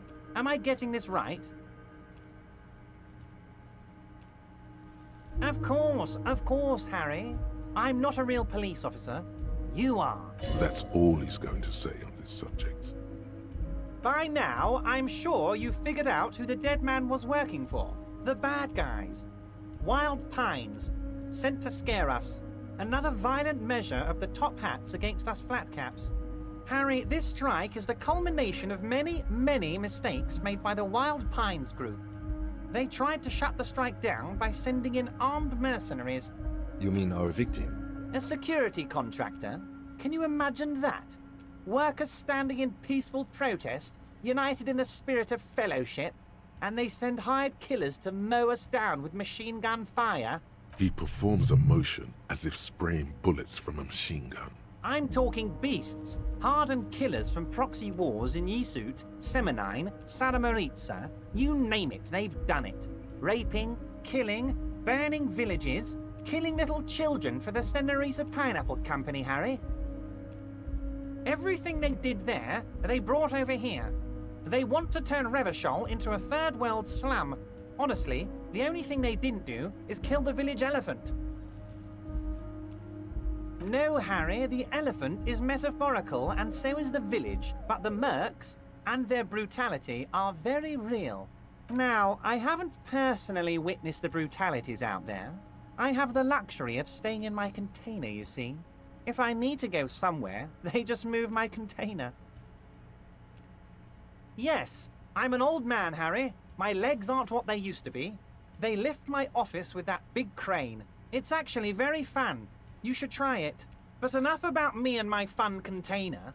The killers the company hired, I think there were 3 of them, all hardened commando types. One of them got downright suicidal, getting drunk, violent, a little rapey.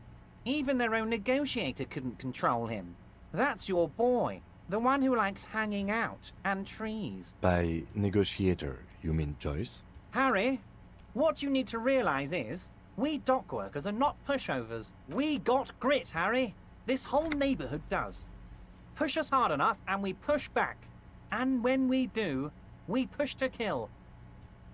Potentially, Harry, potentially. We got arm wrestling champions, rowing club people, ex-coal miners, tough guys, all ready to spring into action for their home base. There's a militant wing inside the Union. A group of people whose duties don't involve manual labor, but peacekeeping in the neighborhood, making sure everything runs smoothly. They're like you guys. Idealistic people who want to make sure bad things don't happen. And if they already have, well, punishment must follow. So these idealists killed our victim?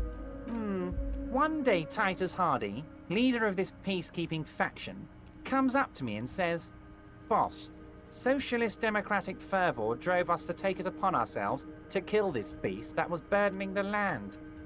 He probably worded it differently, but that was the idea. Sure sounded to me like they killed him. I gave them 2 weeks paid leave and told them to lay low to avoid retaliation. Aren't you worried we might arrest them for this? Oh, I'm not at all worried about that. These are not the kind of men who get arrested. They're Martinez boys, tough and gritty. I'd like to see the man who takes them in. Besides, I sent my lawyer girl to look after them. Despite his boastful tone, he's having doubts about something. But what? Maybe he doesn't believe the boys really had it in them. They're his boys, after all. That's very clever, Harry. Yes, they might have said it just to impress some girls or something. But Titus has a bad temper, so the chances are 50-50. How do I know? Let me tell you about these people. That's their MO. It's what they do. Last winter, some poor workers in Terminal E went on a little strike. The company sent in Sediment, a security contractor. The strike was over the workers' right to wear protective footwear, Harry. These guys turn up and start beating people. Tell you what, Harry, I wouldn't be surprised if we got the same mercenary company after a little rebranding. And I'm sure as hell not surprised to see an army of scabs under my gates. So you believe the scabs were organized by the security contractor? You said it. Hell, one of those guys looks big enough to take down that proverbial elephant. Boys like that don't just happen to show up during strikes. He's not scared of them. If anything, he likes them being here. Strange. Oh, Liz is a bright one. I paid for that law degree myself, thinking it'll probably turn her all fancy. But hell, Harry, she came back a firebrand socialist. Sometimes she scares me with her zeal. Oh, they are simply fine young men, all 7 of them. Exemplary union members, always working to advance their position in the local socialist democratic movement. Core members. Old Theo used to run them, but things really kicked into gear when Titus took the reins and named the group after himself. Gotta love his initiative. Interesting. Who's second in command? They're almost all of them great guys, born leaders. Whatever happened, I'm sure they only had the best interests of Martinez and Revachol in mind. Work with them. Hell, interview them. But don't fight them. They really are just like you. Men who like beer, women, and some order on the streets. That's him allowing the police to ask his men questions. But of course, it's the least I can do for my good friend Harry. I'll do it right after we've concluded this talk. You can now go and tell Titus about this. See what he has to say. Also, Harry, here's 5 real. The lieutenant watches you pocket the banknote. He looks a little puzzled. How many micro bribes would this guy take? Good boy. A real team player. Now, do you have any more questions? Was it a good talk? I'm not sure we made much headway here. I was hoping we'd bust the case wide open. Heck, I even wanted to tell you what I really want to achieve with the strike. I don't know what happened, Harry. I wanted you to feel like Mr. Martinez. And of course, I also wanted you to find your gun. But it's like I can't completely trust you. Yet. Yes, Harry. It's like I can't fully trust you if you're not a man of the left. I want to, but I just can't. He's been hurt too much in the past by men who aren't social democrats.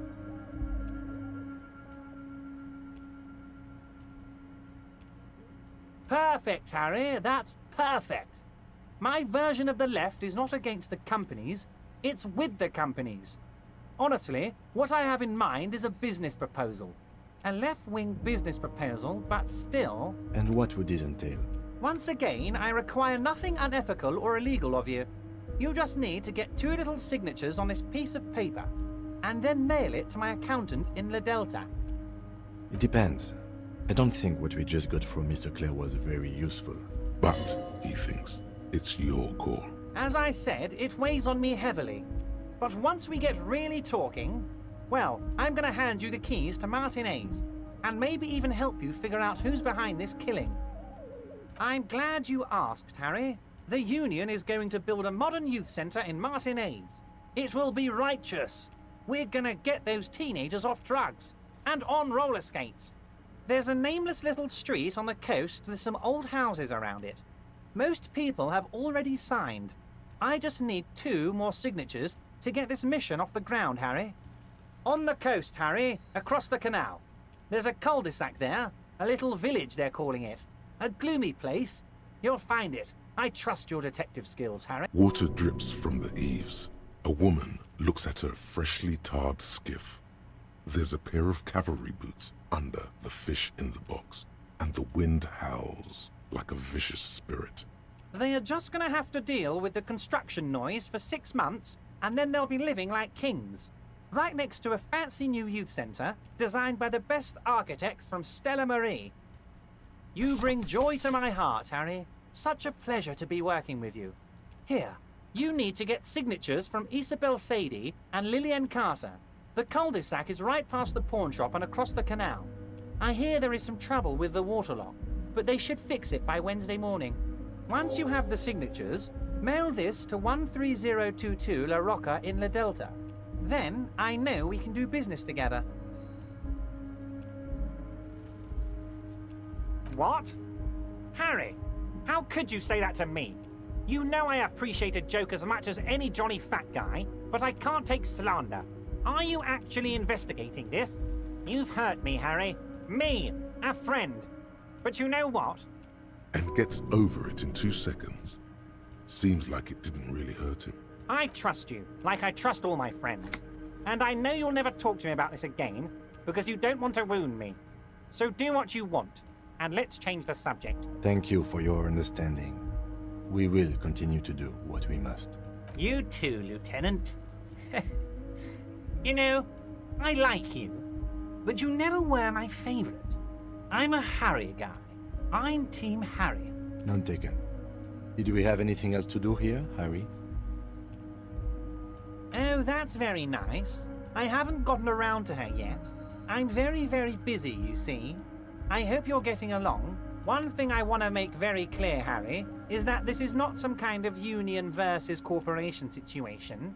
Everyone is just pals here. We're all trying to do what's best for Martinez. Don't feel like you can't cooperate with her because you and I are such good friends and I helped you get the body down. And I'm helping you find your gun. I'm not a jealous guy. Whoa, that's so nice of him. Suspiciously nice. I'm just a nice guy, Harry. I wouldn't be where I am now if I wasn't nice. Politics is all about emotions, and I want you to have positive emotions when you think of me. Okay then, positive emotions it is. You like positive emotions. What do you mean, Harry? Nothing. I let him go. He's an old man, Harry. I wanted him to spend more time with his family. God knows how long he's got left. Harry, I have little people in my organization. I would never call someone a midget. What is this? Honestly, I'm beginning to think you're a midget, Harry. I'm only kidding, Harry. You're not a midget. No one is. We're pals. It's hard to say if he really lost his temper, or if this is another one of his tricks. This man almost never angers visibly. Vanished? Harry, the woman left her casserole in the oven and couldn't make it here in time for the voting. Oh, did I leave my casserole on? Better go home and check. The election can wait. When she got back, the whole thing was over. It's perfectly okay. Even if you've told her everything we've talked about, it's absolutely fine. He seems happy about the prospect of you telling Joyce about your conversations. No, Harry. I'm perfectly neutral and 100% for transparency. I know people say a lot of bad things about the Debardairs Union, but we are actually squeaky clean. Yes, he really doesn't seem to mind. Sure, he thinks. It's about transparency. Yes. Low balling, of course. This isn't a casino, Harry. Real people, real livelihoods are at stake here. But everything's a casino for those rich types. His expression makes it clear. This is childish and irresponsible behavior. If she actually wants to see me, she will find a way. Any good negotiator would.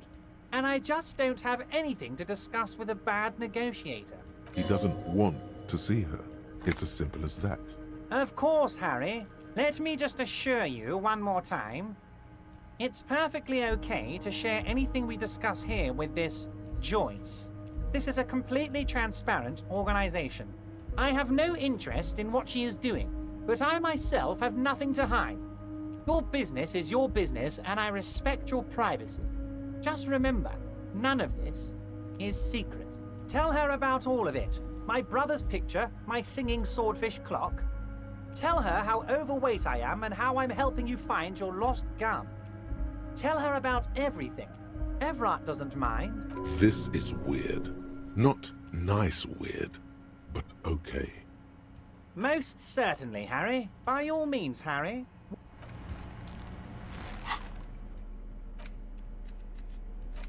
You take the legal documents out of the envelope, a 12 to 40 month construction period, and the zoning plan in the addendum. The youth center cuts into the ocean like the bow of some great modern ship. Apparently, it's going to cover most, if not all, of the street and the square between the existing houses. It's 3 stories tall.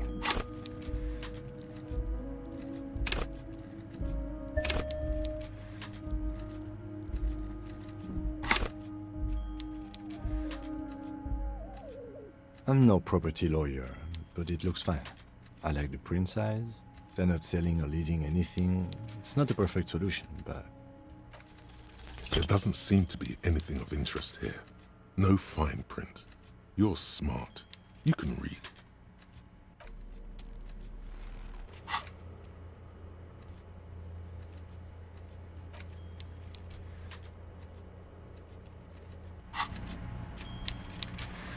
Mr. Dubois.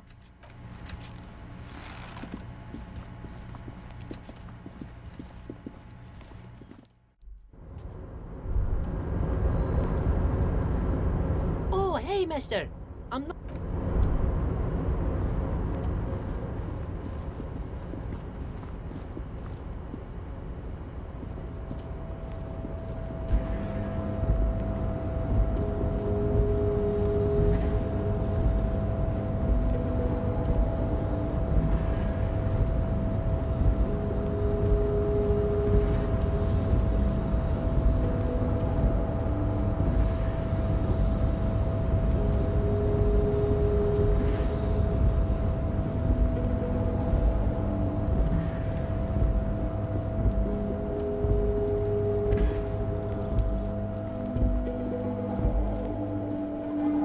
This is the night watch.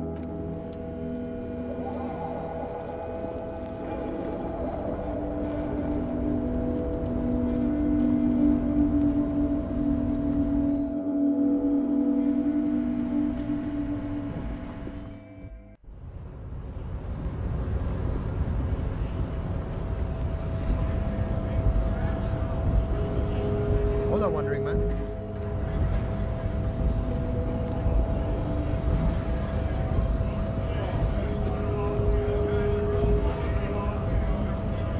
Right to work! Right to...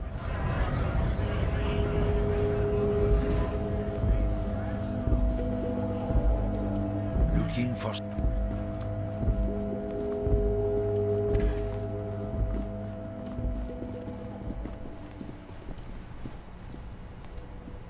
Still here. Stuck in this damn jam, my man. What's up?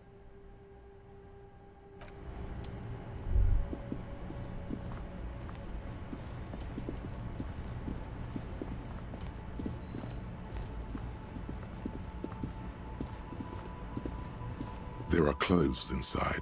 Cheap second-hand clothes, smelling of strangers' body odors. Don't be shy. These are premium class clothes. Good quality fabrics, best retro design.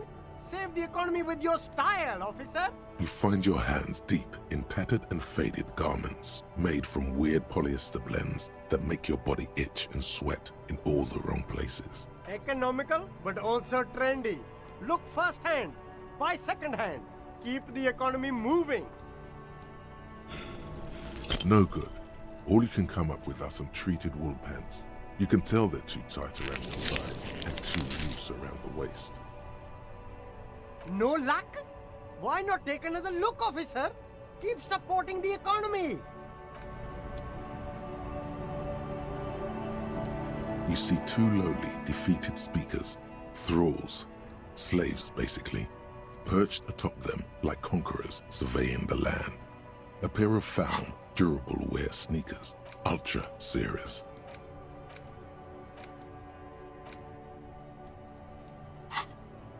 I can see you've a taste for luxury, officer. Can't keep your eyes off those sneakers? A pair of found ultras. The design is impossibly sleek and simple. A futuristic silhouette with a sleek monochrome colorway, a jet black upper, and a silver-lined midsole. Those sneakers, mister. Those sneakers are the latest found sneakers. Super air, super fine, super cool. Only 50 real. These once respectable speakers have been conquered, reduced to a mere prop by the indomitable found ultras atop them. No, don't look at the speakers, officer. Look at the sneakers. The sneakers are the stars here. Then look at them again. These are the premium lifestyle sneakers, officer. The best. No way, officer.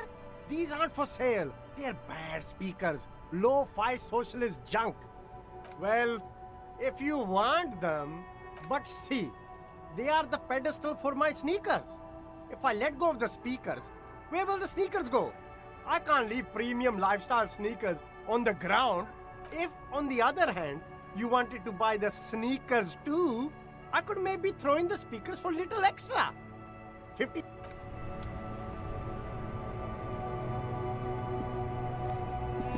There's a pile of cheap sunglasses in a small box, a variety of shapes and colors.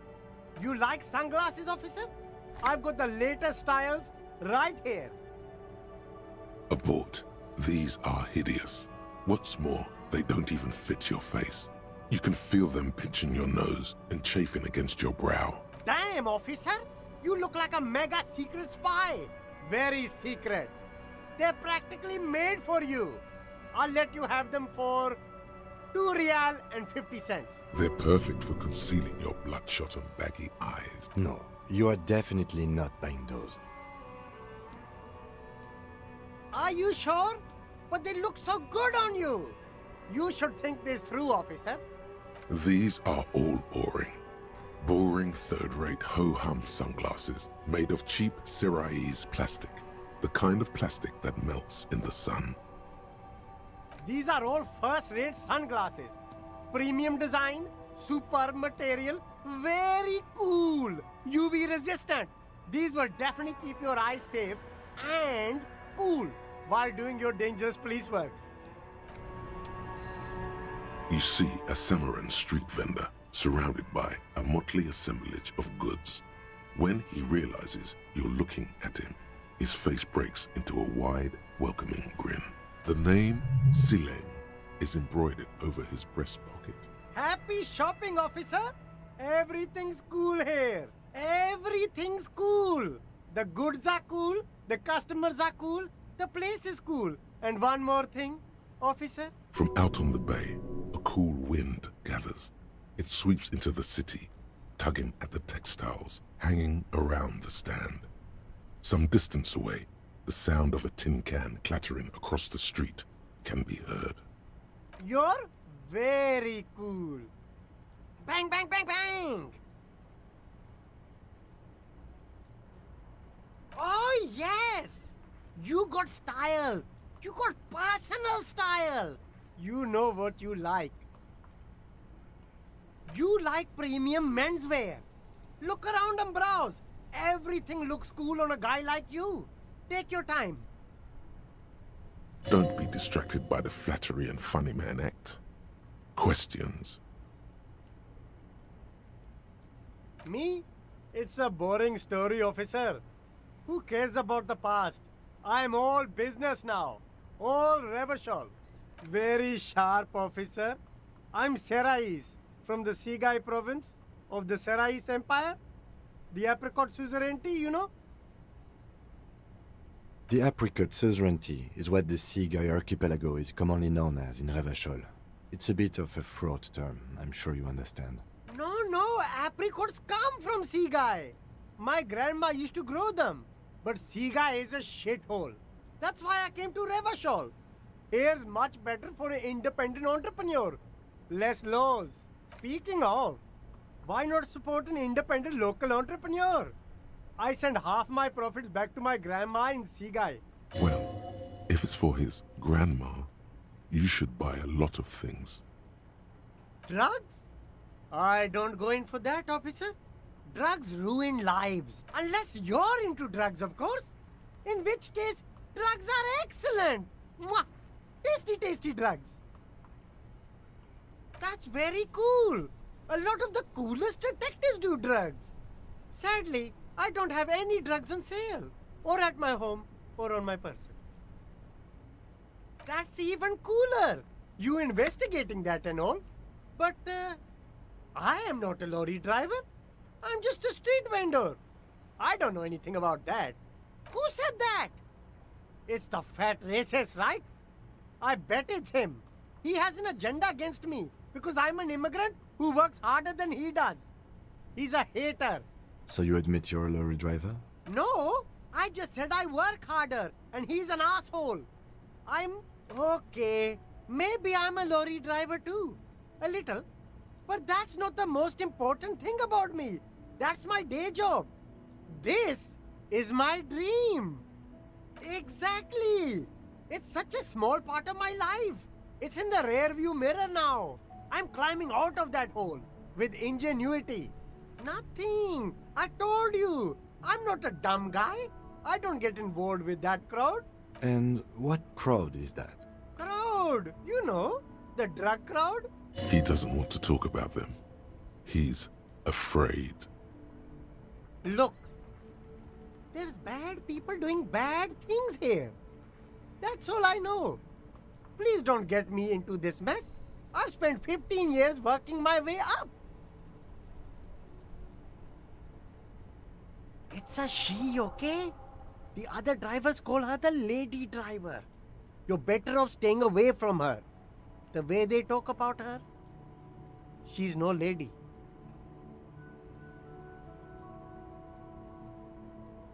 I don't know. Maybe.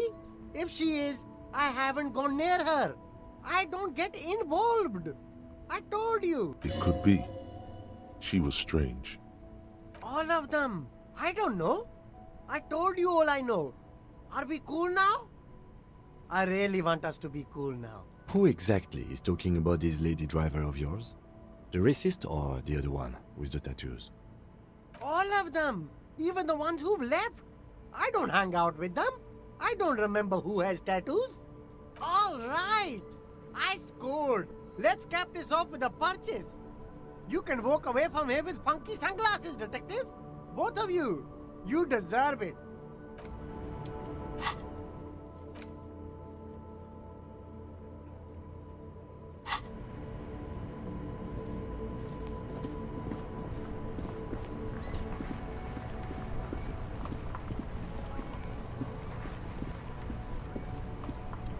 Still here.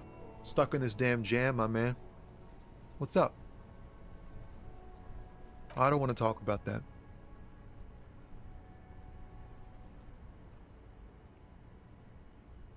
Man, I was hoping it isn't going to be her. All I can say is, she isn't around here anymore. She isn't some evil drug trafficker. And I don't know where she is. I didn't, man. I told you I was hoping it's not her. That she wouldn't be mixed up in it. He still is. Hoping. It's just wishful thinking on his part. Not trickery. Thank God I don't know. People here call her the lady driver. She kept her name a secret. From me too. Now I see why. A friend? An acquaintance. I don't know. She was the only person in this damn jam I could talk to. She's someone I don't want to rat out to the law, okay? A youngish woman. Gruff, but in a cool way. What color hair? Blue and violet. Died. It was violet when she got here. Blue before she went. Damn, I don't want to... Please just let it go. Whatever she did, it can't be that bad. She's not a bad person. I know that much.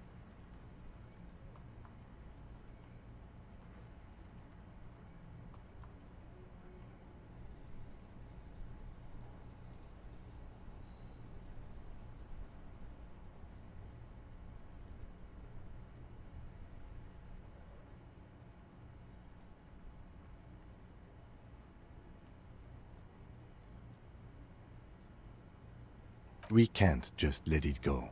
It's part of a police investigation.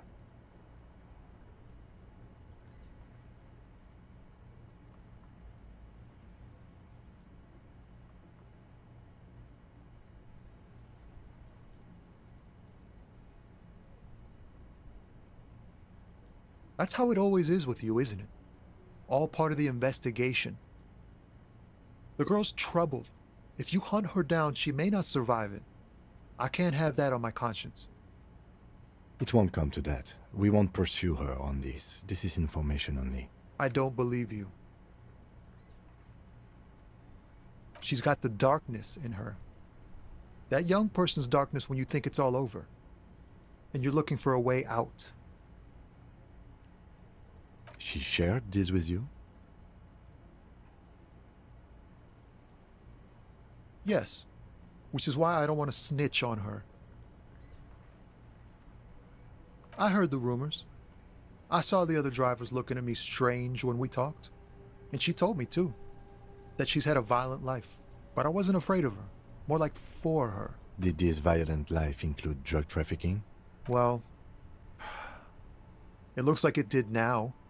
But we didn't talk about that. We talked about life, you know? She talked about her mind. The way it worked. The trouble it was giving her. The pain it was causing her. Fuck, man. Go grill someone else with these questions, okay? There are plenty of drivers here who couldn't stand her, or were afraid of her. They'd be more than happy to rat her out. He's right. There are other options. The raceman, for one. Push Tommy and it will break his heart. And his spirit.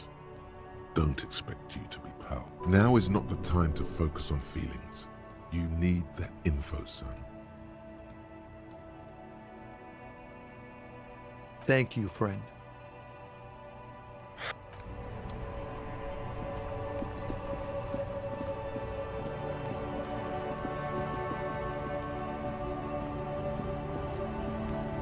Looking for something? I don't know what you're talking about. He did something. He stole his employer's goods and another lorryman's job. You should be thankful for the tip. He's been expecting this. He's really puffed himself up. Listen up, fuckwits. You don't scare me. You cops don't run Evashel West. You don't run Martinez. You don't run anything.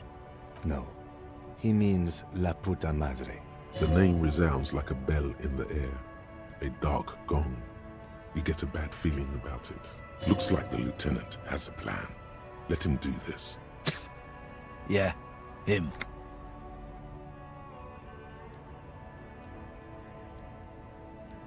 Then I presume you are familiar with his peonies. Yeah, they're his little bitches. He's got them all over the unions. Not just the unions. He has peonies everywhere. Some say he even has them in the RCM.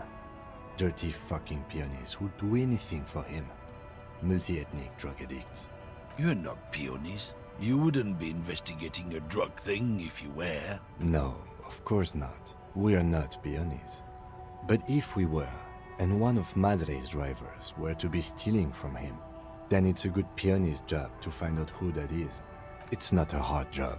It won't take a long time. It won't make Padre Madre angry. But a stupid fucking racist is standing in the way, protecting this fucking thief. I'm not scared of you or the mob. I'm under the protection of the Lorrymen and Carters Guild. You've seen that corpse in the ceramic armor there. Did his shitty little guild protect him? Nah, you wouldn't just leave him out there if you... The lieutenant turns and gives you a barely perceptible nod. I softened him up as best I could. Now it's on you to finish the job. Men like this only respect two things: strength and fear. Time to turn up the volume. Fuck you, I told you. I'm not gonna... There. His voice grows smaller as yours.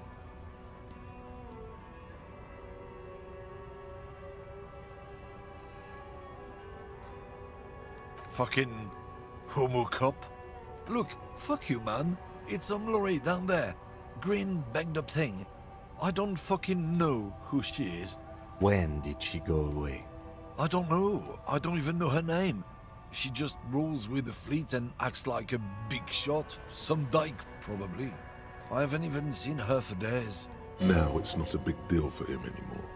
This is how he saves face. Past the monument. Down there. The Green Temple. Now leave me the fuck alone, okay? A small temple by the monument. Green. Let's get into that lorry. Looks like he got his adrenaline up, too.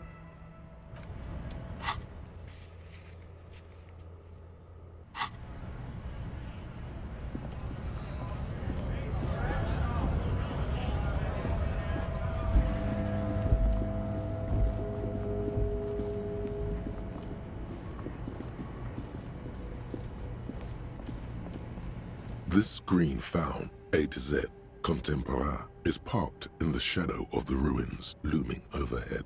It's seen better days. This must be the one he told us about, unless he was lying. The glass on the side windows is tinted and covered with dust. You can barely make out the shape of the seat and 2 steering levers. It feels like you're peeking into someone's home residence. Inside it's private, cozy, warm. The door is locked. The handle looks shiny, like it's recently replaced. Use the pry bar to smash the window. Open it from the inside. This has been hard enough. No need to make it any harder.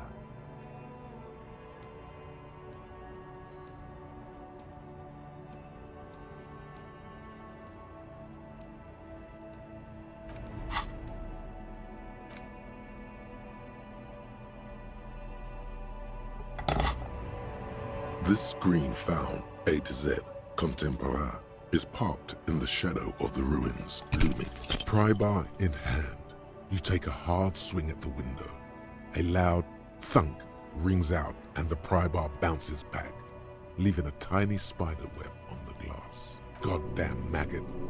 Drag your ass to the gym and do some reps right now. No, it's not shatterproof. Give me that. He smashes it into the window. Droplets of glass fly everywhere, shattering over the lorry floor and pavement. You can just reach in now. The smell of cigarettes and perfume welcomes you. The cabin inside is plastered with old movie posters. Actresses smile from the walls. There's a radio transmitter in the front and a toolbox tucked under the driver's seat. Some tools lie scattered near the pedals. A metallic drawer slides out from the seat. It's empty, except for a folded newspaper. It's an issue of Périphérique from last Wednesday. A piece of paper falls out from its pages. It looks like an article ripped out from a radio enthusiast magazine. Complex mathematical equations explain the basics of something called the Ulan frequency system. These formulas look oddly painful. Maybe it's the hangover, but they give you a headache. The Ulan frequency system? I've never heard of that before. I know of FM, AM, UKV, but... The pull-out toolbox slides back into its nest. The rest is as it was. Radio, posters, a trace of motor oil smell. These are movie posters featuring starlets from long-forgotten films from the 20s, the teens, even the 90s of the last century. One of them particularly catches your eye. A centerfold of an ingenue attached right above the back seat. The actress is draped in a sheath dress, one of her shoulders bared. The faded remains of an autograph run across the poster. She's looking past the camera. A feeling of tenderness washes over you. A longing even, perhaps. And gentle tragedy. Wait, doesn't she resemble someone you know? But you can't put your finger on whom exactly. The actresses and the rear actor all smile you a warm goodbye. You wedge yourself under the steering wheel to get a better look. Seems like the few tools lying around here, a hammer, a pair of pliers, a rusty wrench, have been casually thrown there by the disorganized driver. But one odd detail does catch your eye. A piece of sandpaper has been glued to the throttle. Sandpaper? A novel technique. Must be to offer some extra grip to the driver's foot. Yes? Do the honors, he thinks. Connect it yourself. Which means that the missing lady driver was present at the lynching.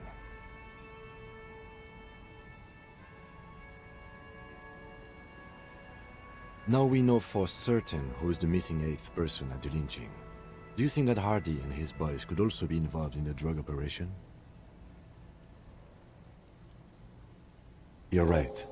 But we should still go and see what Titus has got to say on the matter. Are we finished with the lorry? The movie stars are still smiling. Looks like the frequency dial is absent. It requires a key to work, but the key has been removed. Likely by the missing lady driver. Strange. There are so many radio stations saved here. Must be over 100 at least. for contacting an entire fleet of lorrymen, for example. This is all shortwave, UW and UKV. Looks like we are dealing with an impressive organizational tool. The nerve center of a huge operation. With quite a range, too. Doesn't look like it. It's completely inoperable without the dial key. The smell of 1,000 cigarettes, some dead actresses, he closed the rusty old lorry door. Great. I think we got everything. A word, detective? Before we return to Joyce? All right, we've finished here. Let's quickly debrief and go over what we found, so we don't do it in front of the company rep. Honestly, I'm quite worried by what we've seen so far. The evidence seems to point to a rather extensive and well-organized operation. I'm especially intrigued by that radio transmitter, particularly the sheer number of stations it can connect. Looks like this alleged drug trade casts a wide net. I'm not sure what the ULAN frequencies are all about, but they may hold some significance. Perhaps it's a better way to connect between fleets while avoiding frequency bleed, or maybe it's used to tap into RCM networks. Listening in on your calls between you and your station? A worrying prospect. And last but not least, it looks like the Hardy Boys knew this driver, as we know that she was present at the lynching. This may be the Union connection we've been searching for. The probe and the case converged, he thinks. This was quite the find. As elegant as they are, I don't think they are relevant to the drug trade. Don't be fooled. Desire always plays a role. Yes, well... Unimportant. Like Joyce told us, yes, logistically. But don't expect to bust this open during our stay here. At best, this is an angle we can use against them, to other ends, as extra ammunition. We should return to the murder case, see what Joyce tells us about the lynching. When we are done for the day, I call my station and suggest our narcotics department look into it. There are more than enough grounds to start an official investigation, sometime later when we are done here. We do not want to get caught in that. The fact that one hasn't started already gives me pause. An investigation, I mean. Especially if the Madrid grouping is involved, and I can't imagine they aren't. It's certainly worrisome. All the same, I don't like the idea of internal affairs descending on the matter. That won't help anyone either. Debrief over. After you.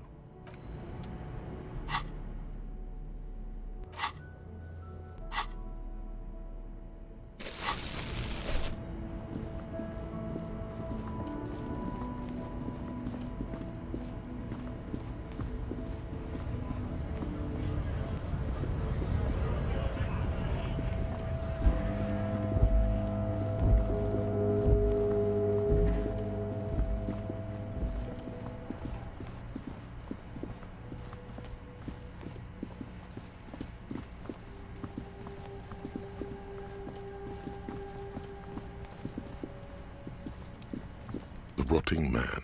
The lieutenant adjusts his glasses and takes a deep breath. Come on, officer. You know what a field autopsy is. You've done 100 of them. There truly is a time for everything, even for yellow gardening gloves. However, they are lacking hygienically. I suggest you get in there in limited capacity. I'll ask you when I need you to. For the most part, maybe I should handle the contact and you take notes? That's right. You knew it because you inspected your ledger. The lieutenant is relieved you know the protocol. The dead man stares in silence as you crack open the ledger. The bright red paper is covered in boxes and lists, describing the condition of his skin and organs in 3 parts. Above those, an 11-field info form needs filling out first. It begins with, "That's you." The corpse is indifferent to your scribblings, just lies there. The next box says, KK57 dash. Next. NA. Next. NA. Roughly 50. The corpse looks ageless, like meat on a hook. Mondial. The pudgy mess of curdled meat looks neither mondial nor anything other. Fucky, fucky! Male. Pigs can have sex! Nor does he look male, with his pregnant belly and indistinguishable face. We're still going with March 4th. 5th. What else? 9. Body identified by is non-applicable. 10. Case number is the same as the coroner's case. KK 57 0503 08. None. At least not after the initial examination. A strange word. Treatment. Interfering with the body's position or wounds post-mortem. How did you not know that? Aren't you a cop? You're leaving a weak impression here. Say something sure-handed.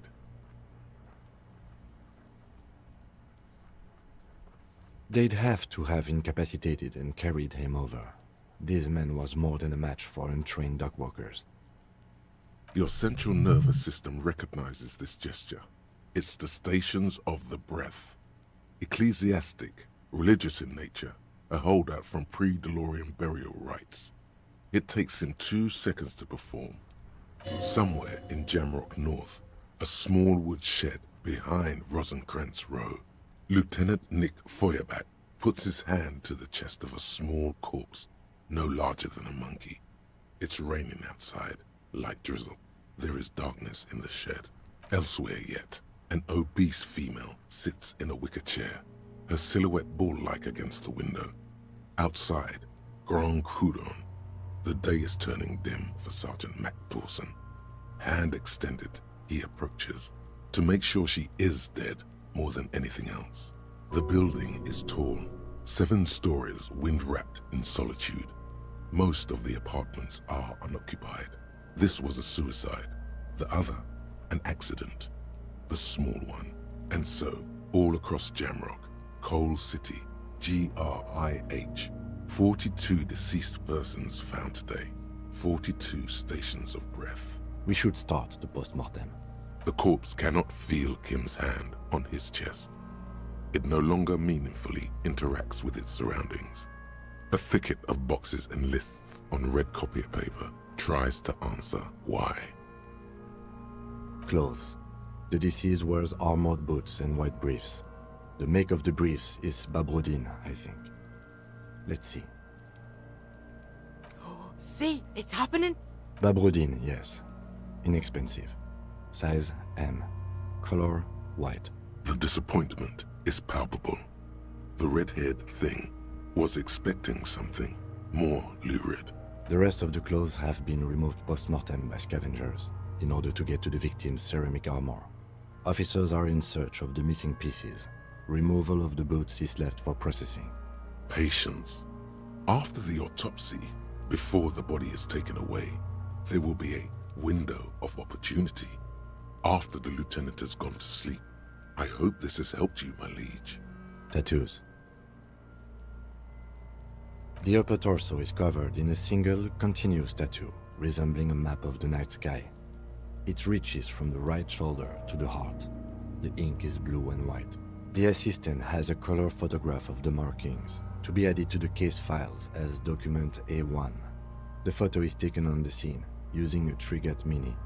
The deceased has a cargo lashing belt around his neck, tied with a hangman's knot. Color yellow. Length 3 meters. There is a buckle on the other end.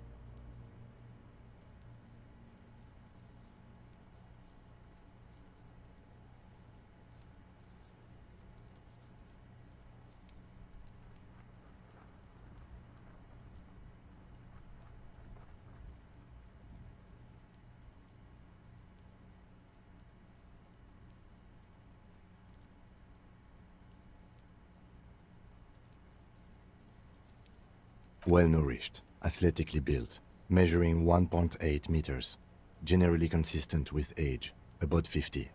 Preservation is good. Ambient temperature, below freezing.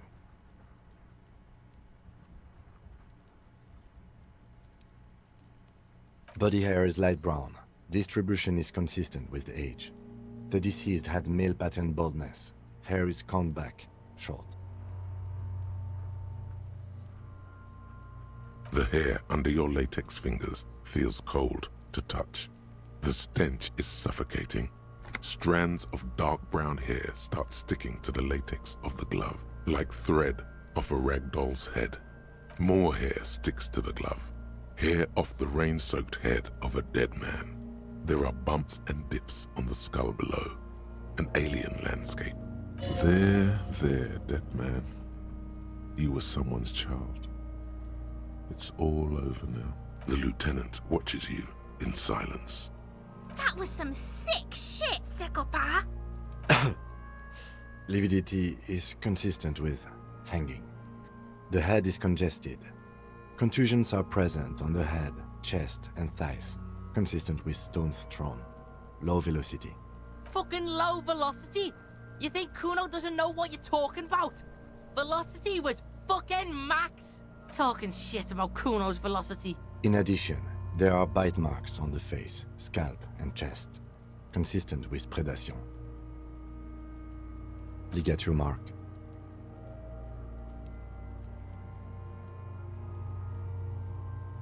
Still wiring. There's too much of it. We need to remove the belt so we can get to the ligature mark. You got just the right tool for that. The chain cutters.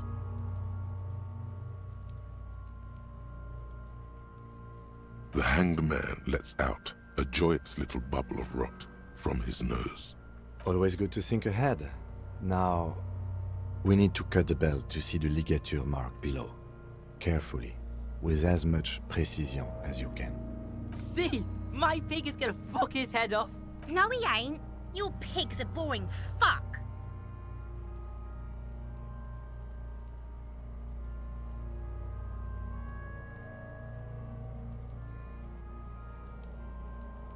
The belt is equally tight around the whole circumference of his neck, swelling over the edges like white bread rising from the east. You jam the cutters right under the knot. That seems like a smart idea. Yeah, somewhere there. Already they're buried deep in the man's flesh. Then you rotate them to get a better hold. The lieutenant looks by, somewhat worried as you summon power words to your aid. A really bad smell is coming from there now, and some kind of cracking sound. Yeah, fuck him! Fuck that faggoty! Corpse fucking time! Told you my pig was hardcore. I should have a go first. I think I have a strategy. He sinks the cutters into the knot, preparing to perform the cuts, with his elbow to his knee for precision. Yes, that's much better form than you had. Snap. The knot is slashed.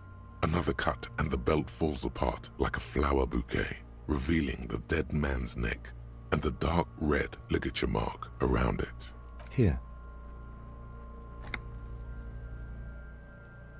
The rope rises to a point, leaving a gap in the ligature mark.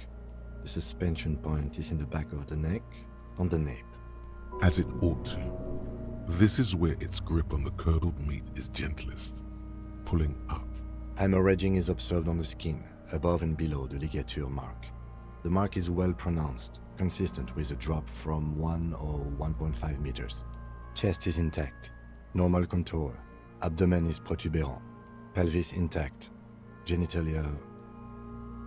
No! Let's get out and see! I fucking knew it!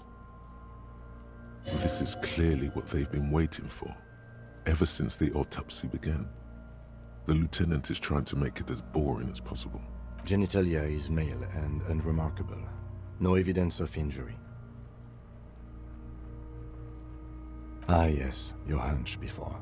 We can have a semen analysis requested from processing, if that's what you meant. No, you weren't, officer. That would be preposterous. Just write down that we request a semen, vaginal, and anal fluids analysis. The corpse with his pants down does not have an opinion on the subject. All he has is genitals and a deathly odor. The dead man's penis is average-sized, congested from the downward collection of blood. The testicles are uneven in length, hanging underneath. The genitalia is greenish. Marbling is present around the crotch. You should touch it. Doesn't feel like anything.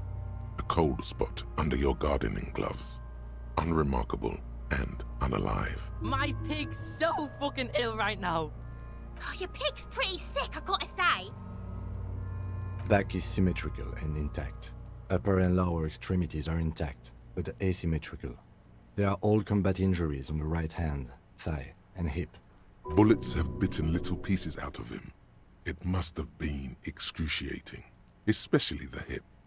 Before you is a temple of pain that knew little tenderness in life. In addition, I see smaller, residual scars, too numerous to count, covering about 30% of his skin.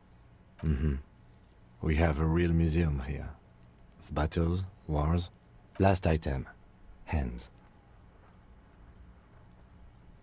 His flesh is cold, icy. Pleased to meet you.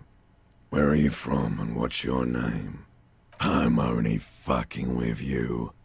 I know where you're from. From Cappadocia. And your name is Il Corbo. What can I do you for, Il Corbo de Cappadocia? You get me, Kobo. I feel like you were once, for tenderness and kisses yourself, but then shit went south and now you're ahead of even me on the pain front. We should do this more often. Be close like this, I mean. Hands are clean. No sign of injury from struggling. I was. Maybe I'm just not seeing them. Honestly, this stench is making it hard for me to think at the moment. Working so close to the fumes coming from the corpse must be hard. You realize suddenly that the lieutenant has been barely keeping it together these past 2 items. Ooh. That's all for the external. Well done. What next?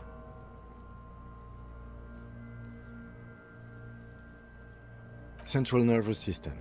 I have nothing. Do you have anything on this man's central nervous system? You don't even have a joke. Musculoskeletal. Purge fluid is coming from the mouth. Not injury related. Eyes and tongue protuberant. Hyoid bone. Let's see. With his eyes almost closed, the lieutenant puts his hand on the dead man's throat and begins to massage it, gently. A rotting smell erupts from the mouth. Purge fluid runs down his lips, black and viscous. Yeah, jack that fucker off! The hyoid bone is fractured. The rest of the musculoskeletal system is intact. Unremarkable. Respiratory system. Oral cavity shows no lesions. The victim has received dental implants, possibly after a combat wound. Mouth swollen. Hemorrhaging present in mucosa of the lips and mouth. From here, it looks as though the clown-faced man is screaming. The tendons of his jaw are torn apart. Hyoid ripped from the force of the lieutenant's hands. No scream, no sigh of relief rises from the darkness inside. It's humid there. Sickly sweet air, unlike anything living. You feel like throwing up. Straight in that mouth. No, you don't. You can keep it in. You can keep anything in. You manage to suppress the contractions trying to enter your stomach. All it takes is concentration. Through it, you see nothing but darkness. More meat and darkness. There are ancient mysteries down there, Kobo. Ask me later. Hemorrhaging present in mucus. Hepatobiliary, NA. Are you a hepatobiliary expert? Neither am I. That's it. Same for toxicology and serology, NA. Unless you have untapped reservoirs of knowledge there? We already have one test as per regulation, and we already requested semen. Pigs requested semen like it's no big deal. Is he touching it again? What is wrong with these mulkers? Leave it NA, then. Cardiovascular. The body exhibits heavy lividity. Blood has gathered in the hands, feet, and neck. Hypostasis is visually consistent with the hanging. Gastrointestinal. Digested semi-solid food in stomach. Voila. What's next on the list? Let's see. We have bite marks, contusions on the head and chest, and a ligature mark encircling the neck. You'll need 3 fields. Leave a 4th one too. Oh, so we inflicted them? You mean the incision on the thorax from a chain cutter? That was not a team effort, and I wouldn't mention it. Muddies the water. See? These pigs are fucking corrupt. Why don't you fuck him if you love him so much? Now, injuries. Head, chest and scalp bite mark injuries. Predation by birds has caused damage to the body. Odontologist does not need to be consulted. And your opinion, officer?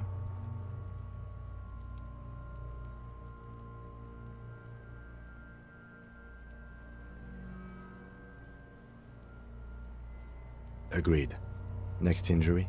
So, the scalp bleeds from a post-mortem head injury, a stone. The injury does not have the rim of an early inflammatory response. The perpetrator on the scene has confessed to causing it post-mortem. At maximum velocity, fucko! Has confessed to causing it at maximum velocity. The lieutenant's admission has caused great gratitude in Kuna. He is silent with it. Coagulated blood sticks to his scalp and chest, where the countless stones have hit the dead man. Beneath, the description of injury. 2 boxes. Right. Next. A dark red abraded ligature mark encircling the neck, with a gap on the nape measuring, let's say, 7 centimeters. The hyoid bone is fractured, the cervical column intact. I see hemorrhaging on the skin, above and below the ligature mark. Depth of the mark, 1 centimeter. No signs of clawing on the neck. Below the note, 2 customary boxes wait to be ticked. The man's head jerks to the side. The ring around his neck is visible. That's it. We have established cause of death. It's not much, and it leaves much to be questioned. But it's a start. Let's wrap this up. I pronounce this field autopsy over. Well, we established probable cause of death. Some would say that's the goal of an autopsy. We requested a test to be run on the genitals. That was the règle. The results should arrive in a couple of weeks if we are lucky. I will not hold my breath. We were thorough with the list of injuries too. We described them all in detail. What is there to say? Given the circumstances, it was a professional field autopsy. Oh yeah, well done, Master Detective. Maybe a drink is in order? Now, you see, that worries me. You will die if you drink. You know that, don't you? You are proving a useful detective. The organization would miss you. Please get yourself together. The lieutenant from Precinct 57 thinks. I need a copy of that autopsy form. Then I will drive him to Faubourg for processing. He's thinking, did I miss something?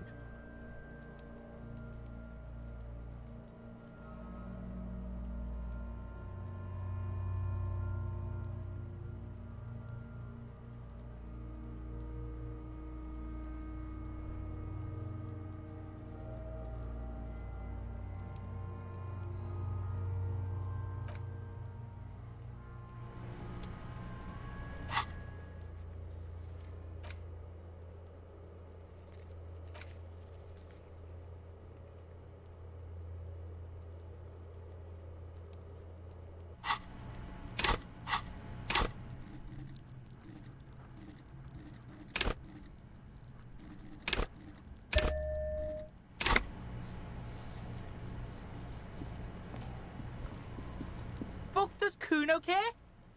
Kuno doesn't...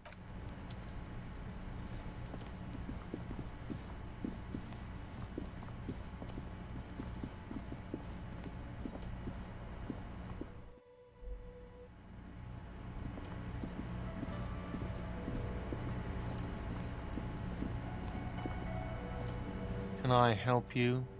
Got the 20 real? Good. You got the room for the night, but remember, you'll need another 20 real tomorrow. How could anyone forget, asshole? Take it easy on him. Deep down, he really hates being the guy who has to remind you.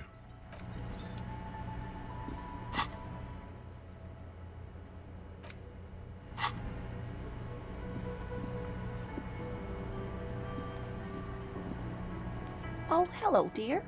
There you are again.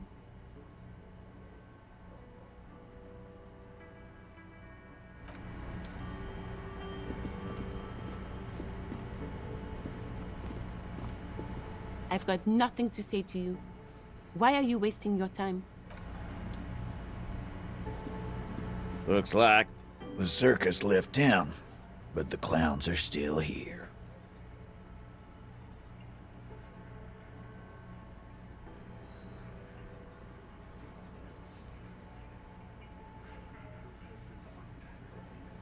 Oh, so you went and talked to my mommy, and now she's making me play with you. Is that it, lawman?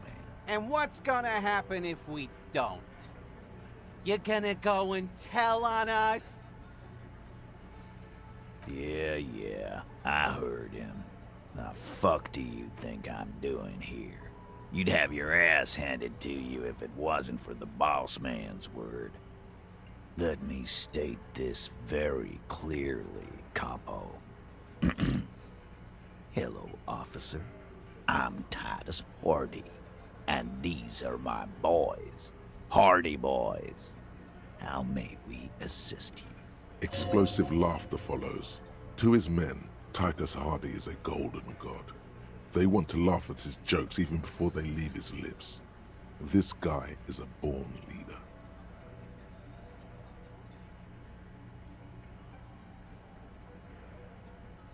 Again, just get the dead guy's autograph.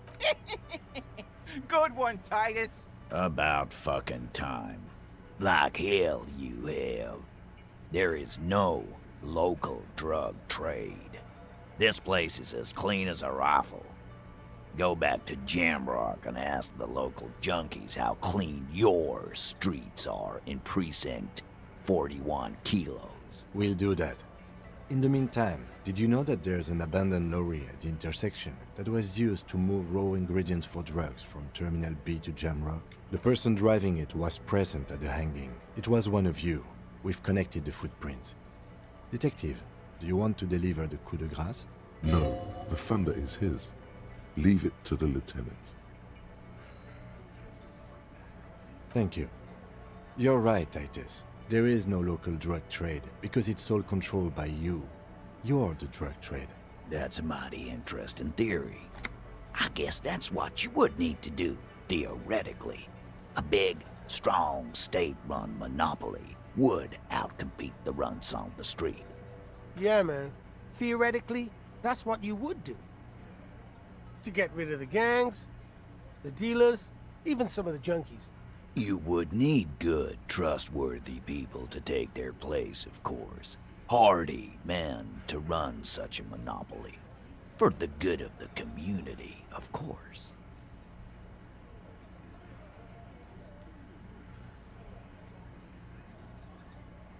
Enjoy your shitty ride, junkie cop. We still have it under control. All you're doing is contributing to the local economy. It's just a little hitch. Yeah, there's always gonna be little sprouts. People find a way to make coin, but that's the little picture. Hardy boys are taking care of the big picture. Theoretically, of course. We're just talking politics here. My answer to your drug accusation is, how dare you? Go fuck yourself. Not quite yet, Mr. Hardy. There were 8 sets of prints on the crime scene. There are only 7 Hardy boys here. My answer is, fuck off. Mind your own business. There is no 8th Hardy. I run this goddamn scene. Finally, you got something out of him. This could prove useful in the future. And here we go. Back to the usual. I know! Fatty walked on all 4s.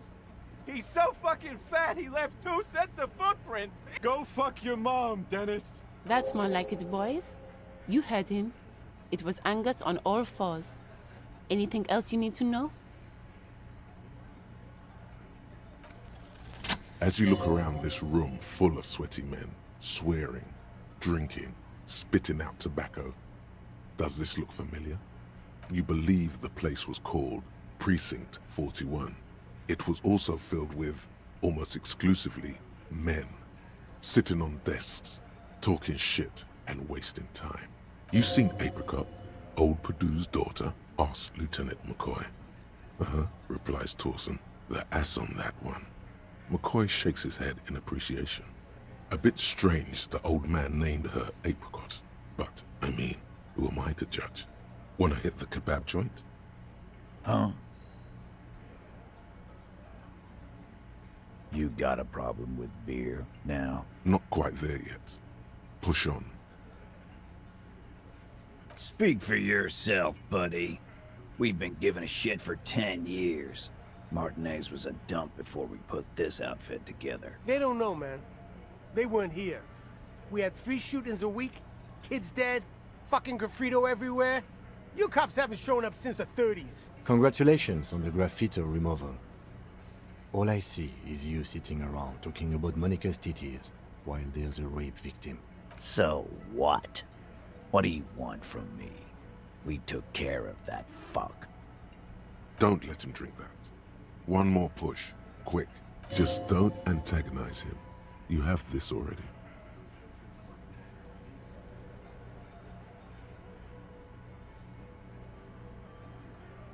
Titus?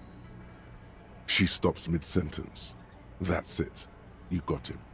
He's going to give it up, but on his terms. You want to talk to her, cop? Fine. I'm gonna let you talk to her, but you treat her with respect. If you don't, if you question her, harass her, a freight train of pain, buddy. What is her name? Glacia, I'm on due. She's staying here at the Whirling in Rags, a real pretty one. Silvery jumpsuit, blonde. That's Amonju, with an O-U. Shit. The girl. The girl upstairs? That can't be her. Remember what you said to her? You told her you want to have... Oh, it's her! It's definitely her! It's Miss Oranje, disco dancer! Yeah. Blonde. Tall. 2 rooms over from yours. Sure. Why not? You've probably seen her around. You inexplicably add cool after the victim's name, with your eyes bulging like some wild beast. Your fingers are fidgeting and sweat starts forming on your brow as Titus looks at you oddly. I don't understand what's so cool here. Nothing. We just have a few more questions. Then we'll be on our way. It sounds like you're having a heart attack. Whatever you said, it couldn't have been that bad. Please relax. Whatever you do, do not tell him you know her. That would sound off.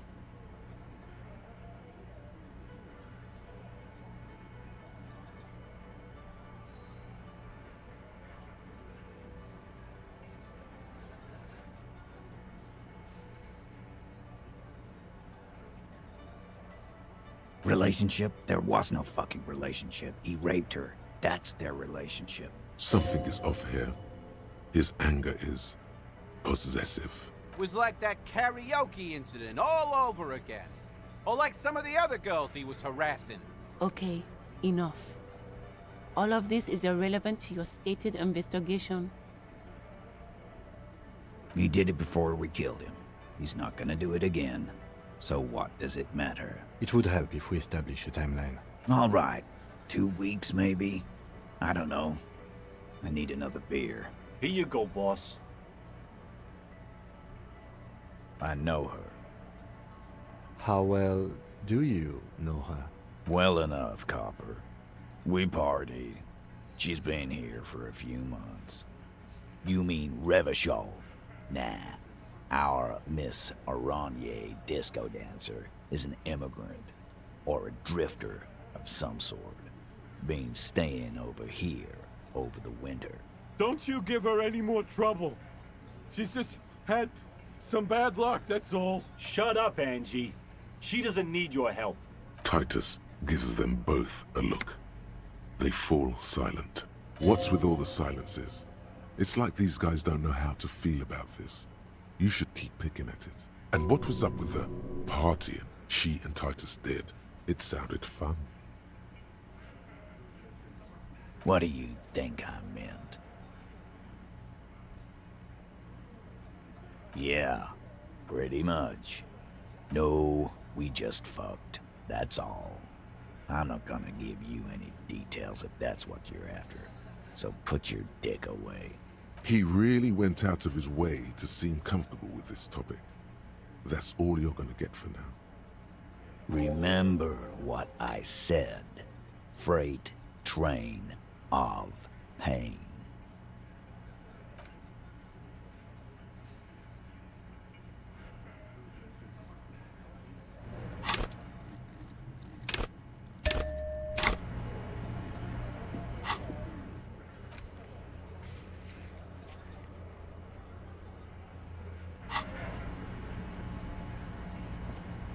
I've got nothing to say to you.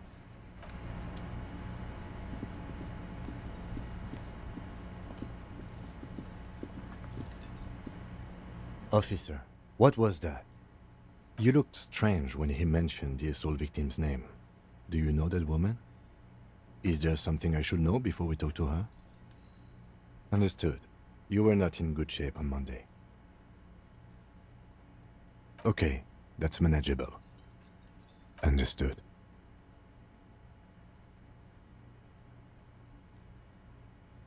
It is. This would have been good to know before. It should have. Anything else? What you're saying is, you raped her? Ice is forming on the inside of your chest cavity. Then, don't ever say that again. What else? We'll be alright, officer. This is not... You feel fortified by his assurance. It's going to be alright.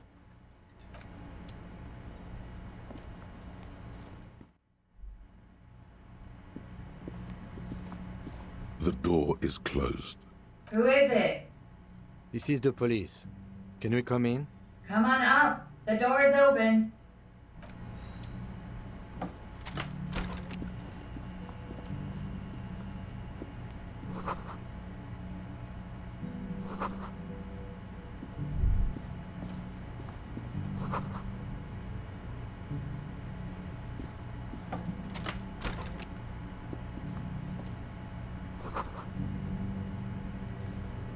This medicine cabinet is full of wares. Sheets of pills, haphazardly stacked, one on top of the other. There's also a toothbrush somewhere in there. It's been used quite a lot. This toothbrush belongs to someone who doesn't give a damn about her teeth. Pharmaceuticals line the shelves, sheet upon sheet of pill bottle next to pill bottle. Acetylic acid, APAP, eye drops, blood thinners. Anything of note? Pill bottles rattle like bones as you search the cabinet. Paracetamol, histoperidol, something in a foreign language you can't read. Behind them, an unusually shaped nasal spray. Its label reads, Nacra. An opioid receptor antagonist. It's used for diamorphine overdoses. Among some foreign, probably Messinian or Gotwaldian, marked red blister packs you find. What do you find? This is going to take a little know-how. A bright orange bottle with Preptide stamped on it, in sunny, happy letters. Jackpot, baby. That's the stuff you're looking for. Your palms begin to sweat just holding that little plastic container, and your chest swells with pride. Look, it's made right here in Revachol by San Baptiste, a proud Revacholian pharmaceutical company with great tradition. It's speed, man. Just what you were looking for. They call it dextroamphetamine and talk about psychological disorders. But what we're seeing here is some scientifically advanced trucker speed. Preptide, a euphemism for pharmaceutical amphetamine. Prescription speed. The fuck are you waiting for? Let's get super fucking preppy.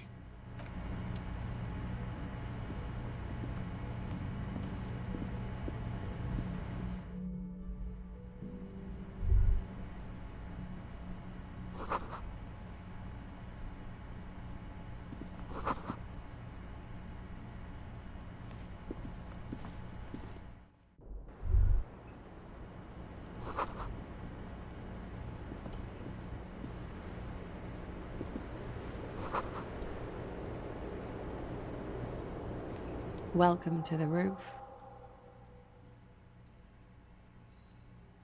Below her silvery jumpsuit, an athletic young body, built long and lean. I'm sorry for the mess down there. The cleaning lady hasn't come by in days. I'm beginning to wonder if she ever will. Nice? I don't know about that, officer. Where the ripe corpse of a man still lies on the ground, spotted with green and purple. The woman doesn't flinch, but there is something in her light brown eyes, a sadness.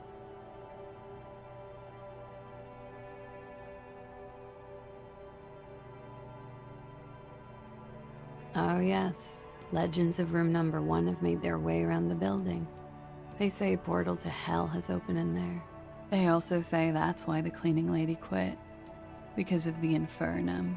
I'm Kim Kitsuragi. I'm a detective from Precinct 57. I believe you have already met my colleague from Precinct 41. Have I ever? This is the one and only superstar cop. He's kind of a big deal around here.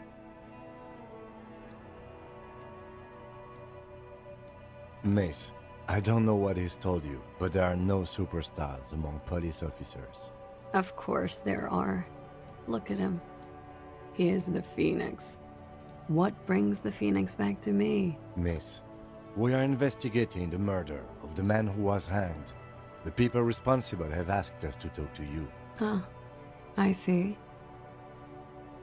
Be careful. Ask something else first. When you go there, use words like, I hear you have been through something difficult.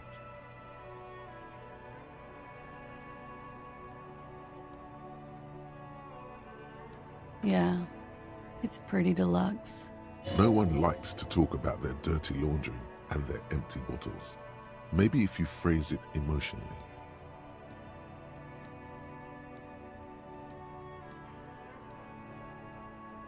Yeah, I've contaminated it pretty bad.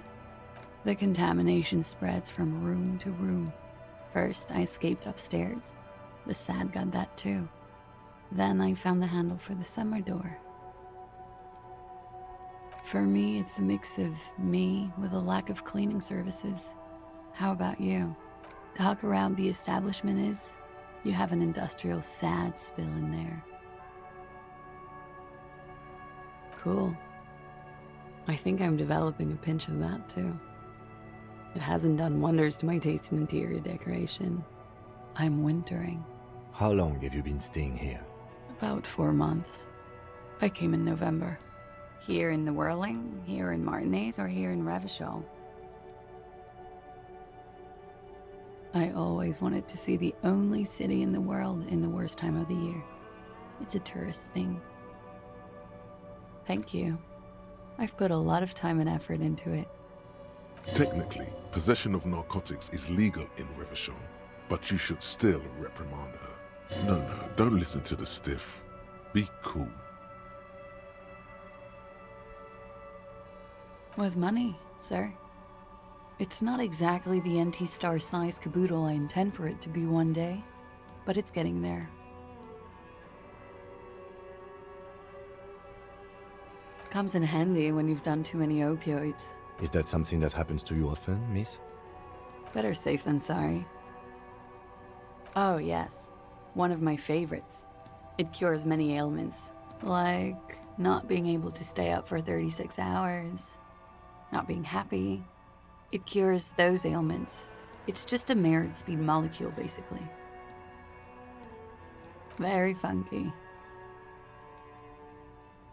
Okay.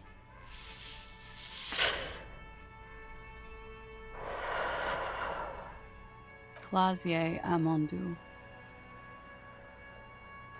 Vredefort, Republic of Oranje. A bad memory, officer. Of lilacs and lightning. Parks, glass. Duraluminium. Vredefort is a conference city.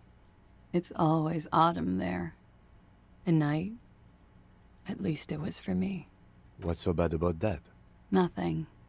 If you're no longer there. The conference centers are filled with people who get angry at you if you do something wrong. Sooner or later, everyone does. I'm 28. Something stupid. Want to hear what's stupid? Somewhere in a one-room apartment on Boogie Street, a young man shows Patrol Officer Tilbrook his genital warts, asking if they're cancer. His partner, Emil Mullins, can't be there. He's in another apartment with another man who's showing him a dead dog under the radiator. It's dead, Mullins says. No, the man replies. I touched him. He's warm. He's warm, Mullins replies, because he's under the radiator. No. More stupid. Oranese lit. Oranese literature. It's what I studied at the university. Fear of failure, fear of death, how it sucks to be Oranese. All national literatures are... Only the name of the nation changes. If that's true, then Revacholian lit would fit you like a glove. Nothing. I do nothing with it. Cool. I've made more money by just being than I have with Oranese lit. Many things. A roller skating instructor, a secretary, Miss Oranje 37. It's the world's most tired smile. Miss Oranje, now there is something you should linger on. All things considered, very. Now linger. It's a beauty pageant, held in the year of our century 37, in Oranje. I would offer you coffee, but it's I'm afraid you can't, officer. Why is that? Because it's buried in a sealed plastic bag at an undisclosed location on the coast, along with cash and airline tickets. Thank you for your candor. Why? They say so in your tourist brochure. Keep travel documents away from your person when west of the river.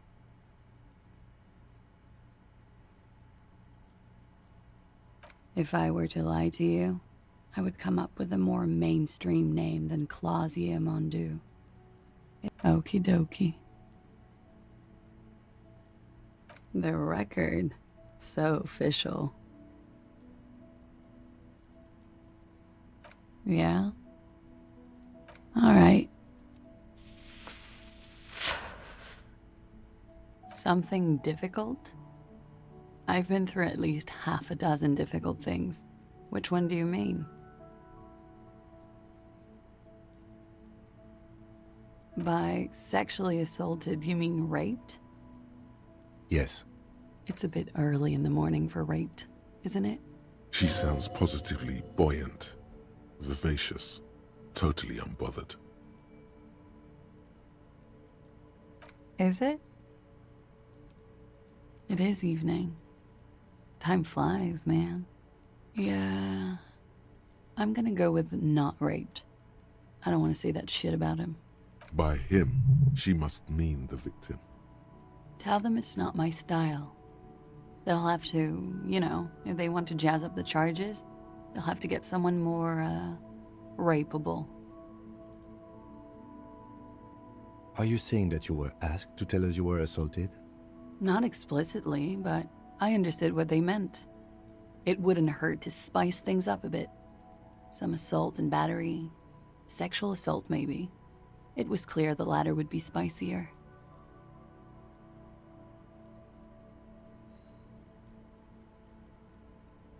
He had something to do with the strike.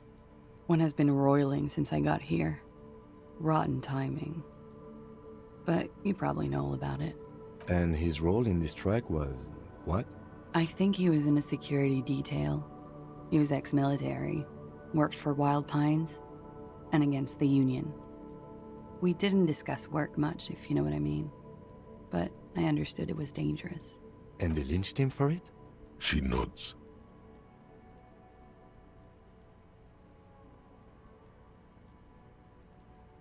They're frequent guests. Downstairs, they have a booth for Union members. They're probably down there now. Over drinks. It's been a long, boring winter.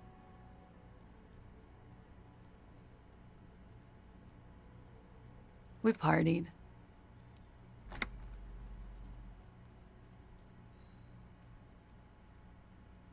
With all due respect, sir, I think we partied a little harder than that. Please, you're alive in 50. I've known people who party so hard they're dead at 14. What did you do when you partied? We drank, sir. A lot. For weeks, basically. We had that effect on each other. We made each other drink harder. That's why I liked him. What else? Stimulants. Speed also has that effect, making you drink harder. And then drinking harder makes you do more speed. It's quite the combination. We also had sex. A little. The drugs were good enough, and we did enough of them. How did you two meet? Downstairs, at the bar. He was on some sort of assignment, a military man, as you probably know. Had a cool, scary scar. She appears aloof, but that scar part, the scary, is stressed and drawn out. What's that about? Apprehension? With longing. She misses him. When was this? A month ago? Something like that.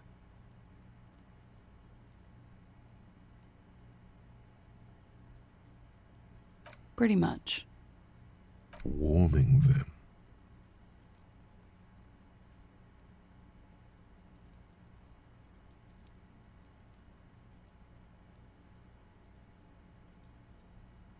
I'm sorry, I can't do it.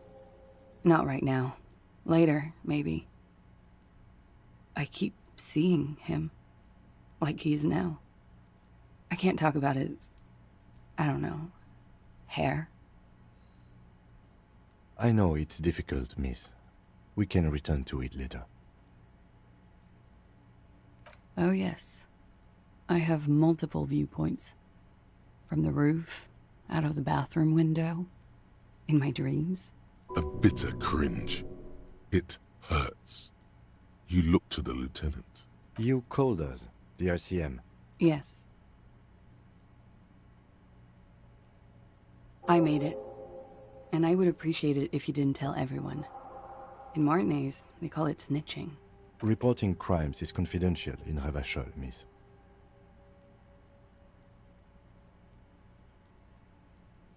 Because I couldn't handle it anymore. None of these people called. He just kept hanging there. Then they started stripping him. Tearing off his armor.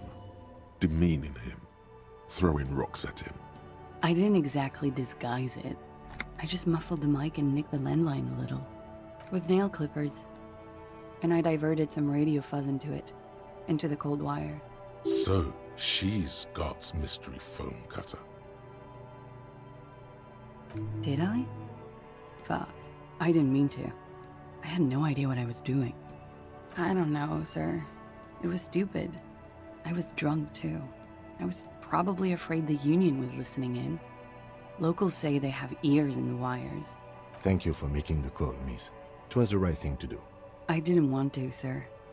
But if I hadn't, he'd still be hanging there. He won't be down there long, miss. We will move the body to the morgue soon. Like I said, we met over drinks. A little, yeah. Like you partied with the deceased? No, not as hard. I'm sorry to have to ask this, but have you had a physical relationship with any of the Hardy Boys? I have. Which ones, sir? I don't remember precisely. Titus, obviously. But as I said, it's been a long winter. Could that have been part of the reason they hanged him? I hope not. Actually, I know that's not the reason. I'm careful about that kind of thing. Not crossing the wires, you know? But that's probably where they got the rape idea. Men like that? I don't know. It's the way their imaginations work. I suspect it's what they'd like to do to me. She changes balance from one foot to another, crossing her legs. I'm 89% sure. You know how it is. Do you?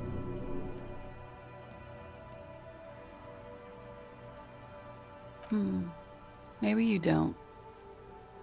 In conclusion, officer, I'm gonna go with a mild to medium not raped here.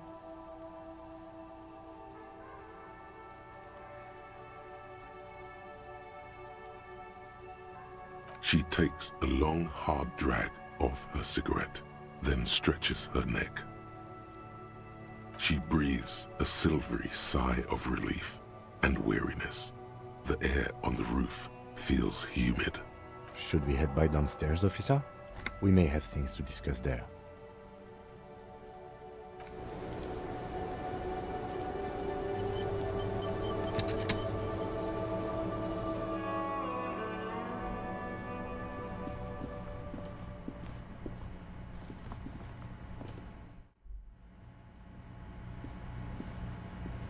Looks like we have more to discuss with those so-called Hardy Boys. Half their reasoning just went out the window. Nothing will make them respect the RCM, but it will disrupt the game they prepared for us. We just stripped off one layer of whatever it is. Her decision to not corroborate their story was definitely not part of the plan. What else could she have done? Lie? She saw there was no way to lie and get away with it. If not you, then me. It was a smart move from her. You think so? She seemed forthcoming. Unusually so. Being forthcoming about some things is a good way to obscure other things. The best liars are always forthcoming. Anyway, we should move. I suspect our investigation will bring us back here soon enough.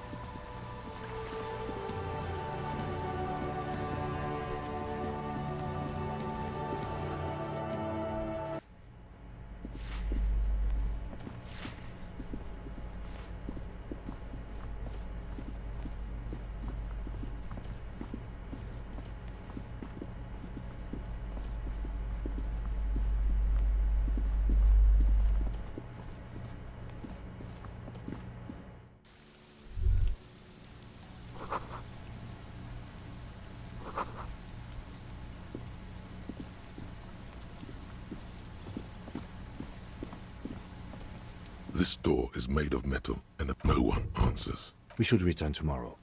Tomorrow at 9 p.m.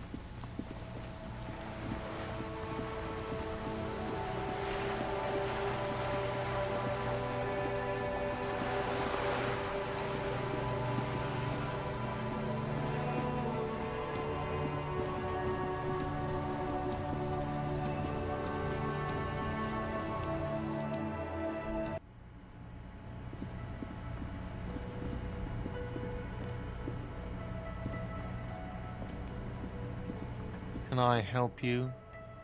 Another thing. Great. I love those. Why? No, fuck it.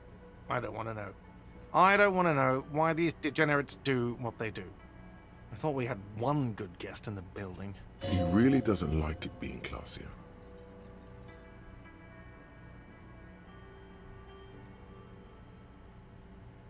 What's that supposed to mean? Fuck you, buddy. She's not my taste. Good thing she pays for her stuff on time. I'll forward her the bill and be done with it. Wow. She really isn't his taste. Her spell hasn't spread here. Now, was there anything else? I have like 4,000 coasters to stack. And then I need to wash dishes because it turns out I have to do that too now. Yes?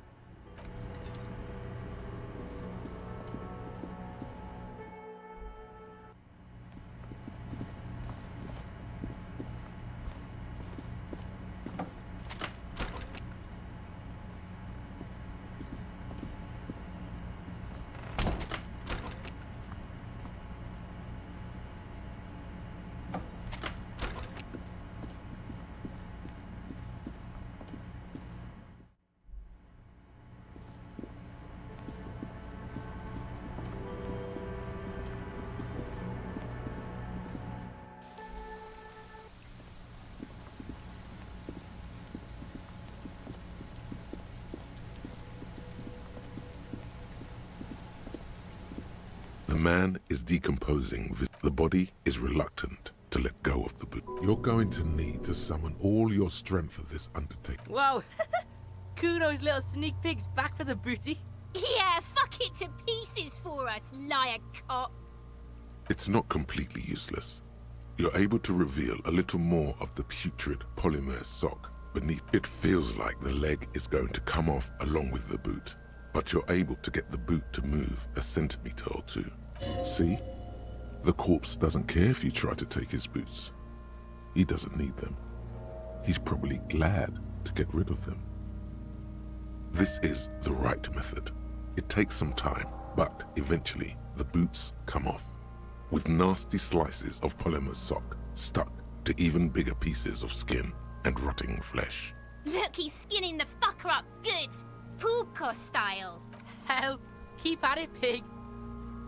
The legs look like they've been clawed at by wild animals.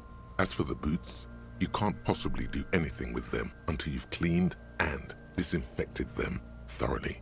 Yes, these absolutely need to be washed before. The stink is incredible. Didn't the Whirling have a kitchen?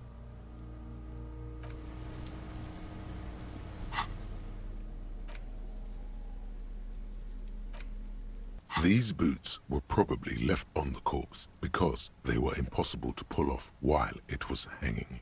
They're not exactly pleasant to look at right now, much less smell. Graceful whirls cover the boot's glossy surface. These will be gorgeous once you get them clean. Fairweather T500 VE is imprinted under each heel. Still, just pieces of sock and rotten cadaver.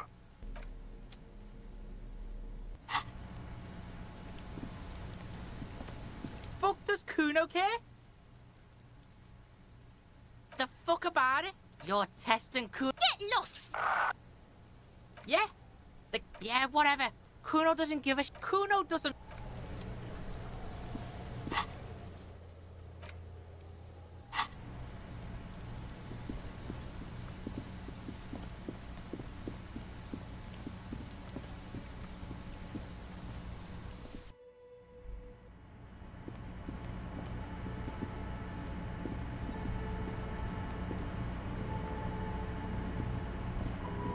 This industrial gas-powered stove has been used to prepare food for many hungry hostel guests.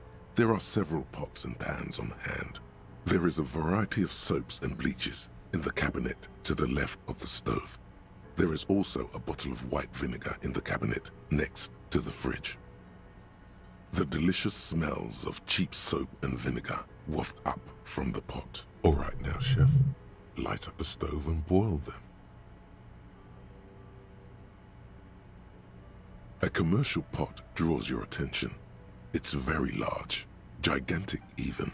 It could be used to make enough stew to feed an entire city, and also to boil a putrid pair of death boots far away in the darkness of a makeshift morgue behind Station 41's Lazarus. Dr. Nix Gottlieb cuts into the cold, dead feet of a murder victim. The veins are oddly black. He suspects a neurotoxin. The strong smell of vinegar forces you to step away from the pot. The water slowly comes to a boil. Strips of polymer fabric and human tissue separate from the lining of the boots.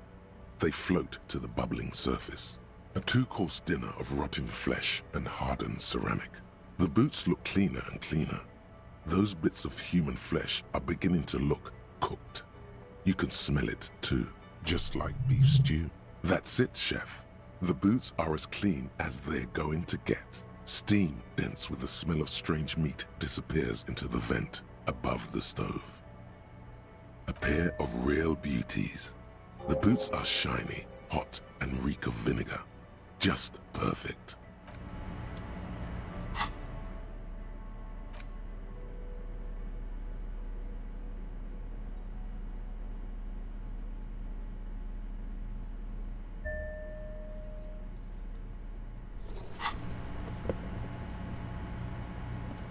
You see a heavy steel door with the door does not budge. The door does not budge.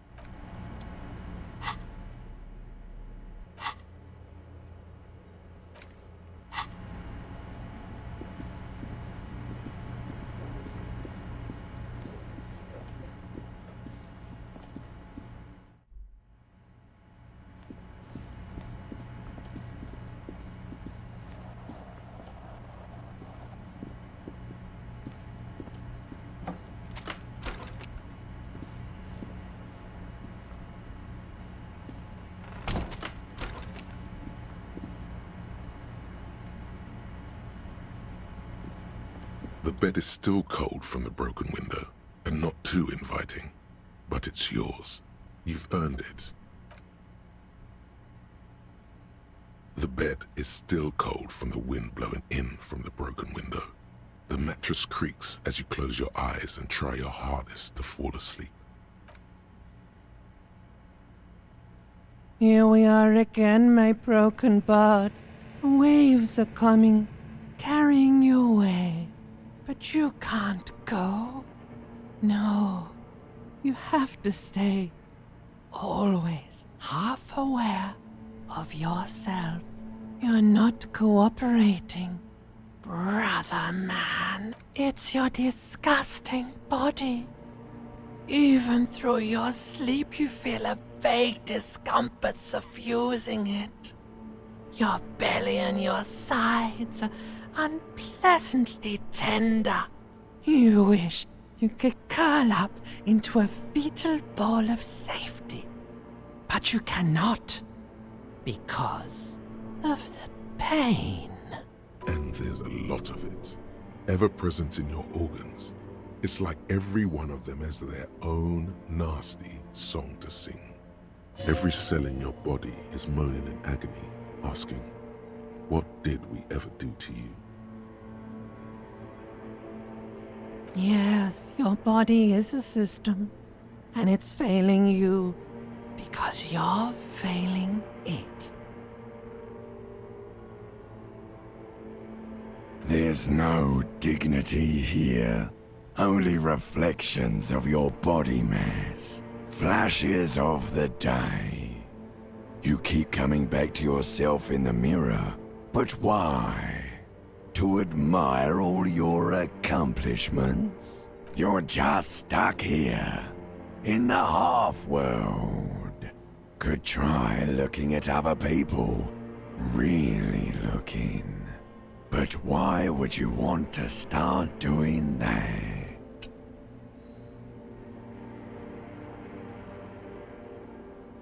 Oh, baby boy, you're already in the other place. There's no nourishment for you tonight. Maybe tomorrow. Maybe if you know, like, took a lot of drugs before you go to sleep, that'd do the trick. Maybe if you weren't so hard on yourself. What do you think you're doing right now? Coming to some greater awareness? Look at all these lights, blinking in and out of existence. Thoughts! You're just pretending that you're asleep, even to yourself, while the world goes on without you. Let it. Let it. But it never seems to let you go, does it? Time to rise and wipe that shining sweat off as best you can. Gather your bearings. Rock and roll.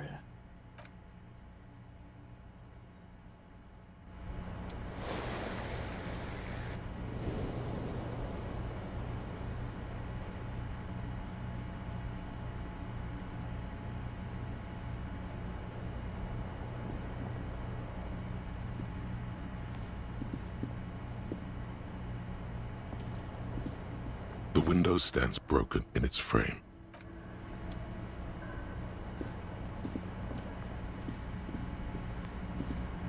A mirror hangs on the bathroom wall. In it, your face, adorned with the expression.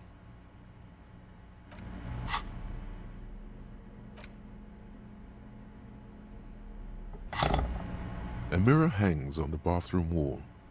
In it, your face, adorned. The chain cutters slip out of your hands as you attempt to twist the faucet into place. Well, you know one thing for sure. You've probably never been a plumber.